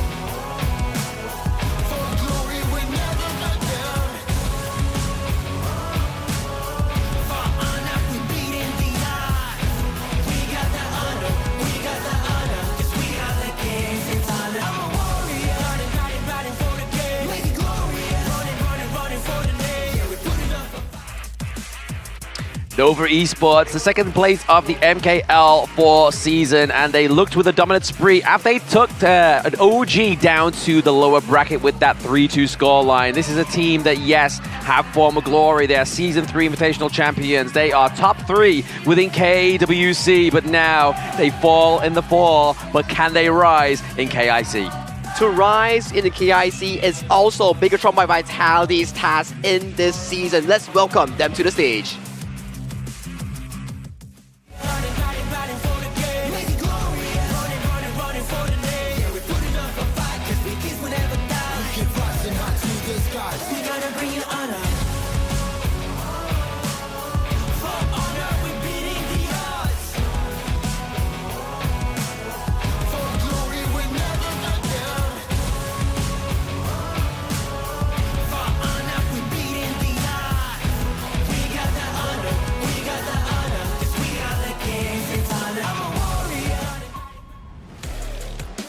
Bigetron by Vitality. This is going to be a very big challenge for them. But you know what? They have some support. There are some screaming fans for the BTR boys today as they take the stage. Now, this is a tall mountain to climb, but if there's any team to do it, it has to be BTR. Zankyu, one of the strongest junglers we have ever seen. Will his Jing be allowed out today? I think it will be because it's one of the staple picks here, and you can see Zankyu's on his chest. There is the smite button there, but bring me through Nova here, Blam. So Nova's members are very familiar faces here. We have CY into the jungle, Muchi into the farm lane, Xuan as their clash lane, Waypit as the Zhangfei Maestro into the support role, and then Wendy, the carry in the mid lane, bring in Nova as a totality. I feel like this lineup, every time that you need someone to step up, one of them will really be that anchor that your team needs to bring that momentum for their squad in a long series lineup here. But talking about long series, it will be against your opponents here, Bigetron by Vitality. Alright, so representing BTR here, we have Zan in the farm lane, we have Ormson in the roam, Tufzy in the clash, Zankyu in the jungle, and Neo in the mid. They are your current IKL champions, and they have surprised everyone coming into this part of the competition for KIC 2025. And talking about their growth is actually marvelous here. When they were to qualify towards that KWC, they were the 3rd seed, if I'm not mistaken, coming in from the side of IKL Spring, and then they still made it as far to that top 8 in the Honor of Kings World Cup. And then going into IKL Fall, they had a phenomenal season, beating Kagendra in the ultimate battle, claiming the IKL Grand Finals for themselves. And right now, they made it far, they showed strong results, and they are in the playoffs with Nova as their first opponent. I think BTR is a pretty unpredictable team, right? Yeah. You take a look at the stats and the way that they play the game as well. Even in the ban pick phase, it's going to be really interesting. We've already seen the specialty picks. Omkurus has kindly shared some of the information with me before. I mean, the one pick that I'm super curious in, which has not been beaten yet, is the Ormson Liu Shan. We definitely will get that today, right? The question is, when do we get it? Yeah, when do we get it? I mean, it's actually going to be maybe a bit of a thorn in the side of Nova Esports, right? But I mean, that's what you need to do when you go up against such a strong team. And to be honest, BTR, if this is the team you go up against first within the upper brackets, and then obviously if you fall from there, it's as if to say, like, they can only be like a smaller or maybe like teams that are not as strong, you know what I mean? Like, this is a team you want to be going against first to see if you can test the limits. And if they can really prove themselves to be a strong contender against Nova Esports, even if they lose the series, or even if they win the series, they could just go as far as winning the entire tournament here. But the question on the line is, nobody wants to fall to the lower brackets because Twisted Minds is waiting for them. Yeah, Twisted Minds already being beaten down. I think that would be an interesting matchup because Nova and BTR, I mean, regardless who goes down from here, TM are not going to be in for a fun time. And the same could be said, whoever stays on in the upper brackets, their opponents are not going to have a fun time as well. Both of these teams, super strong, super steady, and super consistent. But at the same time though, like, if if it falls Nova, like in some kind of like dystopian dream, like if Nova drops down here, and obviously Nova Esports, yes, they went the same roster as last year at the end of year tournament. They lost. They didn't get into the finals. It was actually BSE.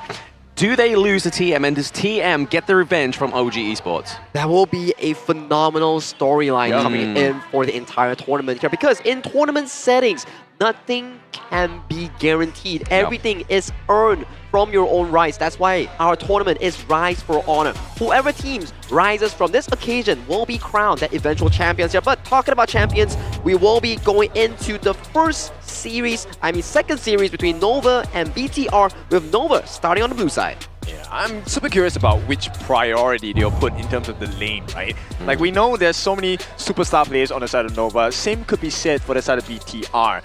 And we're going to be taking away that Zhang Q Pei, of which he is, I think, one of the fastest pacing for Pei jungle. At the same time, BTR, they know about Muji. Oh boy, his early is a danger.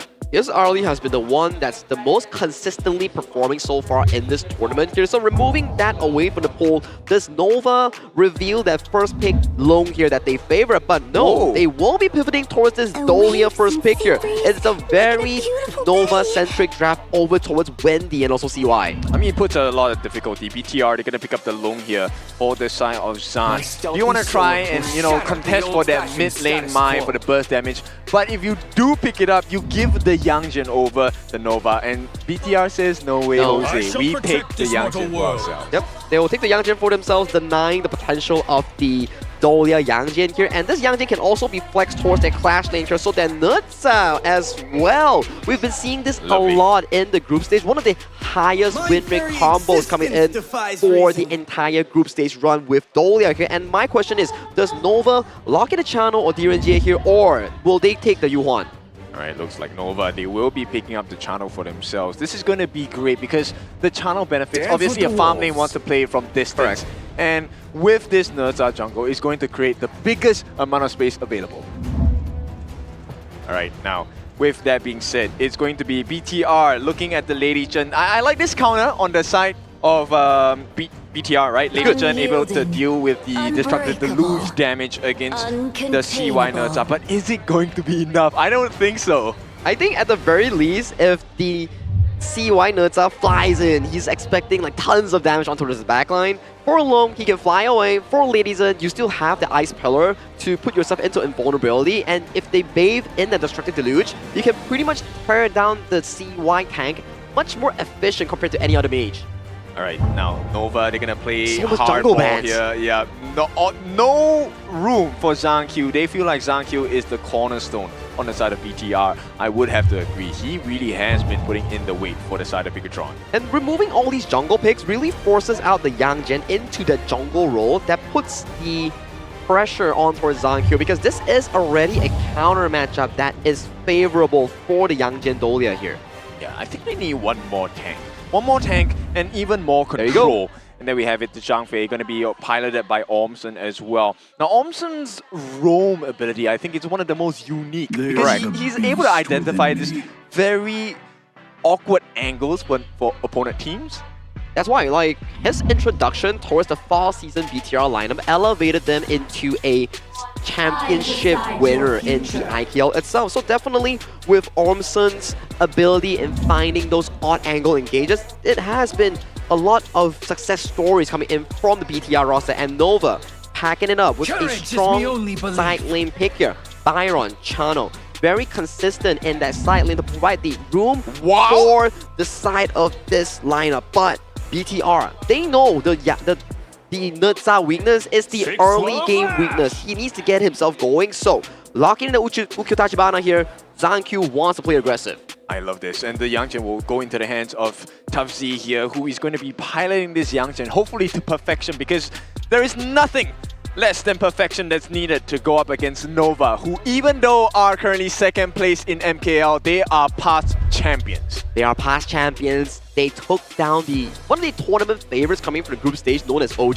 Esports here. So that's put Nova potentially in a much more comfortable draft here in this game one. And also, we cannot disregard Bigetron by Vitality. They are one of the only teams so far in KIC to take a game out of HBSC. So I'm gonna pose you a question over here. Please. Like, what do you think is going to be the game plan with this Ukkyo Tachibana? Do you want to risk the level 1 invade, or do you just... Oh, really?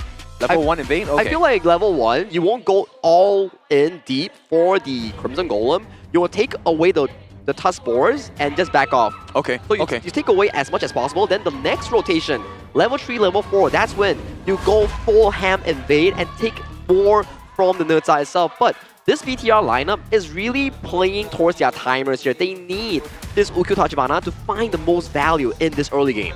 All right, we'll take a look at this particular draft. This is game number 1. Is it expensive? Yes, it is pretty expensive for both these teams, but it really comes down to the execution. How much of a difference, how much of your jungle can you save from one another? Time to find out, kid, as we head on towards the Gorge. This is series number 2, day 6, and the first knockout stage of the KIC2025. Blue side, Nova Esports. Red side, Bigetron by Vitality. Casters, take it away.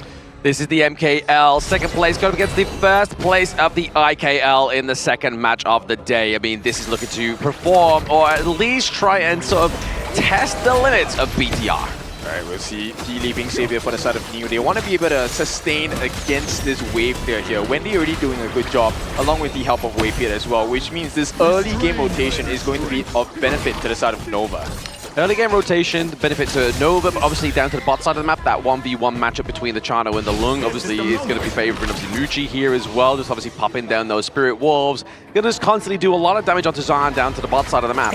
Yeah, and it really comes down to how many camps can you steal, right? Because at this point, the slightest of differences matter, especially when you're playing at the top tier. Looks like the top side, it's not going to be the case. Tufts, he was part of the head-to-head, and obviously it's going to be Schwan who gets the first blood. Yeah, I mean, this is what you want in teamfights, right? Always make it an unfair advantage. Now, Wendy did have to sacrifice his mid lane for a little bit, but he should be able to rotate straight back into it. He did lose just 1 minion in the middle, but it's fine. 1 minion in the middle for the actual bonus of gold over the first blood. I think I'll take that any day here for the side of Nova Esports, as they're obviously kind of trying to put the pressure in top side of the map here as well. But the wave clear into this mid lane is just so monstrous. Yeah, and the gold sharing here is much more valuable for the side of Nova, right? They have 3 members. Here comes the Skyfall. Let's see what they do with this. Yep, Skyfall onto Tufts once again, just pushing him away. It's fine. Don't worry about it. It's just like, hey, just make sure you're aware that we have 2 of those and we can go elsewhere.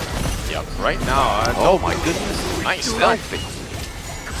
So we'll take a look at the rest of the Gorge at this moment. I think Xuan did a great job of holding his own against Tough Z at this point, and he does have the level EXP advantage. So this is going to be a little bit of a concern for the side of BTR.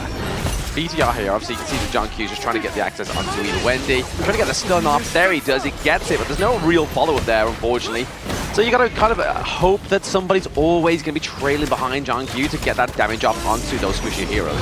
So besides the first few kills, the other, win condition I'm kind of looking at is the losing of buffs, right? Or the acquisition of your opponent's buff. If BTR or Nova lose one set of these buffs, it's going to really cost them, because the timers now would then be known to your opponents, of which you can definitely expect that rotation coming. Oh, absolutely. But I mean, if you're looking at, if anything, the early dictator is going to be the gold lead. And as we can see, it's around about 800 gold lead for the side of Nova for now. But obviously that's going to be at the helm of the rotation of the jungle, CY, but then also that first blood going over to them as well. I mean, 1,000 gold at this point for 3 minutes, I think that's a very healthy lead. But the fact that it's Nova, I think that's a big difference here, because, look, Nova knows what to do when they have the advantage, and they will really fight you to the sliver of health and make it out alive. They will try and make it out alive, exactly. I mean, especially when they got like Schwan on the pick up the Byron as well, and obviously CUI onto the Nerdser. That's all the front line you need onto the side of Nova Esports. And then all you really got to do is just hope that Muchi and Wendy have strong positioning within those team fights to do the damage that they need to do. I mean, for now, Nova has been taking great care of both Xuan as well as Waypit, right? The only member I feel like it will be under consistent threat is the life of Wendy. Because for now, he's trying his best to share the gold with CY. It's working out well. And we'll see. This 4-minute mark, which is going to approach in 10 seconds time, you'll see the difference maker again. Exactly. Ormson does have his ultimate and actually has the Unbridled Labor stored up as well. He has got the stun. So maybe with the Stampede, get the stun onto Wendy, then obviously John Q comes through as well. I mean, these are all potential setups for these one-off pickups onto the side of Nova Esports, but just throwing out those blocks there, doing a lot of damage, but Wichwan into the back line, just trying to force Yang Jian out of this one. Tufts is definitely putting on the heat. They need to be really careful, Omson. Okay, Unbridled Outburst is able to catch the Tyrant. Nice play, nice setup there from the side of BTR. Right, beautiful work. They have the first blood Nova, but BTR gets the first Tyrant of the game. Now it's about conversion. What can you do with the Tyrant buff, which allows you more fighting powers, more fighting power? Well, maybe those 1v1 pickups that obviously we've seen time and time again so far within this match from Jiangqiu, they might be just a little bit more executable, right? If you've got increased damage from that Tyrant, it's going to make it a little bit more easier for you. And Jiangqiu is going for a very nice build here. X of Torment, this is going to be doubled up by Zan as well. So Armor Pierce is going to be a true value because you want to deal the Armor Burst against CY, who is already very tanky. Oh, absolutely. CY is a huge tank. We've seen it time and time again, right? Especially if you then build into the Blood Rage as well. But seems to be a bit of a push onto the T1 down to the bottom side of the map. You see Waypit and Xuan in the wings. But BTR was able to clear out that minion wave, so no push for yet, but they might be able to steal away this Spike Tail. Numbers advantage coming in through true value for the side of Nova, right? And the fact that they have taken quite a bit of a couple of hits saying, oh no! There it is, the shove onto Neil, completely getting rid of that Destructive Deluge. Yep, big kill. I mean, this is going to be a very low kill at the start, but Xuan, he just wants to make sure that his presence is known because they want that pullback. Keep him in check there. It's going to be Xuan just trying to make sure that Jiangqiu doesn't get into that T1 territory there, but there it is. Nova gets the first. Tufts trying to get it top side of the map as well there. It's going to be the Spriteling gets taken out and teleported to Tufts. That is a nice aggressive play and advantageous play for the side of Nova. Right now, Tuftsy, I don't think he wants to approach this. CY is already hard to deal with. And if you get locked up by Wendy, it's not going to be a pretty sight. Oh, absolutely. Wendy is going to be the kind of late game assurance as well with Muji here. Just that late game damage can be absolutely detrimental to the side of BTR, especially when they're still trailing behind with that 1.2k gold lead. So with that being said, I'm curious about the itemization here. We will have the first core item, the Shadow Ripper, going into the hands of Muji. Once he gets the Eternity Blade, it's going to start getting a little more difficult. Uh-oh. Yep. Don't know follow up for that one. There it is. The Annihilation under the back line of Neil, really getting down that magic damage onto the side of BTR. Put that T1 into the mid lane. Looks like it's going to be the prize pony, and there it is. Waypick getting that last hit onto that one, and then top side of the map, CY using the Skyfall to try and stop the takedown of the T1, but BTR getting the way. I mean, the cost is well worth it for the side of Nova, right? You take a T1 in the mid, which opens up both sets of junglers, jungle buffs on the side of BTR. Right now, Xuan able to hold his own against Tuftsy because the rest of the team is here to back him up. Not only that, they're going to open up the Fire Peak as well, so maximum value extracted in terms of farm and EXP. Yeah, exactly. I mean, that's the proficiency of Nova as a team, right? They definitely make the most out of all these mini skirmishes when they get a takedown onto like the likes of Neil. They make sure they're getting a little bit more, right? They are looking for every drop that you aren't willing to give to them, but now, there it is. Xuan just tries to get that by forcing the flash onto Tuftsy. That's going to be a hard engage for him. There is the Unbridled Outburst onto Waypit, but that's going to be enough time for them to get the takedown onto Tufts, but they do trade Muji. They got to be careful. Maybe Wendy is going to be the carry of this one. Yeah, it looks like it, right? Because right now he's already well on his way to the core itemization level 10 and the emergence for that super quick rotation as well. Nova are doing everything right. Yes, Nova are doing everything right. I mean, the one thing they are doing right here as well is the fact that they're taking away these Azure Golems as well. So any of these jungle camps is going to be a bonus, but the biggest thing for them is taking away that Azure Golem, especially onto Jiangqiu's Ukyo Tachibana. Hard, they're going to go again. Ooh, they didn't get that one. They didn't get the Crimson. It's fine. It's fine. They got 1 out of 2. It's fine. I mean, so look at that. Wendy, I think he's just going to be consistently throwing out these annihilations. And that's going to be a lot of value because not only does it offer wave clear at this part of the game, it's going to be life clearing on the side of PTR later on. Yeah, Wendy's just going to be completely throwing it back into the enemy line, right? Like just throwing every bit of annihilation through, just doing the damage onto the squishy heroes. It's working onto the likes of Neil. I want to see this mid-lane matchup. Neil obviously is going for the utility mage, but for now it doesn't provide too much value because Nova has had a pretty good Vice Grip, and this jump, Tuftsy, he's pretty low. He's pretty low indeed. He's like around about a quarter of a health there. The Annihilation does miss out, but it's still the fall of Tuftsy in top side of the map. Yep. Nova looking very clean, very clinical at this stage. 5 kills to the 1, mid T2 under pressure as well. There's a healthy wave. They need that wave clear coming in. They do need that wave clear, but at the same time, who's going to give it to the side of BTR, right? Unless Neil gets obviously the flow inside. it's not going to connect, but you can kind of see here that John Q is just trying to kind of get maybe some pressure created. The Annihilation stops the burn, stops the recall, and now 3 members up to the side of Nova Esports trying to come down, but there it is, the outplay! The emergence comes through, but now he's going to sacrifice Wendy for John Q. As we get into that 10-minute mark, this may be a problem for BTR, and John Q goes down. I mean, that was the most he could do, right? He bought valuable time, he got the lifesteal, he got the rotation of 4 Nova members as well. And this gives BTR a little bit of a lifeline because Zan now has the space to take the Crimson Golem. Oof. I mean, is it crazy?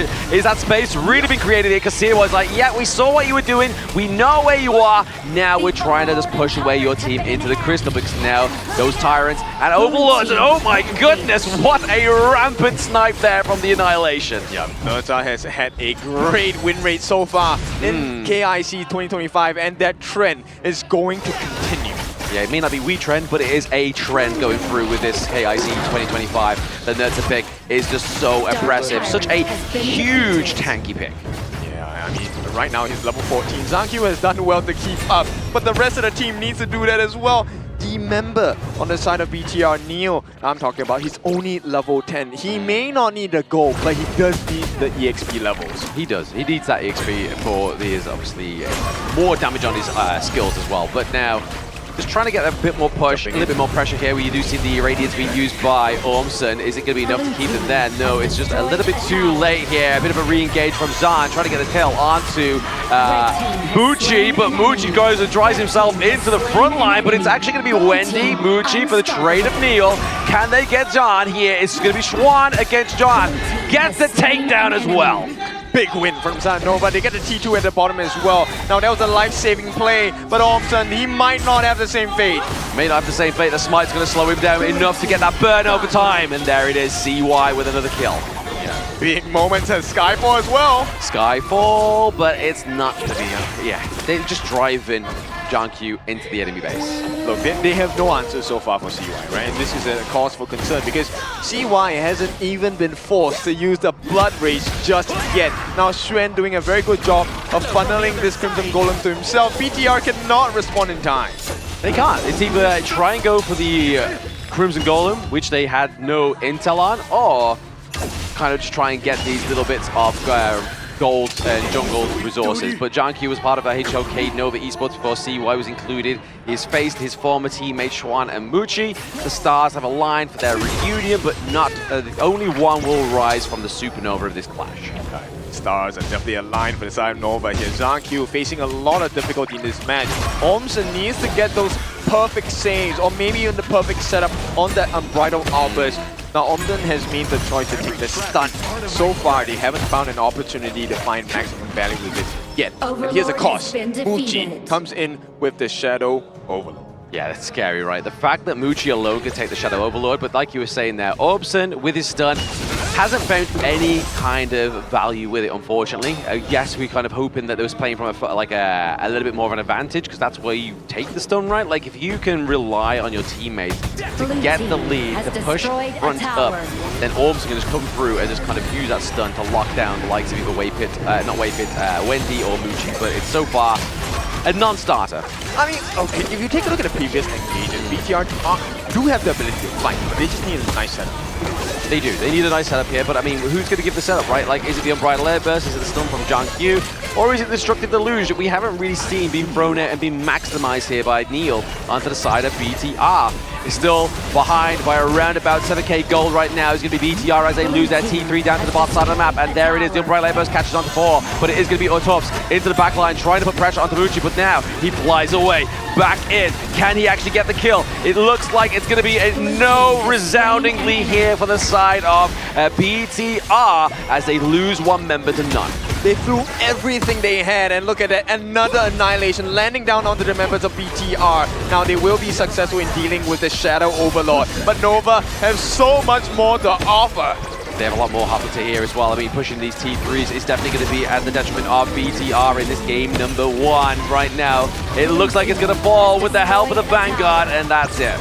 Yeah, it's clean so far from Nova. CY has been an absolute menace. Oh, there it is. CY just trying to lead the charge, trying to shove the members of BTR out of that crystal as they wait for the minions to come through. Vanguard at the crystal right now. Can BTR hold it off? No. Nova takes game one. Beautiful work from the side of Nova. This is exactly the kind of crystal clear quality you want to see from the number 2 MKL side. And for now, I think BTR, I think they did well to hold their own in game number 1. But it's not the best situation. But let's see, the comeback is still a potential. It could be a potential here for the side of BTR, but like you were saying, yes, there were little glimmers of hope within that one, like there were trades, there were focusing the right members like Muchi and trying to get Wendy, but it was just too much. Like having CY on the Nurtza was just too much of a problem. I think the curious thing about this game is the fact that, look, Zan actually at multiple times of the game, he was ahead in farm against Muchi, but because they couldn't take the perfect team fights against Nova, then, you know, that they kind of got thrown away. And when Nova finally went for the fight, it was at moments where number 1, Zhang Q was already out. He was trying to get his health back. He had to go for the dealing with the split push in the mid lane, the top lane, while they were trying to duke it out with like 5 members of Nova healthy, ready to battle with. And oftentimes when we see CY using the Skyfall on himself, he can really generate value on towards the crossmat, getting the minions, getting a kill on towards Tough Z, I think twice. That really snowballed him as a individual hero on that Nurtza. And when fights were to come, 5v5s is still in the strong suit coming in for the side of Nova Esports, and all the macro rotations, every bit of buff, every bit of towers taken away from the side of Bigetron Vitality has resulted into them being very reactive in a sense. So they did get a kill on towards Wendy in that bottom side, but sacrificing Zankyu in that stead allowed Nova Esports to completely take that Shadow Tyrant with no contentions. Yep, like, CY has to be the MVP of this game, right? Look, the amount of damage that he tanked was scarily huge. At the same time, I think CY has been watching a lot of movies last night because the way that he walked off, explosion behind your back, you know, someone falls, he just leaves, and there was no answer. But you couldn't blame them. Look at the damage that CY took. 65,000, and Xuan as well, 76k. The two of them soaked up every single possible answer that came out from BTR. And you talk about the reason why CY is so rich on that Nurtza as well. 12,000 gold in terms of the total gold here is the reason as well. Xuan, the moment laning phase is over, he's like, I'm out. I'm just gonna be Muchi and Wendy's bodyguard. I'm gonna do all the face checks here. CY, you take all the resource and you dive the backline for me. Yeah, and Wendy was very clinical in this game as well, right? Yeah. Every single annihilation, even if it didn't kill, it dealt damage to the side of BTR. So they were never really in fighting form before Nova was, before being able to take on Nova. And Nova was, it's fine. I will oblige. I will take the fight now when you are at half health. Yeah, exactly. I mean, it wasn't always getting the kill, like you said, that kid, but it was just always kind of starting something, or it was just kind of just running down either the minion wave or running down the enemy team, right? Like just getting the damage done, and then you saw the likes of Xuan just kind of going for a re-engage, just try and get that finish off. Yeah, but there were signs of excellence coming in from the BTR team fights. They were playing very good engage with Ormson's Unbridled Outburst multiple times actually on towards Muchi. It's just the fact that, yes, you get my backline, but who's going to be covering your backline? Yeah, exactly. I mean, the Young Gen pick is a great pick, but it requires you to dive really deep into enemy lines, right? 0-4 and 2. Tough Z, he did really well, got a couple of very nice setups, but unfortunately, the good fights that were taken were in moments where Nova was ever ready for more damage. That is correct here, but the MVP coming from game 1 has to be the Mr. Consistent himself, CY, with that Nurtza performance here. We didn't see much of a Nurtza combo from the side of Nova Esports during the group stage, but coming into the knockout stage, they bring it out, and they bring out a heck of a KDA with 603 on for this Nurtza jungle. Yeah, crazy stats here. 27% of the damage taken for the team. And you know what the craziest part is? 27% damage taken. It never looked like he was going to fall once. Oh, never. Not once. He didn't even have the blood range at that point as well, right? Like, that's crazy. That's crazy indeed. Let's check out the highlights here, what exactly went down here. Look at Ormson's position here. He found a perfect Untitled Outburst to zone Muchi away, but Muchi flashing into the enemy's line here does falter himself. And these were the moments as well. You can see the Infinite Vastness coming in from alone, looking for the re-engage, immediately landing towards Muji. He does flash forward for the kill itself, but it's once again, Ormson finding him towards the backline here. But it goes to the same thing. You can get my backline, but who's going to be protecting yours? Because see why? No one's going to be handling this Nurta pick on the side of BTR. Yeah, exactly. I don't think they have enough damage. That's the biggest problem. And that's the crazy thing, because Zankyu on this Ukyo Tachibana, he's one of the biggest burst potential junglers out there, and still he couldn't get him down to less than half health. Now, that goes to the lone build that we talk about on towards Zan. He went for the Axe of Torment build, which, yes, has a lot of CD, does pretty good against squishies, but you're gonna be thinking like every time the Nurta lands on towards your face, you can't be diving in against the enemy here, so potentially alter the build coming in for the lone might have been a better choice. Right, so this is the expected start for the MKL representatives, right? Nova, definitely, I think game one, they will always think that they will have it in their hands. They have made that a reality. BTR, I think, comes from a position where, all right, now we get a taste of your power. What can we adjust on the fly to be able to match up in pacing? That's what they got to try and do, right? They got to try and get a matchup against Nova that's going to be one of their strongest. Because, I mean, yes, they kind of like deal away the Yangjian, but it's kind of just like, in the draft, that's a good idea. But when you're playing it to execute it in-game, it's not the kind of greatest what we've been seeing so far, right? Every denial of the Yangjian goes to the Clash lane, and it's never really worked out. Yeah, it hasn't really worked out. It really requires the player to have a superior execution on the hero itself. But we do want you to follow us on our social media on all of our platforms here. Who knows, you could be walking away with a lucky prize here. But definitely there are tokens, anything boxes, and also skin chests for you to find out here. Drop that follow and subscribe towards us as we have more HOK stuff coming on for our way, especially for our viewers here. That's right. And of course, to all the IKL fans, it's time to give your support to BTR, because if there's a chance to start coming back, I think he has to start from here. You cannot allow Nova to get a 2-0 lead. If that happens, I think Nova are going to go on a hype train. They're going to run away with the lead, and we might potentially see BTR suffer at the hands of Nova. We saw the MKL brilliance coming in with the Twisted Mind series itself, whereby APG defeated TM in a 4-1 fashion here, and those were pretty convincing games coming in from the MKL third seed here. And now Nova Esports, a well-seasoned team coming out of a 2024 run into a very sharp and bright supernova run in 2025 here. So this will be another stepping stone for them to make it further towards the knockout stage. But BTR, don't count them out, because they made it far as well, and they are looking to cement themselves in history of HOK. Yeah, I'm super curious what does BTR want to explore right now, right? You know for a fact, we've seen this already. Okay, Nova once again go to the blue side. BTR gonna re-pick on the red side again, counter pick. But for BTR, if Nova allows you to take the Luna, you know they're gonna play the Da Xiao Flowborn hand combination, right? You stop you in your tracks. No more dashing. Yeah, no more dashing, man mark you with those multitude levels of CC.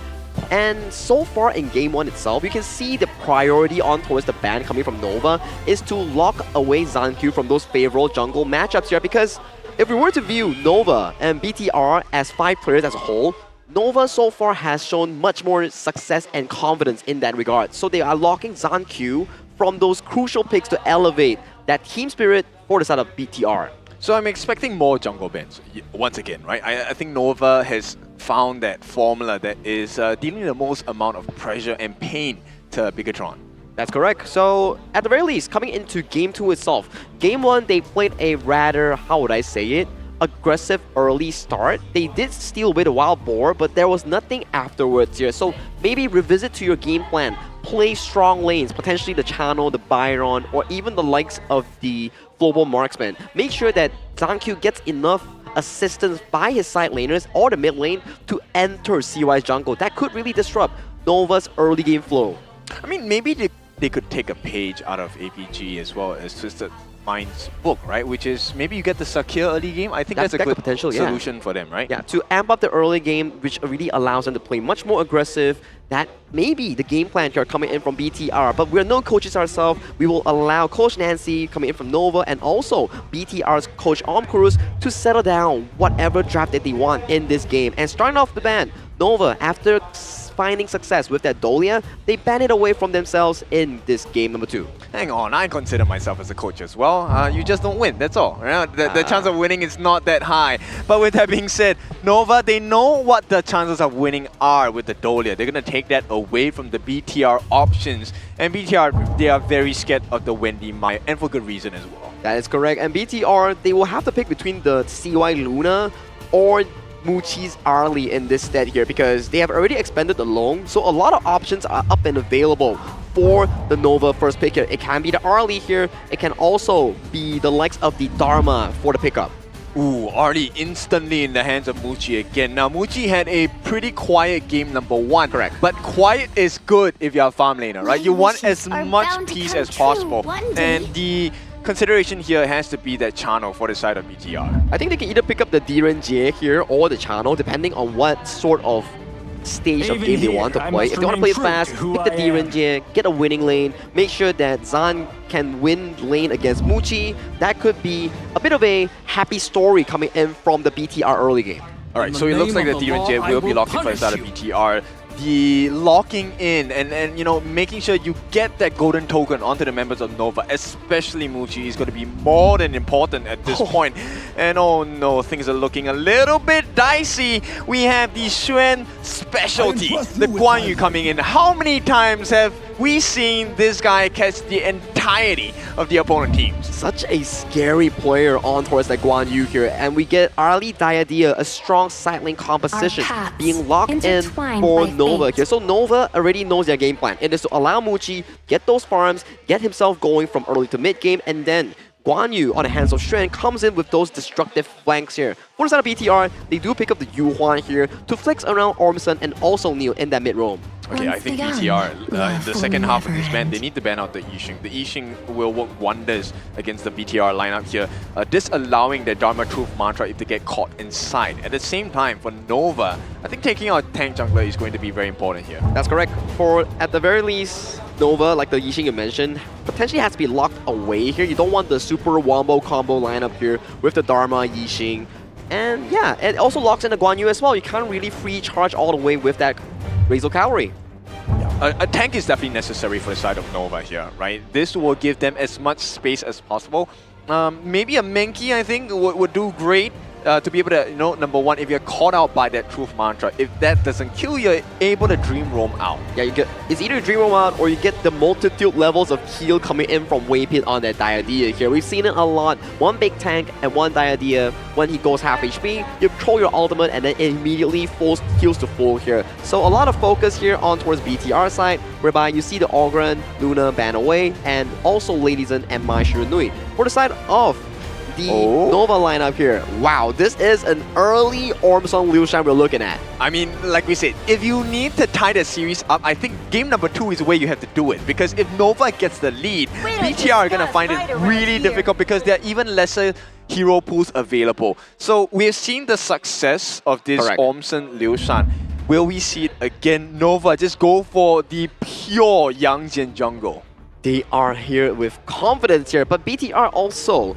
This Liu Shan on the hands of Ormson is currently 100% win rate out of the 2 games that he had back in the group stages. So bringing the statistics coming into here definitely boasts the spirits of the BTR boys. And Nova rounding out their composition by taking away that Yixing from the hands of BTR. I told you so. I mean, it works wonders. Can you imagine if they can get like all 5 members of BTR down there? Like, okay. But with that being said, let's take a look at these consideration of the Fade going to the hands of Zhang Qiu. Zhang Qiu, like I said, is one of the most premier jungling members in HOK Global Esports. But is he going to be able to do it here? Because there's quite a lot of lockdown from the side of Nova.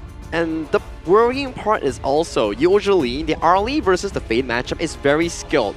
If the Fade jumps in, the Arlie needs to be able to react. It's a reaction game. Can the Arlie push you away from the wall? Can the Arlie react away from the Fade assassination? So it's like a cat and mouse game that we talk about with the Fade and with the Arlie here. But the key point for the Nova is that they have this Diadea that can really lock down these high frame assassins. That's one thing. The second thing about that pick of the Diadea is the fact that it neutralizes the heals coming out from the Yu Huan, which is a super pain point. neutralized in a sense where you can get the ultimate heal, but then you get hit with the Destiny encounter. Essentially, your healing is reduced, you know. I mean, the damage is pretty high around the Destiny counter, and then you can just like scale infinitely on that roamer. So one point on towards the die idea, it makes a lot of sense to pick it up with a solo tank. That's one particular pain point. The second pain point is if you're caught by the Razor Cavalry. Oh yeah, that's definitely Neil true. cannot heal you because he has to follow you and you're separated instantly. It's free food for the side of Nova if that happens. That is true here, but we will have to see the execution coming in towards line here as we are going into Game 2 between Nova Esports, currently leading the series 1-0 against Bigetron by Vitality. This is a best of 7 series. First to 4 takes the series for their hands. First to 4 is a tough one to be in. I mean, Nova now could be very well halfway there. All they have to do is to finish this game with a win. BTR though, do not be mistaken. They have a pretty good chance with this one. It all comes down to Tough Z. Can he get the truth over to the side of Nova Esports? And we get into the Gorge as we see both teams lined up with their draft. This is Game 2 with Nova on towards the blue side and for the red side, Bigetron by Vitality looking to equalize this series. Yeah, I mean, Kim was obviously alluding to this when we saw the series come through, right? That Ormson is going to be locking in that Lucian at some time. But before we do that, to fight with the Lucian, you have to play in the CD key, just fight to redeem the Gilded Feather skin here. It's only going to be a trial, but you may as well just go and get it anyway. Try it for free. Yeah, right now BTR, they're going to be looking for a couple of things. Number one, where are you going to start your jungle with, right? That is the big question, of which Nova can then, BTR can then try and make their relevant rotations. And it looks like they have found out, hey, there's a freebie for you, Zankyu. Do you want to come in and claim There it? might be not a freebie there for them because Ormson goes down. They're feeding it over to Muchi. What is going on? But now Neil looking a bit out of position and Swan gets the kill. Big start for the side of Nova, and this is going to cost them a lot more, Zankyu! Oh no, Zhangqiu, he gets locked on, knocked up, but he's able to escape there thanks to the parkour. But can Ormson save this Azure Golem? And the answer is no. That's going to be a huge blunder to BTR. Yeah, man, look, while all of that was happening, CY wasn't even there. Yeah. Wendy gets his hands on the Azure Golem, and now Zankyu is left in tears here. I mean, out of every hero to get the Azure Golem, give it over to Yixing, man. That really amplifies his early game. Yep, and they didn't even force out the maintaining initiatives passive. That gives you an extra. It's kind of like a Destiny equipped for you. Oh, yeah. Exactly. It's just going to be kind of like, you don't have to kind of rely on using your taking liberties like sparingly. You can kind of just throw it out because you have your mana regen, and then obviously the cooldown reduction as well from that Azure Golem is definitely going to give Wendy a stronger suit into this one. And Zhangqiu, I mean, without that, like, his mana reduction, man, it's not looking too good. Yeah, it's a difficult position to play from, right? I mean, ideally, you want to take that kill for your side from Wendy, but that's not going to be possible. CY is already here. CY is at level 5, going to level 6 soon. Zankyu just hit 5. Oh, nice there. The little heart seal is going to heart link, sorry, is going to keep Waypit alive in that one, dodging out that Mumble tempo. And it's showing you high quality gameplay. I'm talking about Nova here, right? The lane freezing coming in is so valuable right now. Zan is already behind, but because of the lane freezing, he's going to lose even more EXP against Muchi. What about the high quality gameplay coming from BDR? Like, let's point it out. Let's not go like full like tilted onto a side here. Let's make sure we keep it in that one. But I mean, at the same time, obviously, Nova are just basically punishing BTR for the mistake that they've made in the early game, but this is going to be a potential contestation of that one. It's going to be CY that gets a claim onto that Azure Golem, and they get the claim onto Ormson. Yep, so everything for free on the side of Nova Esports. BTR, there is still a chance, but it requires the biggest of wombo combos. We need a flash catch from Ormson. We need the truth. And of course, we need that finishing hardened J mark from Zankyu. Yeah, getting to that level 5, obviously, is going to be the execution for Zhangqiu here. He's level 6. Maybe he's going to be able to steal some hearts and steal some neutral objectives with that one. Yeah, I mean, with 3 kills on the board for the side of Nova, they have now amassed a 3,000 gold lead. Neil. Oh, he's able to get it, that's fine. But I mean, if he had taken liberties off of cooldown there for Wendy, that would have just finished him off. Yeah, I think Neil, he wanted to make sure he saved his ultimate, right? The Unending Sorrow is so valuable at this point in time. 4 minutes right here, right now. Nova looking for a prio across the pit and maybe even more. And what's even more valuable is that Doomsday onto Muchi, but there it is, the takedown onto Neil. It was just delaying the inevitable there for the side of BTR, but now Nova are in a good position. Just make sure you get your buffs, then go for the Tyrant. Super smart, right? They actually, they are so greedy, they might want to take both of these at the same time. Crimson Golem going to the hands of CY for sure. It looks like BTR, they will have to take the scraps, of which is a Tyrant. Not bad for a scrap here. Exactly, it's not a bad part of scrap, right? But at the same time, that top T1 looking like it's going to be under pressure, same with his T1 into the mid lane here. BTR have got to make a heck of a defense, but that board is going to keep them out of that T1 territory. Nice play here by Nova. Schwan over the wall, the damage going through there onto Orbs, and it's just too much because Muchi has the Doomsday. How fast was Nova? Yes. And at this point, I mean, BTR, you know this is a difficult position. CY. There it is, Truth Mantra. I mean, it may be a little bit of a saving grace here. CY gets taken down by the heart and Jade Steel. Okay, so that's a nice shutdown for Zhang that recovers some gold, gives him some chance to re-evaluate the options to match the levels. But Nova, they're definitely still ahead. When you went, I thought you were saying that someone was triggered on the gorge there. Making some noises for them because they can't make it for themselves, because they have to keep composure. Yeah, I mean, composure is definitely important, especially for BTR right now, because look, Xuan, he's providing so much value. They have taken another T1, and that's going to be 2 towers for the price of 1 on the side of BTR. They might not even get it here.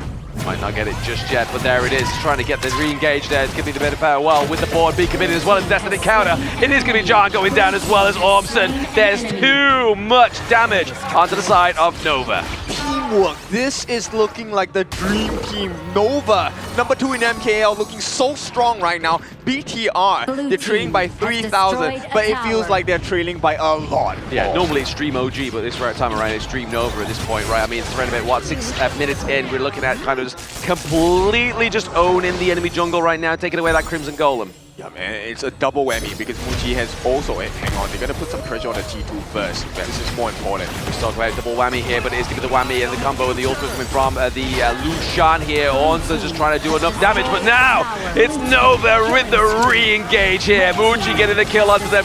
The heroic charge comes through.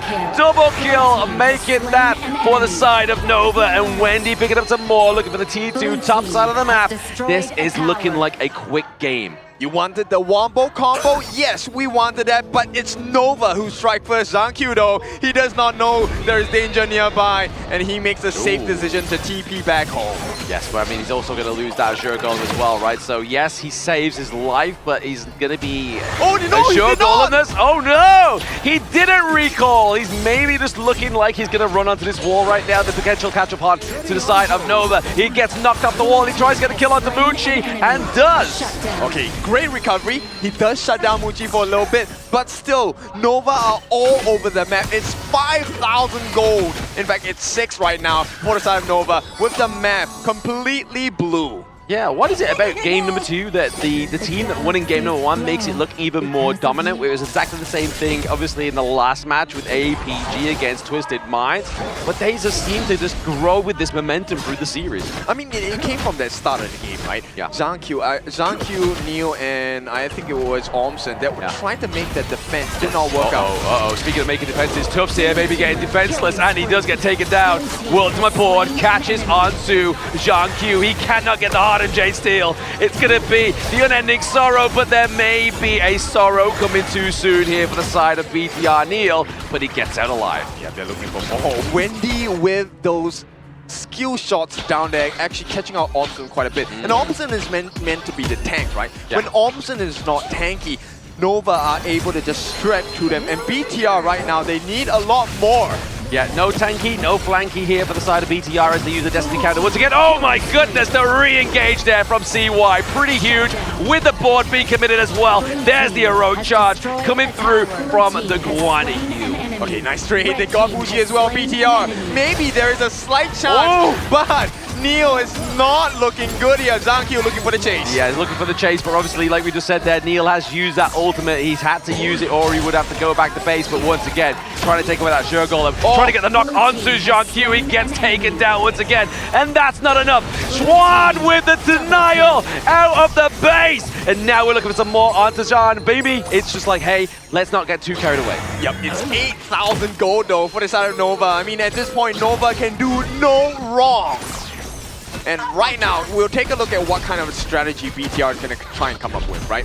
This gold disparity, yes, is looking so scary for the side of Bigetron. Oh, yeah. But there is a chance, but it needs to be super perfect, right? Everyone needs to land their skill shots in the correct synergy as well. Omson needs to get multi-man catch. They need the stun from Neo as well. They need Tusk to get this ultimate truth mantra. And then Zankyu needs to come in and finish the job with the hardened Jake mark. All of this sounds pretty straightforward, but with the goal lead and itemization lead they have on the side of Nova, it's not going to be easy at all. Absolutely not. I mean, at this point in the game, we are getting to that 10-minute mark, right? So now, Nova, yes, they've had a very solid early game, but maybe now at this point around, they could try and turn this around in some fashionable sense here for BTR, maybe by trying to contest one of these Shadow Overlords or Tyrants. Look, 10 minutes coming in, Muji just got the Eternity Blade. It felt like he had that item way long past the goal. And at this point, double buffs for the side of Nova. CY has the Crimson buff, Muji also has it. And look at the speed that Nova is doing this. This is how fast the game has been for the side of BTR.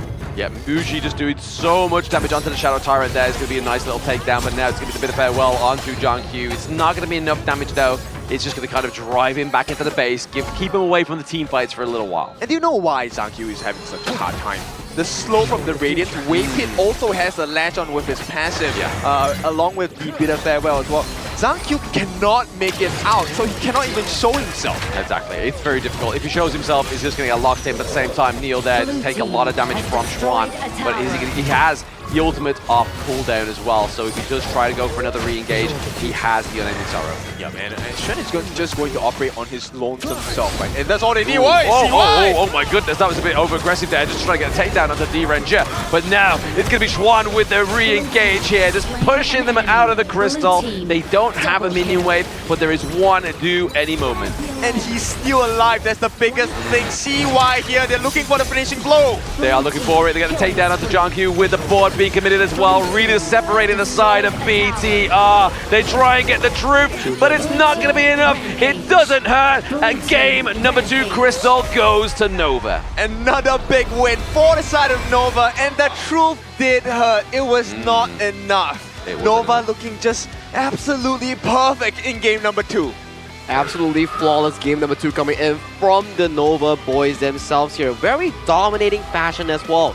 10-minute mark, I believe that they were riding on almost an 8,000 to 9,000 goal lead in this game too. Yeah, look, this game was very difficult. Zankyu, he was trying to look for options, but for every single door he opened, it was slammed shut by Nova. Oh, straight in the face. Straight in the face, and he had a big mark of the doorknob straight on his forehead there. But unfortunately for the side of BTR, they do lose game number 2. So that now puts a minimum of 2 more games left for the side of Nova Esports, unless BTR come back in this game number 3, which is what Twisted Minds were able to do last one.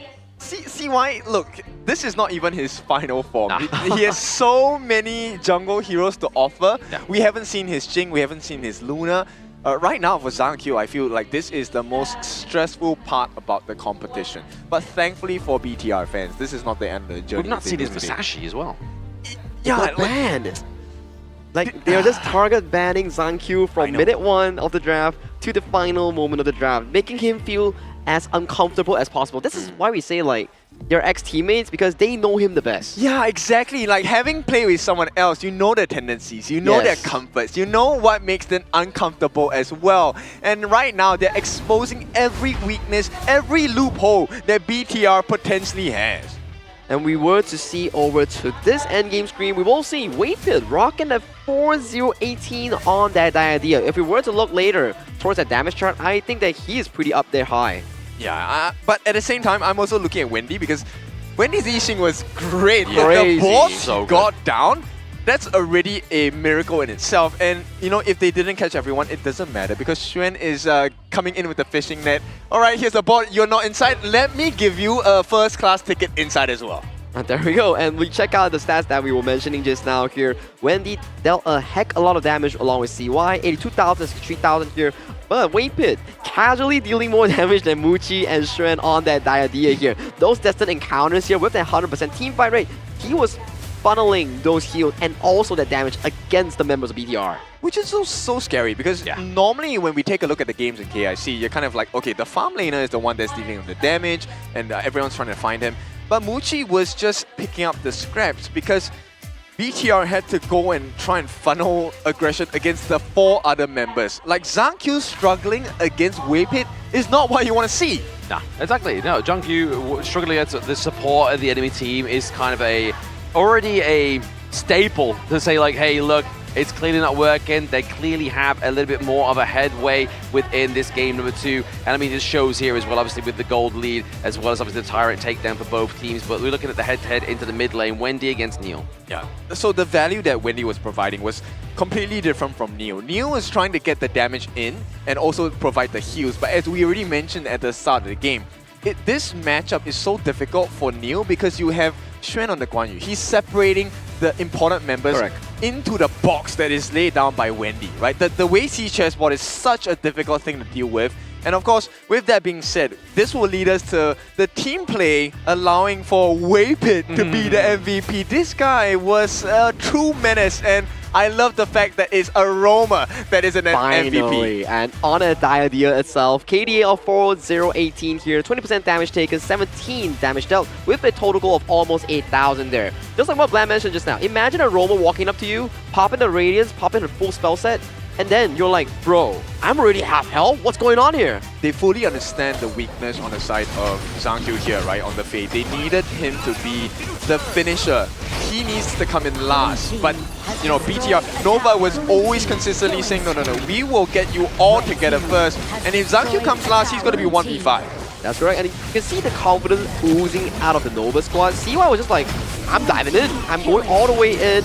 Going for those kills here. Even Muchi was just tanking 2 towers in between this, and he was taken out by the tier 3 tower itself. Yeah, I mean, the value that they had on Star Nova was really great. This board to separate the rest of the members away from the potential save. Zan was caught. There was no options. And this is just pure outclass from the side of Nova. BTR, they are a strong team. But when you go up against Nova, you have to be prepared. One of the tournament favorites coming into the entire KIC here. So with this performance itself, they're leading the series 2-0. A bit of a similarity compared to what we've seen so far in that previous series. I mean, we all know the real reason why Waypit got that MVP, right? Why? He passed me in the hallway. What? Oh, no. He got blessed by Blam and then MOBA. that's it. He just went, you know what? I feel great. I'm going to go for an MVP. I'm going to be one of those guys. So that's what he did. But let's not talk about that because other players will come and queue up and line up next to me.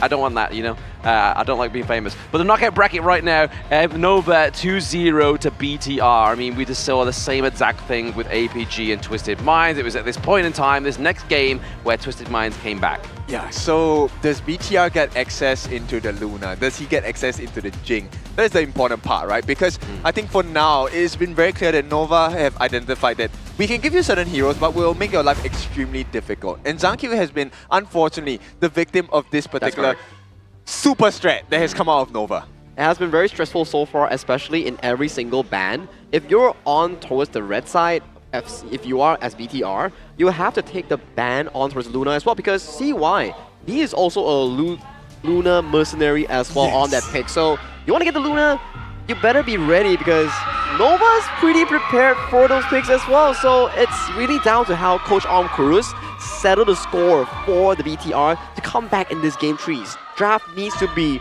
near perfection. I think it's going to be really interesting because Cruz definitely has more creative strats. He has some hidden ace cards. Does he really want to use it today? Because this is not the end of the line if BTR loses, right? That's the main consideration for me. overall, you have to really consider your position in the tournament. Correct. Sometimes a lower bracket run is okay. Yeah, I think so too. I think if they drop it out now and then they try to do it in the lower bracket as well, it kind of like defeats the object of like the whole element of surprise. Yes. So if they are dead certain that that is going to get them a win, I would say make sure you drop it in the lower bracket and not here. But at least try and obviously draft something that's going to maybe throw off Nova, or maybe actually like, you know what?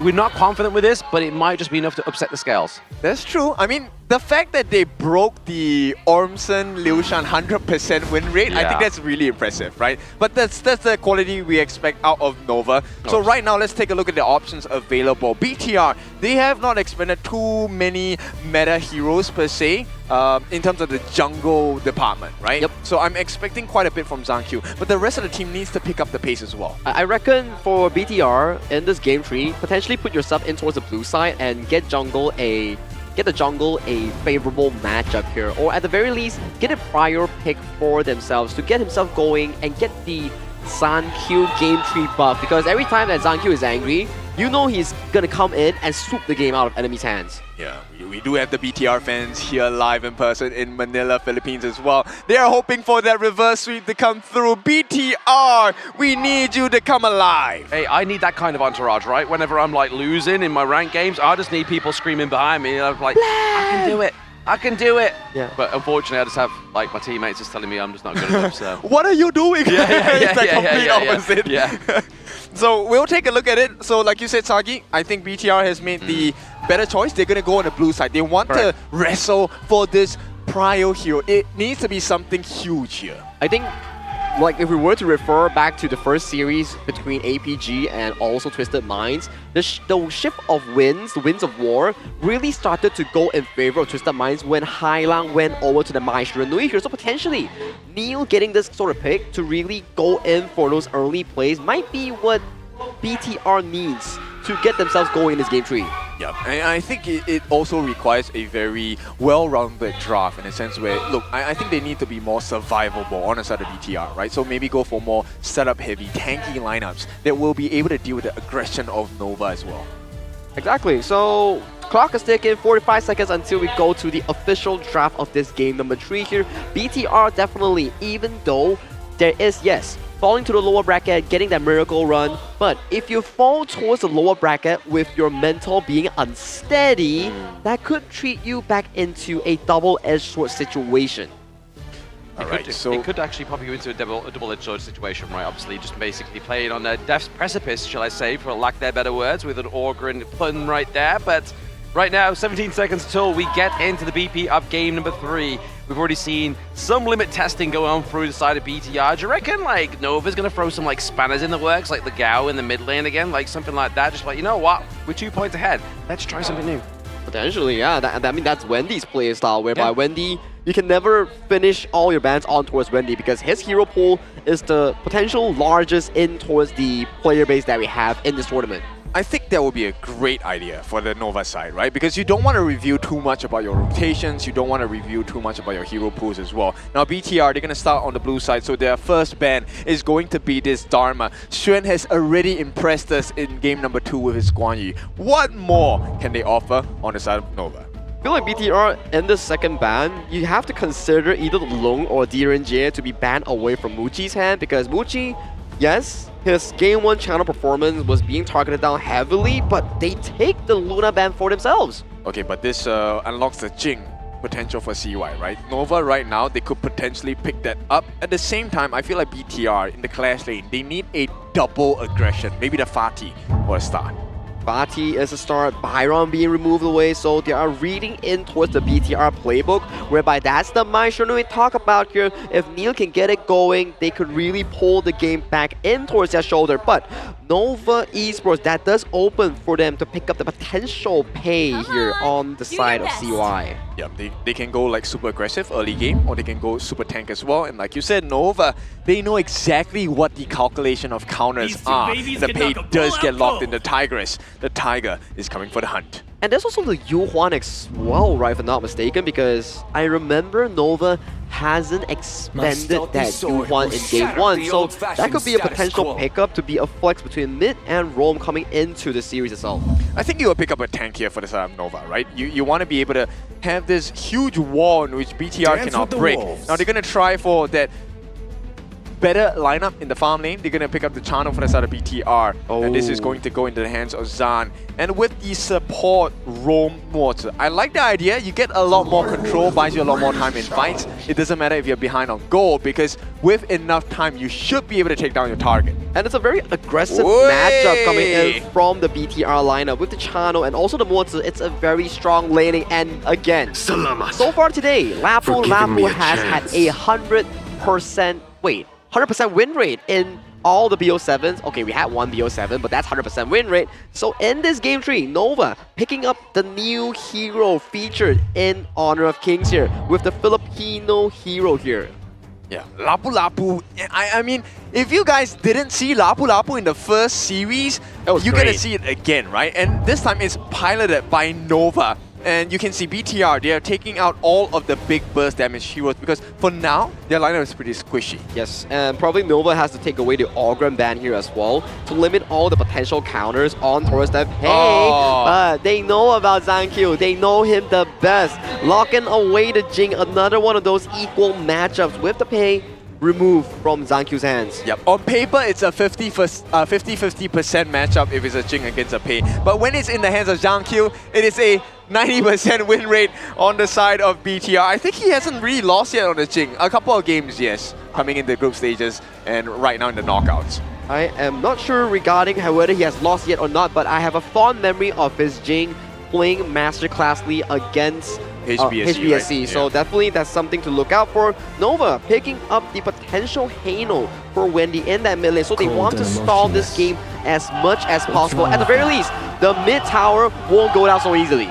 Yeah, I mean, this is a strat that a lot of the strong teams have already shown us. The Fei Rewind very adept at reversing damage or even saving and reviving towers when used within 5 seconds of its takedown. Now, what does BTR take for his jungle here? They have already expanded multiple picks here. Charlotte, a very good blind matchup as a lane bully here. No Byron, potentially has to go into the 1v1 matchup with Xuan's Marine as the final pick. So does Zankyu go for the Ogren, but he whips out the Ada here. Interesting though. Okay, tank for tank. I like the idea of this, right? You want to fight long, over a long duration of time. The Ada fulfills that kind of requirement. But you need a lot more damage. This game, Zan needs to play like a monster. And look, Nova, I think they have just out-tanked the damage potential of BTR. At the very least, you want to be bursting the first target in your hands, but think about the Nova lineup here. How do you burst the Long with Infinite Vastness? How do you burst the Ogren, the Hano here with the Fate's Rewind, and then with the addition of this Ambrosia, all 3 carries coming in from Nova Draft has a way to bail towards safety. The first 3 minutes of this game is going to be very critical for the side of BTR. You need to get a shutdown, you need to get a first blood on either Wendy in the mid lane on the Hano or to Xuan on the Ambrosia, because once they hit level 4, that chance is going to dwindle almost down to 0. And Nova's lineup is very late game heavy with trio carries. I think 4 carries at the very minimum as well. Long, Hano, Pei, and Ambrosia here. So that is their late game lineup being funneled by this Pei in that laning phase. But right now, take a look towards BTR. Ata is not just a tank. He's a battle tank like Ogre. If he has sufficient resources here, he's gonna be a very beefy boy. So, I mean, it will operate in the same nature as a Nerza, right? He's gonna buy time and space for you. Hopefully your farm laner, your mid laner comes in with the damage, and of course with the stuns coming from Ormson on that Cannon Blast, can they buy enough time? Because you do have the control, you just need to land all of your shots. Landing shots seems pretty hard here, but hey, this is match point on hand here. They definitely need to pull on whatever guns that they have in their pockets here. For Neo, his Mai Shunui synergy with that Mozi on the hands of Ormson needs to make it work. If they can get the early game going, that Nova greedy lineup will perish under their hands. It's greedy because it's greedy in the long term as well. This also means that if Nova loses this game, BTR have burned out so many tank picks, so many sustenance picks from the side of Nova, and BTR might be able to mount their comeback off of that. But so far, with the BTR lineups, the junglers hasn't been the most meta picture. The Fade and the Ukyu Tachibana, and right now the Ata here. So the non-traditional junglers has been favored instead of the meta ones, like the Ogre, like the Monkey. Yeah, Kurus here is trying to bring Bigetron to the super late game. They want to go to game number 7, where you absolutely cannot ban the Jing or the Luna anymore.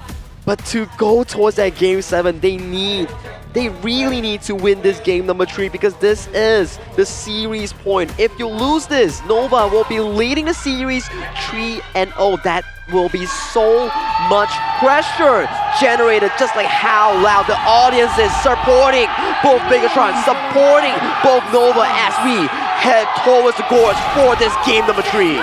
Game number 3 comes through here. Does Nova take a 3-0, or do BTR do the dream that TM did in their game and get a point onto the board here? But I mean, with these drafts, it's looking very scary, right? Like you were saying there, Sagi, in the draft, there's potential of a lot of carries onto the side of Nova. Yeah, it's time to leave no regrets, right? Right now it's about the wave clear. We'll take a look at it as Zan is already... Oh no! That's going to be the enhanced help of the Lapu, but still not enough damage from the Muchi. I mean, at this point, this is why it's so scary, right? The second skill flash dash is going to be so adept at getting damage. And look at that, they get the stun as well. And Ormson already at this first minute mark, both of them are suffering. There, suffering as well, as obviously they don't have that mini wave coming through, but now we obviously have that Season 16 honor passes here, and you can get Seabreeze, Sakia for free, and the Elite Pass gives you the Lubu and Wu Yang combo, but hey, Ormson has got to be careful. He doesn't want to get caught out here with this 3v1-2 down to the bot side. Yeah, BTR, they understand the pressure of that bot lane, right? So it's really nice that they actually make that rotation top. They get the space right now. They're able to save that mid lane wave as well. So Zankyu gets a spike in terms of EXP and gold boost. He does. He gets a spike in terms of those right now, but obviously Wendy's just kind of like helping CY, just kind of playing the jungle a little bit faster. I mean, it's not like Pei needs that help, but now top side of the map here, tries to get the dive on Schwan, but he's not going to have any help. Okay, that's great. Xuan actually has to burn his flash. So IKO fans, this is great. Rotations coming in. Zankyu, I don't think he found any steal in terms of value for that, but now he just needs to keep pace with CY, right? But they're on a timer, because the longer the game goes, the stronger Nova becomes, because you don't get to one-shot them anymore.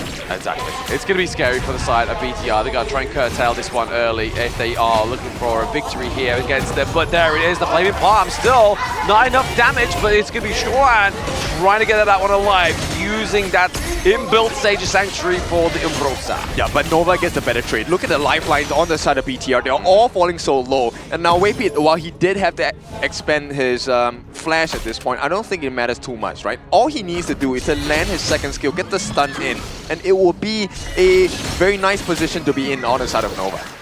Yeah, right now, obviously, they are ahead by around about 500 gold right now, and obviously they're stealing away those spike-tailed beasts. He's just going to further that gold lead onto the side of Nova Esports right now, but it's going to be that, like, brutal, just a bashing and just blitzing of those minion waves top side of the map. It's really going to put the pressure on here for them. And one more thing, look, wave clear. Oh, yeah, trying to use Revenge in there, trying to get the knock-up on CY. I mean, if they really do want it here, BTR need to contest CY on this Pei. Yeah, well, easier said than done, right? Yeah. Because one of the things that they struggle with on the side of BTR is actually wave clear. They don't really have the best wave clear. And so if Nova gets like a T3 ahead of BTR, it's going to start, we're going to multiply that difficulty. Yeah, it's going to be hard for them, especially when they have the nice Fate Rewind. But there it is, Lapu with the engage there as well. We do have CY coming in. It's going to be that dual marksman combo now. First blood going up to Nova. Yeah, of all the people, you give it a CY, who is already an early game centric hero. Now he is level 7. He has the kills. He has double buffs. Oh yeah, John Q there. He's going to be able to chunk the damage here. We do have Wendy on the Hino pretty close by. Tufts rotates down top side of the map just to give over aid. Yeah, take a look at Zankyu. So the recovery for him is great, but at the same time, nobody's able to slow CY down. And not just slowing him down, they haven't been able to stop him at all. Yeah, that's the problem. That's the problem. See why? If he just gets slowed down, like he said there, he's just going to do exactly what he's doing right now. He's going to go into your jungle. He's going to steal away those camps. Maybe even try and contest this Azure Golem, but you can see that everybody on the side of BTR is looking to try and get in onto this one, but it's going to be Tufts into the back line there, trying to get the knockup onto Nova, but the Undying comes through for the Umbrosa, forces the flash from Tufts. They can't do it, and Nova, not only do they bring out all the big guns, they make BTR waste all their resources. Yeah, that's scary, right? BTR losing all these resources, losing the Azure Golem is definitely not where they want to be at this store start, but it's going to be, I think, inside the box being committed here by Ormson, knowing that they don't have that in the 4-minute mark is going to be scary for them. But there's a lot of damage onto the back line here. The Infinite Batter's being poured out as well. Is just enough here for Nova to keep alive, reconfirm, and go for that T1 top side of the map. Okay, BTR, they make the smart trade here. They have to get the T1 at the top. There is no save for that, but they get the Tyrant in exchange. BTR, they're doing whatever they can to keep pace. But right now, Nova is already 2,000 gold ahead. At 5 minutes, 2k gold ahead right now is going to be a scary feat for them as well. I mean, especially with the fact that they got the pay right. That's the reason why they're around that 2k gold lead, because he's just so ferocious into the enemy jungle, really just putting on hot and thick. Yeah, and look at the damage that they do structurally as well. CY is already level 10. Zan is only level 7, which means if CY gets his hands on him, it's an instant deletion. Right now, Wendy does have his Fate Rewind. They save this T1 if it ever falls, which is not looking like the case. No, don't have the minion wave into the mid lane for the side of the blue team here as well. So the Reader's got to maybe just make sure the pressure into these side lanes are not going to grow and grow onto the side of BTR. Yeah, man, right now, Nova, they see the advantage. They're going to start putting pressure as well, looking for a setup. Arta on the side for Zankyu.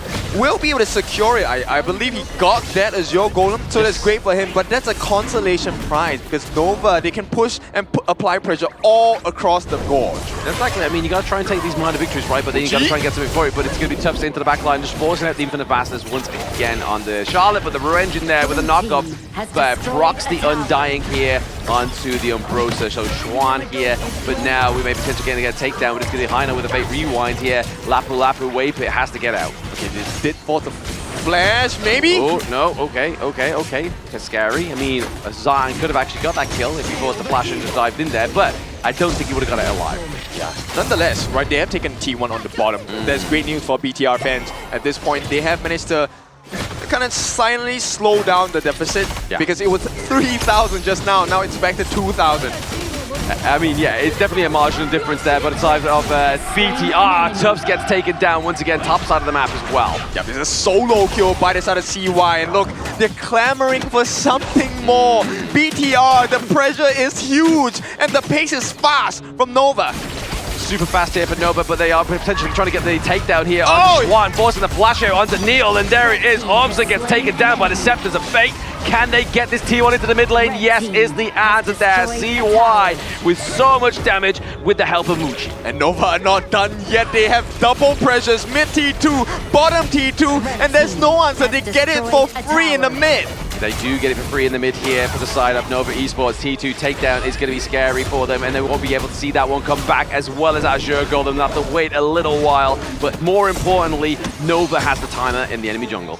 Yeah, right now, and they have taken away the Azure Golem, put in the hands of Muchi as well. This guy was looking for the CDR, he was looking for the mana regeneration as well. The free damage coming in. Oh, the ghost ship, can it be committed here to lock them all into place? But no, the thing inside the box gets worn out here on the side of BTR, and Zankyu can't take those Scepters of Fate.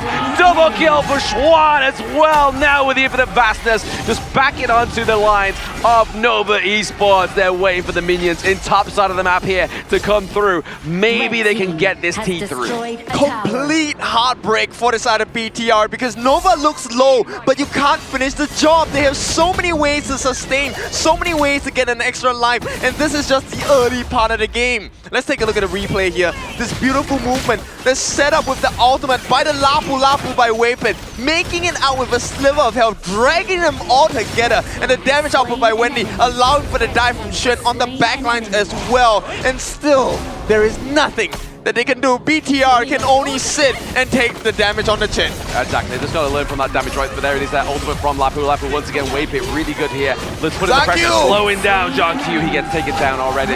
The Cannon Blast doesn't connect onto anybody, but Tubbs here just trying to pressure Nova from approaching the base. Yep, they have nothing to offer at this point. Wendy, he does have the Fate Rewind. They have the extra life. Xuan as well does have his ultimate, so they can't do anything. The T3 will fall for free on the bottom. The mid T3 as well will be taken, and Nova looks so strong. Nova looking very strong here, but John Q does come up in about 4 seconds time, but there it is, the root engine. It's going to be in. Is it going to be enough to pick off Xuan? No, he's just going to be the bait into the back line. It's going to be Wave Pit. He stays alive as well, but double kill going over to the Umbrosa. Now John Q goes down. It's a team ace, and game number 3 goes to Nova. Clinical by the MKL second place team right here. This was a surgery, and this was a quick one. And it was a clean game. 0-12, 9 minutes, 30 seconds was the scoreline, and game-winning time coming in by the MKL second seed Nova Esports. Definitely a supernova across the gorge, because right now, 3-2-0 BTR, you are at Series N right now. One more, and you will join Twisted Minds in that lower bracket.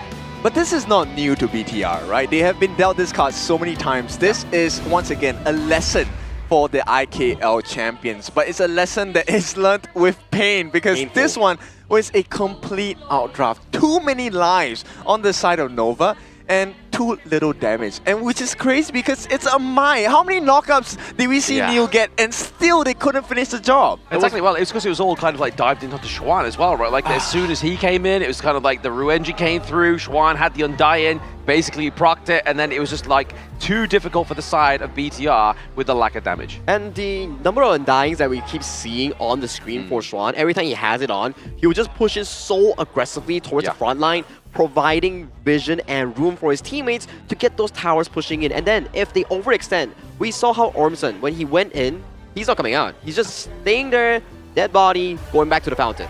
I find it so cool the way that Nova maximizes their health pools, right? Like Waypit, the way he played, that Lapu Lapu dive, he gets the ultimate, saves the flash just so that he can get out with a sliver of health. Once he's done, it's okay, it's your turn, can you take more damage now? And the rest of Nova then dives deep. And the two members, Xuan as well as Wendy, look, the amount of value they provided with the extra lives they had was super insane. Wendy even took the frenzy, he didn't have to take a flash. He didn't have to take the flash, no purify. He was so confident in playing this Halo to a very aggressive style. And I gotta say, so far, these niche picks hasn't been really working for the side of Bigetron by Vitality here. Ata this game, it makes a lot of sense, but you don't really have the sufficient mobility to catch up against CY on that pay. It's crazy, right? Look at the damage that they took. Zhangqiu took 74,000. Tufts did 42,000 of tanking, and then Ormson did 55,000. And even through all of that, they still couldn't find an opening onto the chink in the armor on the side of Nova Esports, because there was none.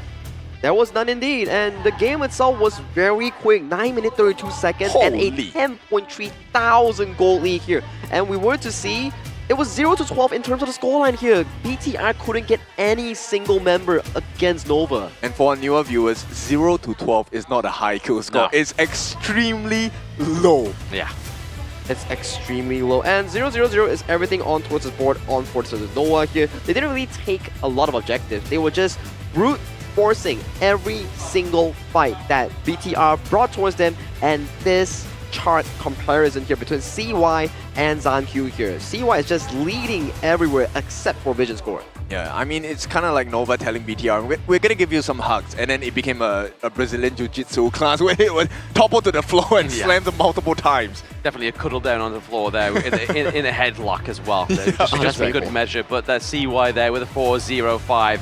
And unfortunately there, John Q with the 0-3, but that's what happens when you play the carry to a tank jungle, right? But MVP is going to be none other than Waypit back to back. There you go, back to back. See, I'm just enhancing my own flavor, you know? Yeah. You saw me in the corridor, he gets 2 MVPs. Lapu MVP, well-deserved coming in from Waypit himself. 0-0-10, clean KDA, and he was doing very consistent flash engages with that ultimate here. So For those new players that haven't yet seen the Lapu Lapu tutorial video, this hero, spell 1, you swipe in front. If you hold it, you throw your weapon towards the front, and when you pick it up, it bounces the enemy away. Spell 2, you charge in front. That if you parry your flash, you can extend the charging range. Now ultimate is the one that we keep talking about here. You charge yourself and you release an AoE knockup, which is just what Waypit did, charging over the wall and flashing in, getting the double knockup on towards Armson and also towards Zahn. Yeah, it's crazy because the value of that ultimate is so big from Waypit, right? Not only does it knock you up, it also slows your movement speed.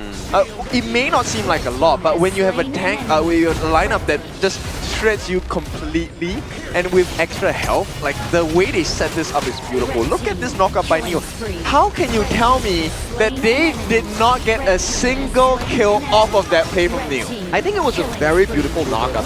The only reason that they couldn't get a single kill was the big gold lead generated by the side of Nova Esports. If they had, what, 1 or 2 more items, that could have been a potential comeback coming in from Bigetron Vitality. Yeah, I like the call-out effect of that particular finishing blow as well. They were like, night, po, and you had to take a nap for that one.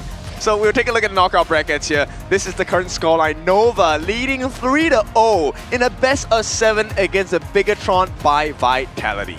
Yeah, scary here for the side of BTR. They're looking to try and get 1 point onto the board this time around. But I mean, after that game, it looks like it's going to be it's a mountain, not a molehill, right, for BTR to try and get 1 point on the board.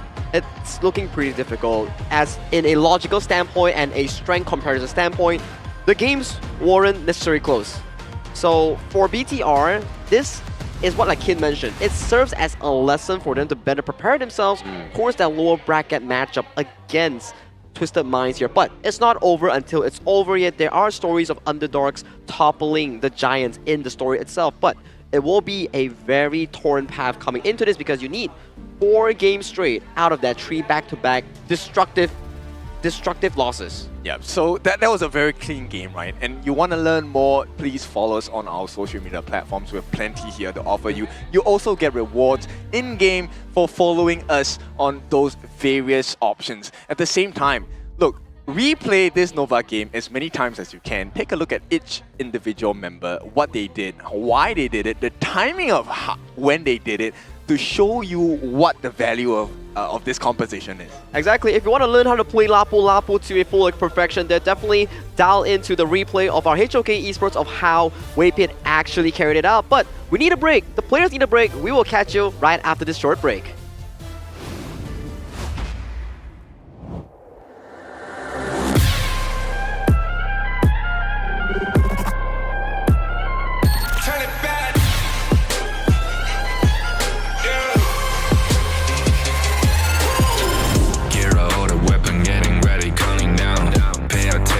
Challenge, tell me where you from.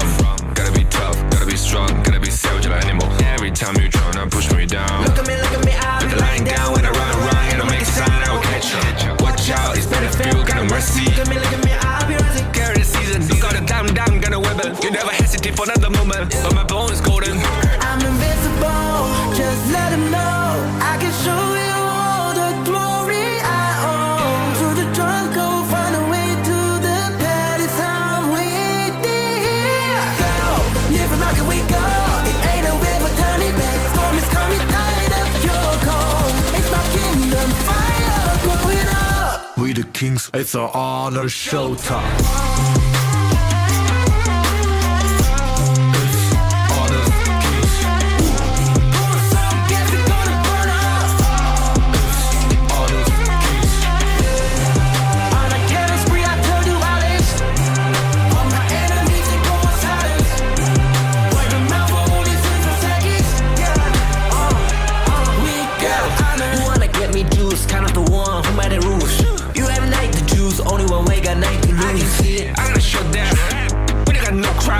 We bound if I miss one, crash in pieces, you can cheat. First blood, double trouble, then I take a pen, I kill. All you do is sweat and look at me stay victory. Say. I've triggered my soul down. For my pace. We the champions, screaming, I'm invincible. Just let them know I can show you all the glory I own. To the drunk, go find a way to the palace. I'm waiting. Go, live like we go. It ain't a river, turn it back.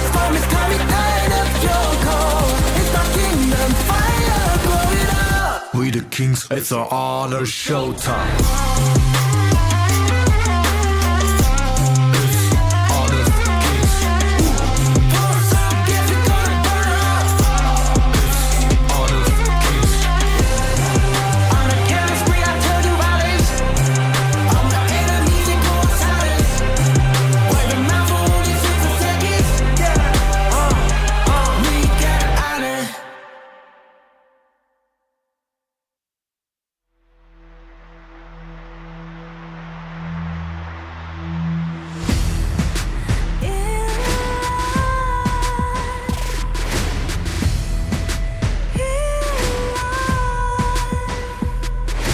What's a life without its worth? Compromising with what hurts inside.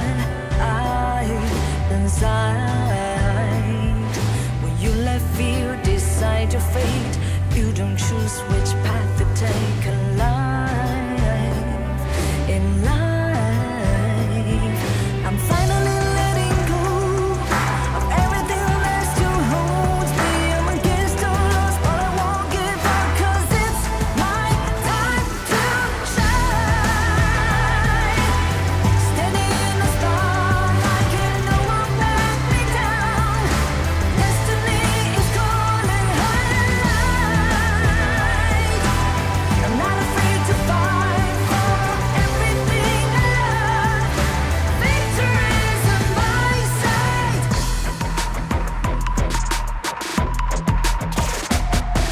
The more we lose, the more we gain. The more that nothing stays the same in time. In time. Can't love ever, can't forget. What you see is what you get sometimes. Sometimes. Gonna show the world tonight. The light that shines inside us. We're against the odds, but we won't give up, 'cause it's our time to shine. Standing in the spotlight, can no one back us down. Destiny is calling high in life. We're not afraid to fight for everything we love. Victory is on our side. Takiki takiki takitao. Takiki takiki takitao. Takiki takiki takitao. Takiki takiki takitao.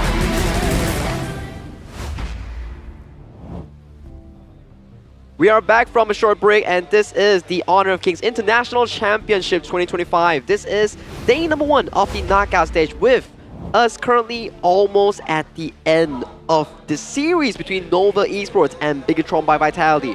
Nova has won back-to-back 3 games in a row, and right now they are at series points against BTR, the IKL champions. And the scariest part of this is not even half of the hero pool that Nova has. They have Scary. a lot more to offer. They gave us a teaser in the form of how strong Lapu could be in this game. I think we'll see a lot more of Lapus in the continuing series as well. I feel like the Lapu kit itself, the way that it provides knockup and zoning has been pretty consistent. It's like Zhang Fei using the Unbridled Outburst to zone away junglers from smiting objectives, because when you're knocked up, you can't press smite. So that has been the storyline coming in here with these Lapu plays. And I think at this point, look, BTR, I think Omkarus is having a absolutely difficult day, right? Which is expected. Because, look, every single strategy he has used, he has tried from BTR. Dismantle. To put a dent, it's not even taking them down, it's to put a dent. It has not worked today. Nova has just been phenomenal today. Yeah, I mean, they've even tried like level 1 like invades. They try to go for like really like ballsy plays on the side of BTR, and then Nova's just like, all right, bet we'll match your energy. You know, like if you want to go that way, we can do it too. And we can go for ban. Yeah. You know, like exactly right. But in this game itself, we haven't yet seen Nova bring out the true and trident picks. CY's Ogren, the Dun Dacha that they showed up against the likes of OG Esports in that game 5, and also the most important pull in that clash lane, the Dharma. It's so scary. I mean, look, there's so many options for them to explore. They can use the Flowborn tank as well. Correct. We haven't seen Wendy's, Mai Shiranui. Oh, that's something haven't definitely. I mean, there's so many things that we know Nova can offer, And that's what makes us so scared, because you're not even scratching the surface of Nova's power right now. Now, I have a conspiracy theory here. 3-0 is a scoreline, and the fourth game, we will see Omkurus open up Dharma and also Mai Nui, and they lock in a Zhuangzi jungle. All right, I bet I want to see that. I mean, it's an interesting factor that could actually come in to save them. We've seen the potential, but not maximize here. But this is game 4 here with Nova. Coming over to the blue side, Pei has been once again locked away from Zankyu's hand in this game. Okay, you see, the Pei, I think Zankyu has really showed us one of the biggest potentials of a very fast-paced Pei. Right? He's also one of the most adept junglers in the global servers coming in from the IKL region. But at the same time, Nova, do they allow the Jing to come out for the side of Zankyu? I think no. I think no. Yeah, it has to be a no, right? It's like a 1-2 ban, just lock it away. Maybe potentially first pick the Ogrun here, like you mentioned here. As of this point, if you lock in the Ogrun on this first pick, you will force the side of Zankyu to potentially pick up the Musashi for himself. Which can be a double-edged sword. BTR, they're not going to allow that Luna pick as well for the side of Nova. CY's specialty. We'll see if this is going to be the case. Nova fans are feeling it. And of course, Nova going to start off with the Flowborn Marksman, which means we know a tank roam is coming. So this one, Flowborn Marksman, has been increased in popularity as a first pick or a 1-2 towards the red side as a priority so far. So I asked some of the pros, they told me like, hey, the laning phase, not as great, but once you get out of the laning phase, that's where Flowborn Marksman, the damage is actually insanely high. Yeah, so, I mean, the limit is really, really tight here. And BTR, they will pick up the Lapu Lapu for today. How many times will we see Lapu Lapu? Yes, 4 times out of the entire 2 series back to back here. So definitely with the release of Lapu Lapu in towards the tournament server here, it has shown a lot of results here. After this series, we will see either it going 4-4 in terms of 100% win rate or 75% win rate after this. I like this synergy coming in, right? Because you can do it vice versa. The Lapu Lapu sets up for the Yixing, or the Yixing sets up for the Lapu Lapu. But once again, we get a special treat here. We're gonna get the Wendy Mai Nui coming in from Nova Esports. That is a scary pickup here coming in from the Nova roster here. You have the Mai Nui and also the Zhang Fei, so that's double setup already. And Zan going for his comfort and his one and true pick here. The Arlie lock in for Bigetron by Vitality's farm laner here. Yeah, I feel like today Muji hasn't been really tested yet, right? So I want to see Muji go up against Zan. Zan, this is one of his best picks. If there has to be a win that comes out from BTR, this has to be the game, because if they don't, they will be sent down to the lower brackets. And being sent down 0-4 in terms of the scoreline will really hurt your confidence moving on as a team. As in lower brackets, every single mental shift will affect the team as a whole here. But focusing on the pick and ban itself, more junglers will be targeted towards Nova CY in this case. So BTR, what do they pick for Zankyu here on 4th? I don't know. How much more damage can you deal against Nova at this point? Nova, they are looking at the Fuji as a potential clash encounter here. Taken out. So a little less control because they have plenty. And BTR says it's not enough. We want the Byron in as well. The Storm Strike might be the lightning strike that switches BTR on. I feel like Nova potentially... Oh, Liu Bang here. What are they going for? What's a good delivery system towards the backline here? It's the Maestro on Wendy. So that's a lot of damage here coming in from Nova that's being generated in that match department, and they double down with a Fade pick. I'm no hero. Now this is really scary because, okay, look, one of Fade's weaknesses is the fact that he is really squishy. So this Liu Bang pick with the Battlefield Command is yes, it is. It's Kongming jungle. It's a Kongming jungle. But you know what? This Fade, I think, might be the killing blow for BTR. Like a game of Go. It might be, whereby you have so much control and CC in the Nova draft, and BTR is looking pretty good. Wait, Lapu jungle? I don't think so. I don't think so. They haven't swapped up yet, so give it some time.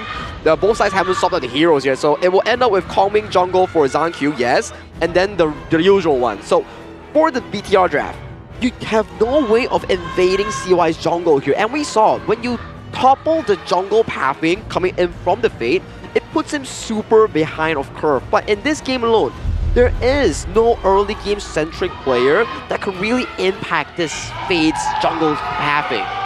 In fact, I would argue the double down on it. BTR can't protect their own jungle. Level That's 1 it. is a complete wash here. It's going to be so dangerous. And if Nova invades, how does BTR respond? I have an idea. Put the Arlie towards the mid lane, get that priority rolling, and then you can protect your jungle simultaneously. Get those small jungle camps, like the Spike Kill Bees, like the Fire Beak, for example. We'll see what is the case is going to be, because the Nova fans are feeling, the Nova fans are cheering, and they are loud. That's not only Nova fans, BTR fans as well are cheering for the IKL champions here. They don't want this to be a 4-0, but MKL fans, they want this to end right here, and it is right now. That's right. So we'll take a look. I mean, if you're online, you're watching from the game, you're watching from social media, give us a cheer, give us a support.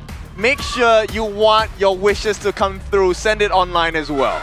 To send it online, I will have to send it towards the gorge. This is game 4 with going to the lower brackets on the line here for BTR. They need to do whatever they can to keep this series alive and available. This is Nova Esports taking on BTR by Vitality in game 4 of the best of 7. There we go. Sagi said it best. It's game number 4. This could be match point for Nova, and the way they have been playing, BTR will have to pull out all the blows here. Ormson started in the mid lane, just trying to get the upset onto Wendy. Wendy is on the Mai Shiranui pick. This is going to be something they have to topple. I love this. Ormson is showing us the value of the Lapu Lapu, but right away, Zan! Oh no! This is a very uncomfortable situation. Yeah, it is, exactly, especially going against the Flowborn marksman in the early games, right? You get those empowered attacks, it does so much damage. Yeah, and it does piercing strikes. That's the worst part, right? You're able to clear the wave super quickly. Oh, absolutely. It's one of my favorite marksmen to play, to be honest. It's just a very great hero to pick up and play. Not the hardest to play either. Yeah, and I think this is going to be maybe that turnaround condition for the side of Nova, right? Yeah. A tipping point, I would say. Because they have given respects to ZanQ, they haven't really gone for that level 1 invade. Oh, speaking of level 1 invade though, I mean, there's a lot of action going into the bot side of the map already. I mean, both marksmen and their supports are level 2, so no ultimates will come through just yet. Yeah, this one is I feel like we are bubbling, we are simmering right now, right? But once it boils over, the lead is going to be immense for either side. Oh, absolutely.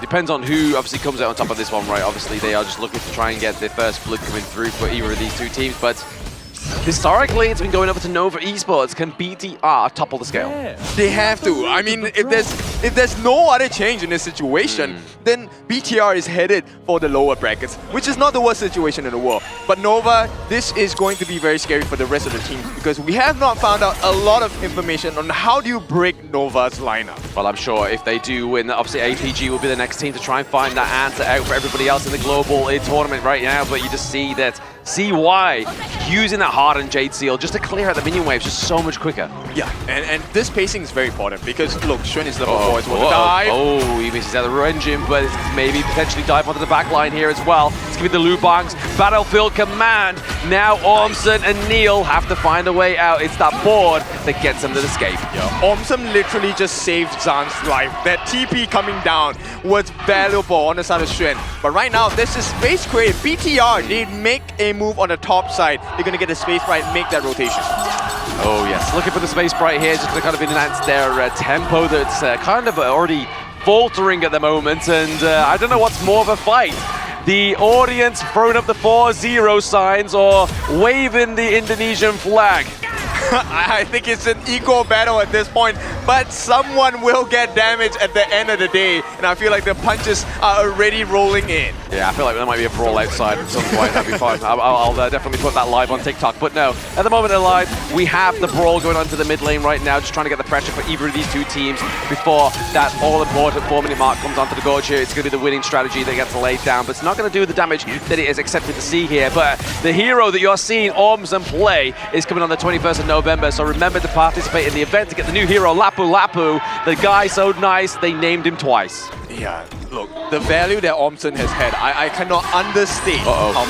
Neil, what are you doing? You have the invincibility, but he's going to be okay. He's going to be okay, it's fine. Yeah, I mean, 12 more seconds, right? This is going to be the first big fight between the two teams. Nova and BTR, whoever gets the Tyrant should have a huge advantage. Oh, absolutely. I mean, already Nova's displaying a lot of damage right now, and Orbson is on the run. Maybe just trying to contest this. Golem, but there it is.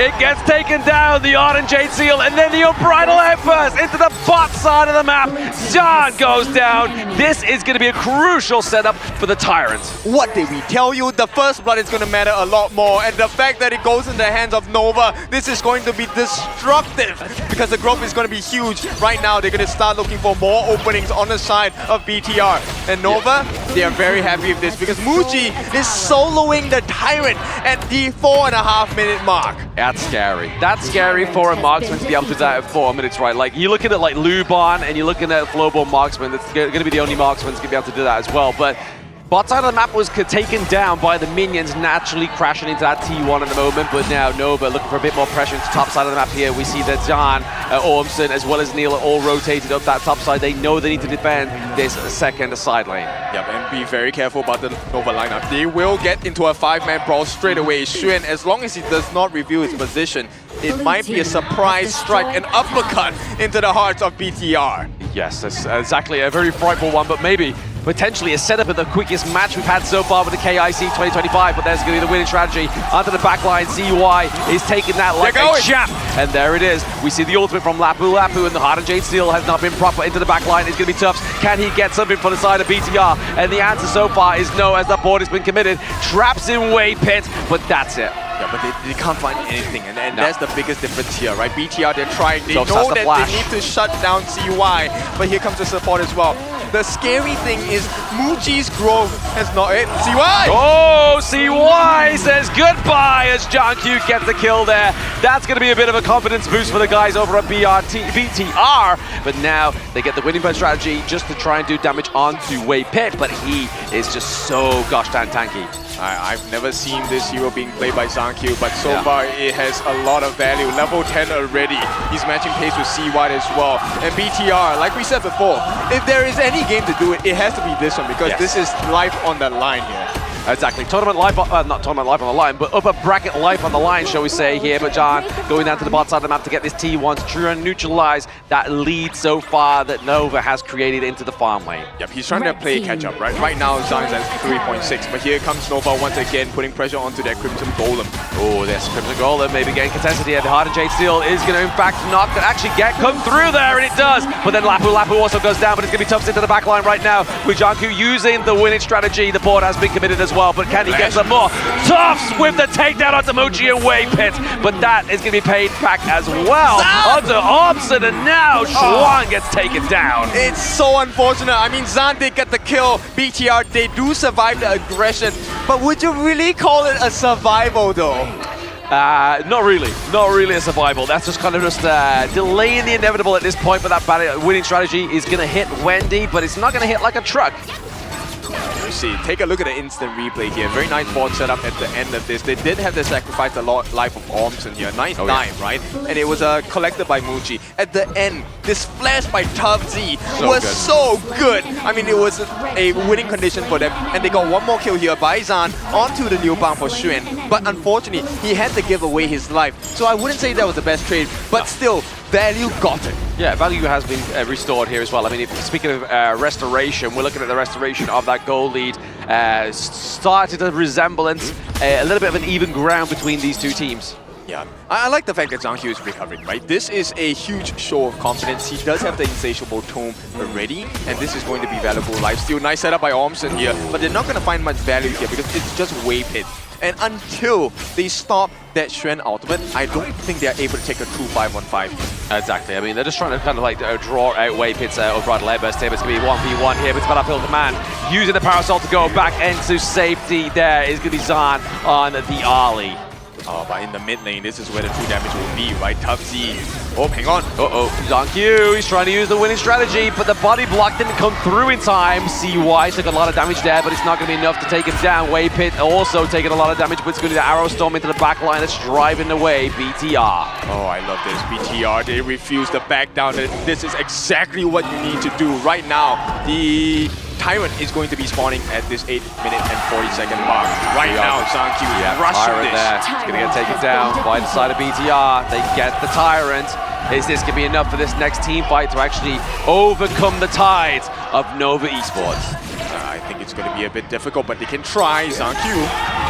Oh, there it is, the Radiance with the Unbridled Outburst, but there is no catch into the backline. CY is trying to do damage onto Orbson, but now the Stampede keeps Orson away, locks Tubes away from the rest of the guys, but Waypit and Schwan goes down to Zahn and Tufts. Yep, they just can't do it, Nova. Maybe this is the time.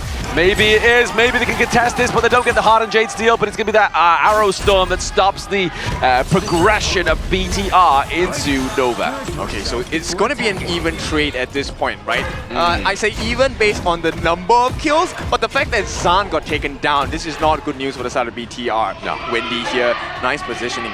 The information gotten for him is going to be very important. Neil, he has to be careful where he steps in. Ormson is coming in as well. Oh, no. He's on the run, he's looking, he's trying. Wendy's like, no, that was my brush. Get out of it. Yeah, I like this defensive positioning from the side of BTR, right? Yeah. Neil was ready to lock them in the board if that happens. Oh, yeah, exactly. But that's going to be the Arrow Storm being committed here by the side of Nova's Muchi. But Ormson just getting that check, getting that intel onto Muchi as well. Wendy just trying to throw the Kachusans just to do a bit of damage onto the backline of the enemy team right now.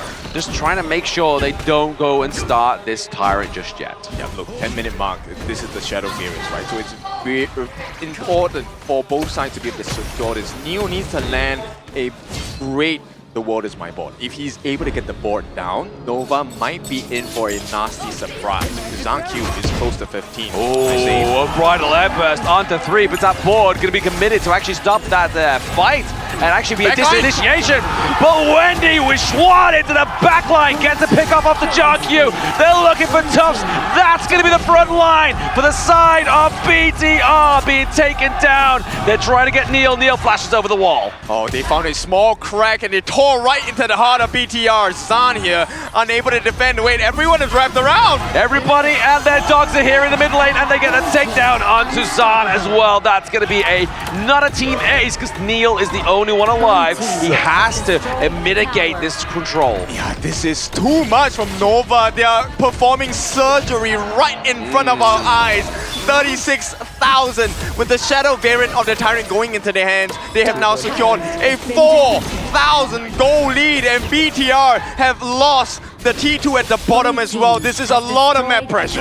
Yeah, T1 falling into the mid lane, T2 in bot side of the map as well as that Shadow Tyrant. This is going to be a lot of damage for the side of Nova to come through here. The Unbridled Outburst catches onto 2. It goes onto Neil. Neil has that passive. He gets taken down as well. The Hardened Jade Steel comes through. Yeah, it's godlike for the side of CY. They're looking for more as well to set up onto the backline. Can they find what they're looking for? For now, it's going to be a short pause. But the damage onto the T2 by Muji, this is disgusting. Yes. Nova just too powerful. Yeah, just using Waypit as like an overpriced minion there, just so we could get those pierce and affected arrows onto that T2 in the mid lane. But there is a bit of a tough fall into that mid lane as well. They're trying to defend that higher ground turret. This crack is going to be big. I mean, this is going to be a deep gash into the base. We'll see. Deep gash. The Unbridled Outburst. Not quite got it yet, but they are looking to do damage onto Tufts. Tufts taking too much already into that T5, but that T3 falls down to the bot side of the map here as well. We do have the Battlefield Command come through also here from Schwan. They have no minion wave. BTR have a bit of a reprieve. It's so crazy because the value that Xuan is giving is so much. I mean, it saves the lives of CY. You waste the ultimate of Zhang Qiu as well, and now you have a bleeding wound on the bottom side of BTR's base. Like, every single notion says that BTR can turn this around. They do have the damage, they do have the setup, they do have stuns, but every single time they try, Nova beats them down again and again. They've got to keep trying, right? I mean, you got to keep throwing stuff at the wall until it sticks, and that's going to be the quote here for the side of BTR. But now, obviously, we have minion waves charging through into the bot side of the map and into the mid. They're looking for more high ground turrets. Yeah, I mean, Ormson has been phenomenal in this game so far, right? But for now, they have managed to force out the ultimate by CY here, 100 Jane mark, but that is going to be a very short cooldown. They get the T3 in the mid as well. is starting to look like the beginning of the end for BTR. Yeah, just using CY there just to get that ranged attack damage when he's on the wall. Just driving away BTR from those high ground turrets, but now Schwan has to use the Battlefield Command. He gets out alive, but that is going to be the Shadow Overlord taken down as well. And look at that, they pull BTR all the way to the bot. They get the space for the Shadow Overlord, and right now BTR with the only structure standing in between the crystal being that T3 at the top. It is looking a bit tight here. Very tight indeed. I mean, we have to check that one for ourselves, but at the moment it's going to be at the helm here of Nova. This is Nova's push to lose here. CY doesn't want to get caught out just yet. Yeah, now they're just waiting for the cooldown on the Shen's ultimate here. The Battlefield Command showing you it is up now that once CY dives in, BTR, this might be the last attempt they will ever have. It could be the last attempt here to try and get a win off of Nova Esports. They still don't have any kind of privilege for the side of BTR right there, just literally trying to defend their crystal to the best of their ability whilst we wait for the Shadow Vanguard to come through. There's two members to set up, right? We have the Wendy knockup, we also have the Wave Pit ultimate. We'll see. And of course, if CY ever feels ballsy enough, he can dive right in the heart of BTR. They've got there it is. Base. The final T3s do fall here for the side of BTR. Nova, Wave Pit, using the Unbridled Outburst, catches up to none, but the Stampede comes through here as well. The Wolves might both be committed, but it's not going to be enough here. The pressure onto Nova is minute as they push the Crystal in game number 4, and Nova take the win into the upper brackets. It's a clean sweep for the side of the number 2 seed from MKL, Nova Esports. What a way to end the first day of knockouts. Surgical destruction on towards Bigetron by Vitality. First 3 games, every single movement that has been dealt on towards the boards by BTR has been dismantled coming in from the Supernova, and right now in game 4, it looked neck and neck in the early game, but the execution on the Mai Shiranui and the Liu Bang combo was so darn crisp, and CY's fate was the most cleanest I've seen out of the tournament. Yeah, I mean, KIC2025 really has had a lot of surprises for us. Once again, we congratulate the winners, that is Nova Esports, in this 4-0 sweep against their rivals here, BTR. But IKL fans, do not be disheartened, do not be sad, because this has been a lesson that is super valuable and super deep. Correct, whereby today Bigetron lost. It means that they go towards the lower brackets to face off against Twisted Minds for the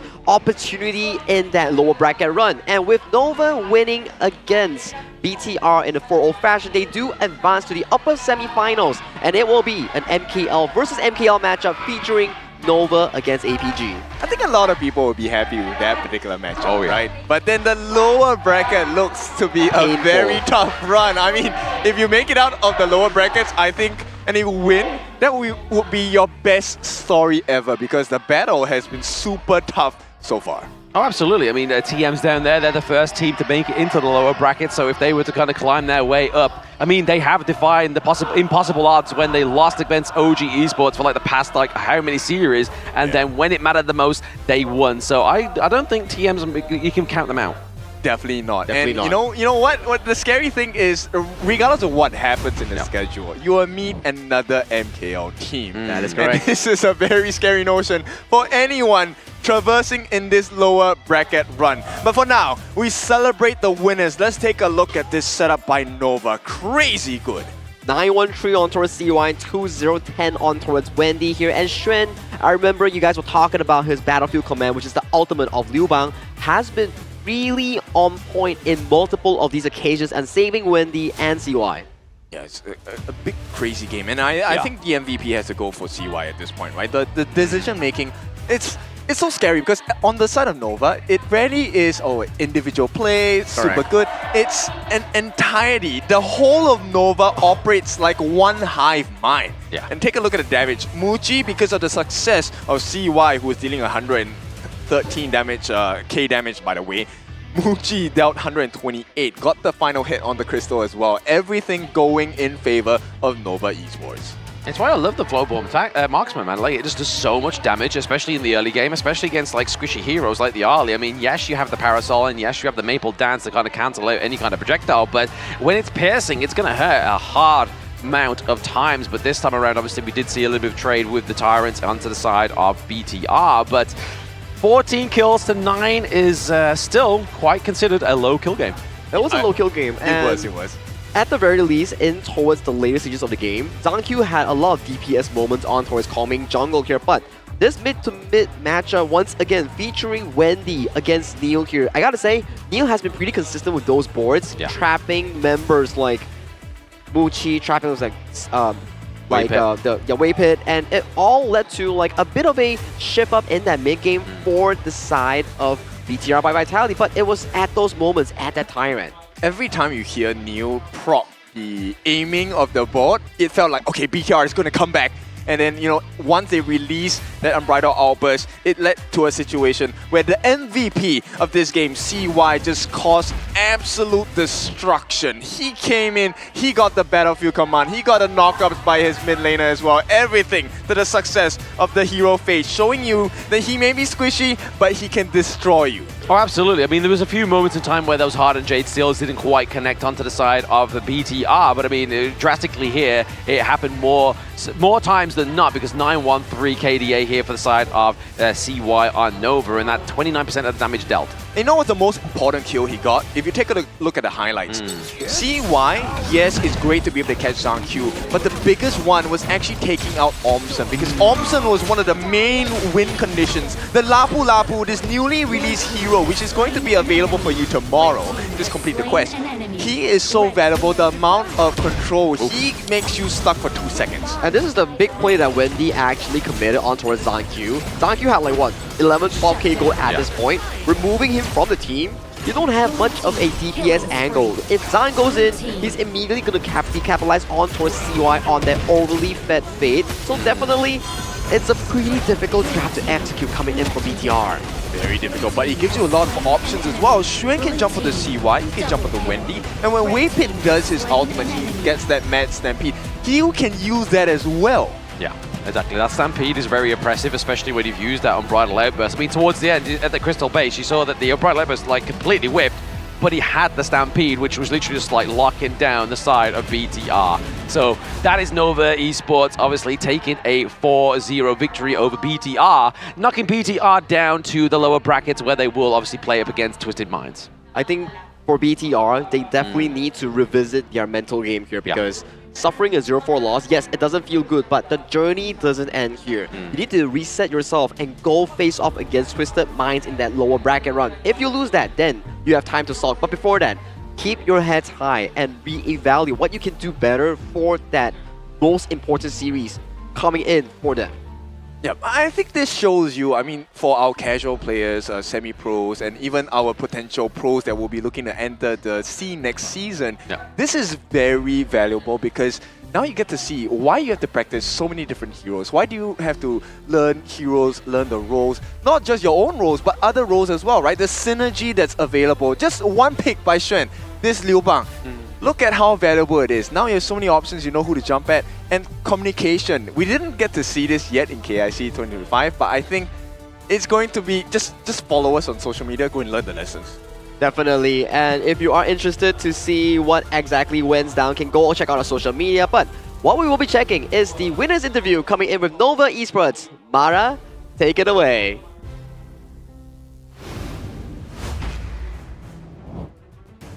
Nova is showing us their strength in this competition. Congratulations, Waypit. Xuan, the 4-0 Waypit, was that something that you predicted even before the game started? Yes. Pretty much, yes. Very confident. Now let's talk about this combo that we've been seeing throughout the competition, the Dolia Nezha pick. Now, why do you think these duo combo exist in KIC 2025? Because it's very easy to play, and Nezha with 2 Audi is very OP. Very easy, very OP, and I'm sure everyone watching will use this combo a lot more in our RG. Now, Xuan, you've defeated your former teammate, Zhang Q. But you know what? He's one of the top players, rising players right now in KIC and in the HOK. So what would you like to say to him? Because you've just sent him down the lower bracket. Any message for him? Zhang Q is a good player. I'm sure he can do better. Very nice words to tell Zhang Q, and I'm sure that he'll take it to heart and he'll want to climb up. Now, Waypit, up next in the upper bracket semis. Once again, you're going to be facing Alpha Gaming, another Malaysian team, and they've never defeated you in an international tournament or a single series. Is there anything that you would like to say to them? Good luck. Enjoy the game. I think it will be very interesting. It'll be very interesting, and no matter what, for sure you will make Malaysia proud. And of course, Xuan, what would you like to say to all the Malaysian fans, all the Nova fans? Sure. Terima kasih atas sokongan kepada Noah. Kami akan terus berusaha untuk menang. Malaysia boleh. Malaysia boleh. Wait, but can you translate it for us? Thank you for support us. We will do better. Malaysia can. I don't know what's better than that because you guys are so phenomenal. Once again, congratulations, Swan. Congratulations, Waypit. Congratulations to Nova, showing us how it's done here in KIC 2025, raising the standards in the international stage. We're going to be talking about what's happening next, so we're going to head back to our casters. Lead the gorge.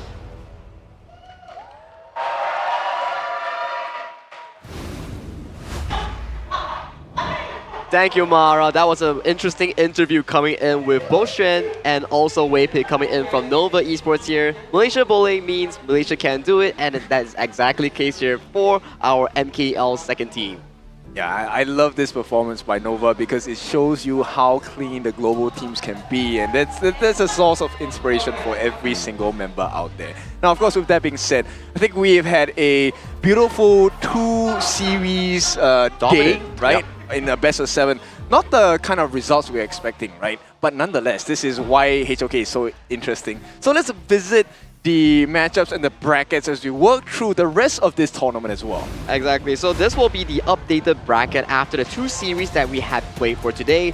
Nova Esports defeated BTR in a 40-0 fashion and advanced to the upper bracket match 7 semifinals. With them will be APG, who defeated KMW's Final Hope Twisted Minds, advancing themselves to meet Nova at that upper bracket. But take a look at the lower bracket here. Match number 5 will be featuring BTR against Twisted Mind for tournament hopes and elimination lines on the 22 November. Yeah, this is going to be a very important matchup, right? BTR and Twisted Minds, I don't know if they've ever met before. I don't think so. No. Okay, now that is interesting because I want to see the strongest of IKL go up against the strongest of KMW. We will be entertained and we will be learning quite a lot. But of course, let's not jump too far ahead of ourselves. Tomorrow, this is the deciding fates on the side of Homeboys Black True Esports, who will be taking up their mantle against Vesaka, one of the dark horses of this competition from IKL. And of course, we have the El Clasico over here, a rematch of Blacklist International against Boom Esports. For Vesaka, if they can really make it past the side of Homeboys Black True Esports, they can make it through the entire tournament there. But easy said than done. We saw how Homeboys Black True Esports, how dominant they were back in the group stage itself. So it's really up to how Vesaka is able to gain that knowledge, just like what BTR has done against Nova in today. And the last matchup of yet tomorrow will be Blacklist International versus Boom Esports. Good news for PKL fans. You get minimum 1 team, maximum 1 team, to that semifinals, which is top 6 finish. But you will have to sacrifice one of your homeboys to that lower bracket. I like the fact they use homeboys and sacrifice. I don't know if that's going to be the case. I mean, the Saka fans definitely want to sacrifice the homeboys Breakthrough Esports team to get the IKL hopeful into the next stage of the tournament. But with that being said, I think we are in for a very fun day tomorrow. But definitely, that was all the series that we have today with MKL teams reigning supreme in a much more dominant fashion in a 4-1, 4-0 for both APG and also Nova Esports. It has been a great day. My name is Sagi HOK. Along with me is Kin Dofu and Bland Moba. This is day number 6 of Honor of Kings KIC. We bid you good night and goodbye. See you tomorrow. As one story continues, another must begin anew. 2 teams have been sent down the lower bracket to survive another day, while 2 move forward in the upper bracket. But tomorrow, it'll be bittersweet matchup. In front of the home crowd, it'll be Philippines versus Philippines.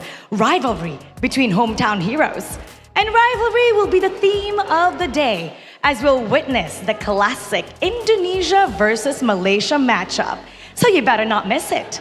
I'm Mara Aquino, and you've been watching the Honor of Kings International Championship 2025. Keep it good vibes, everybody, and we'll see you tomorrow. Have a good night.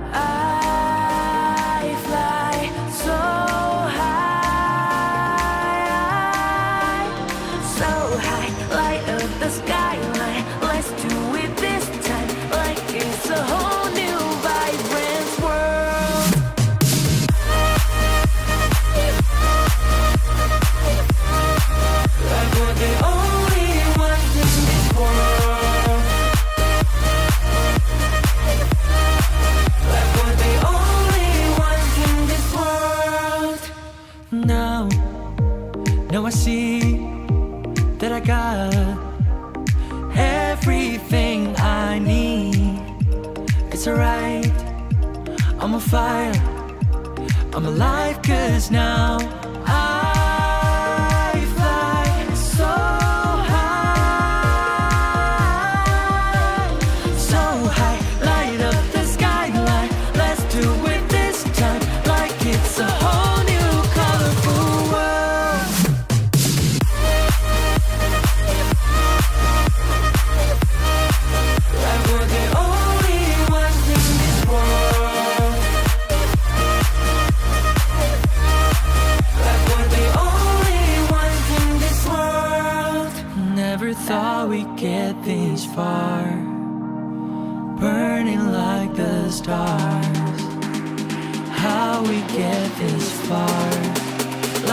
the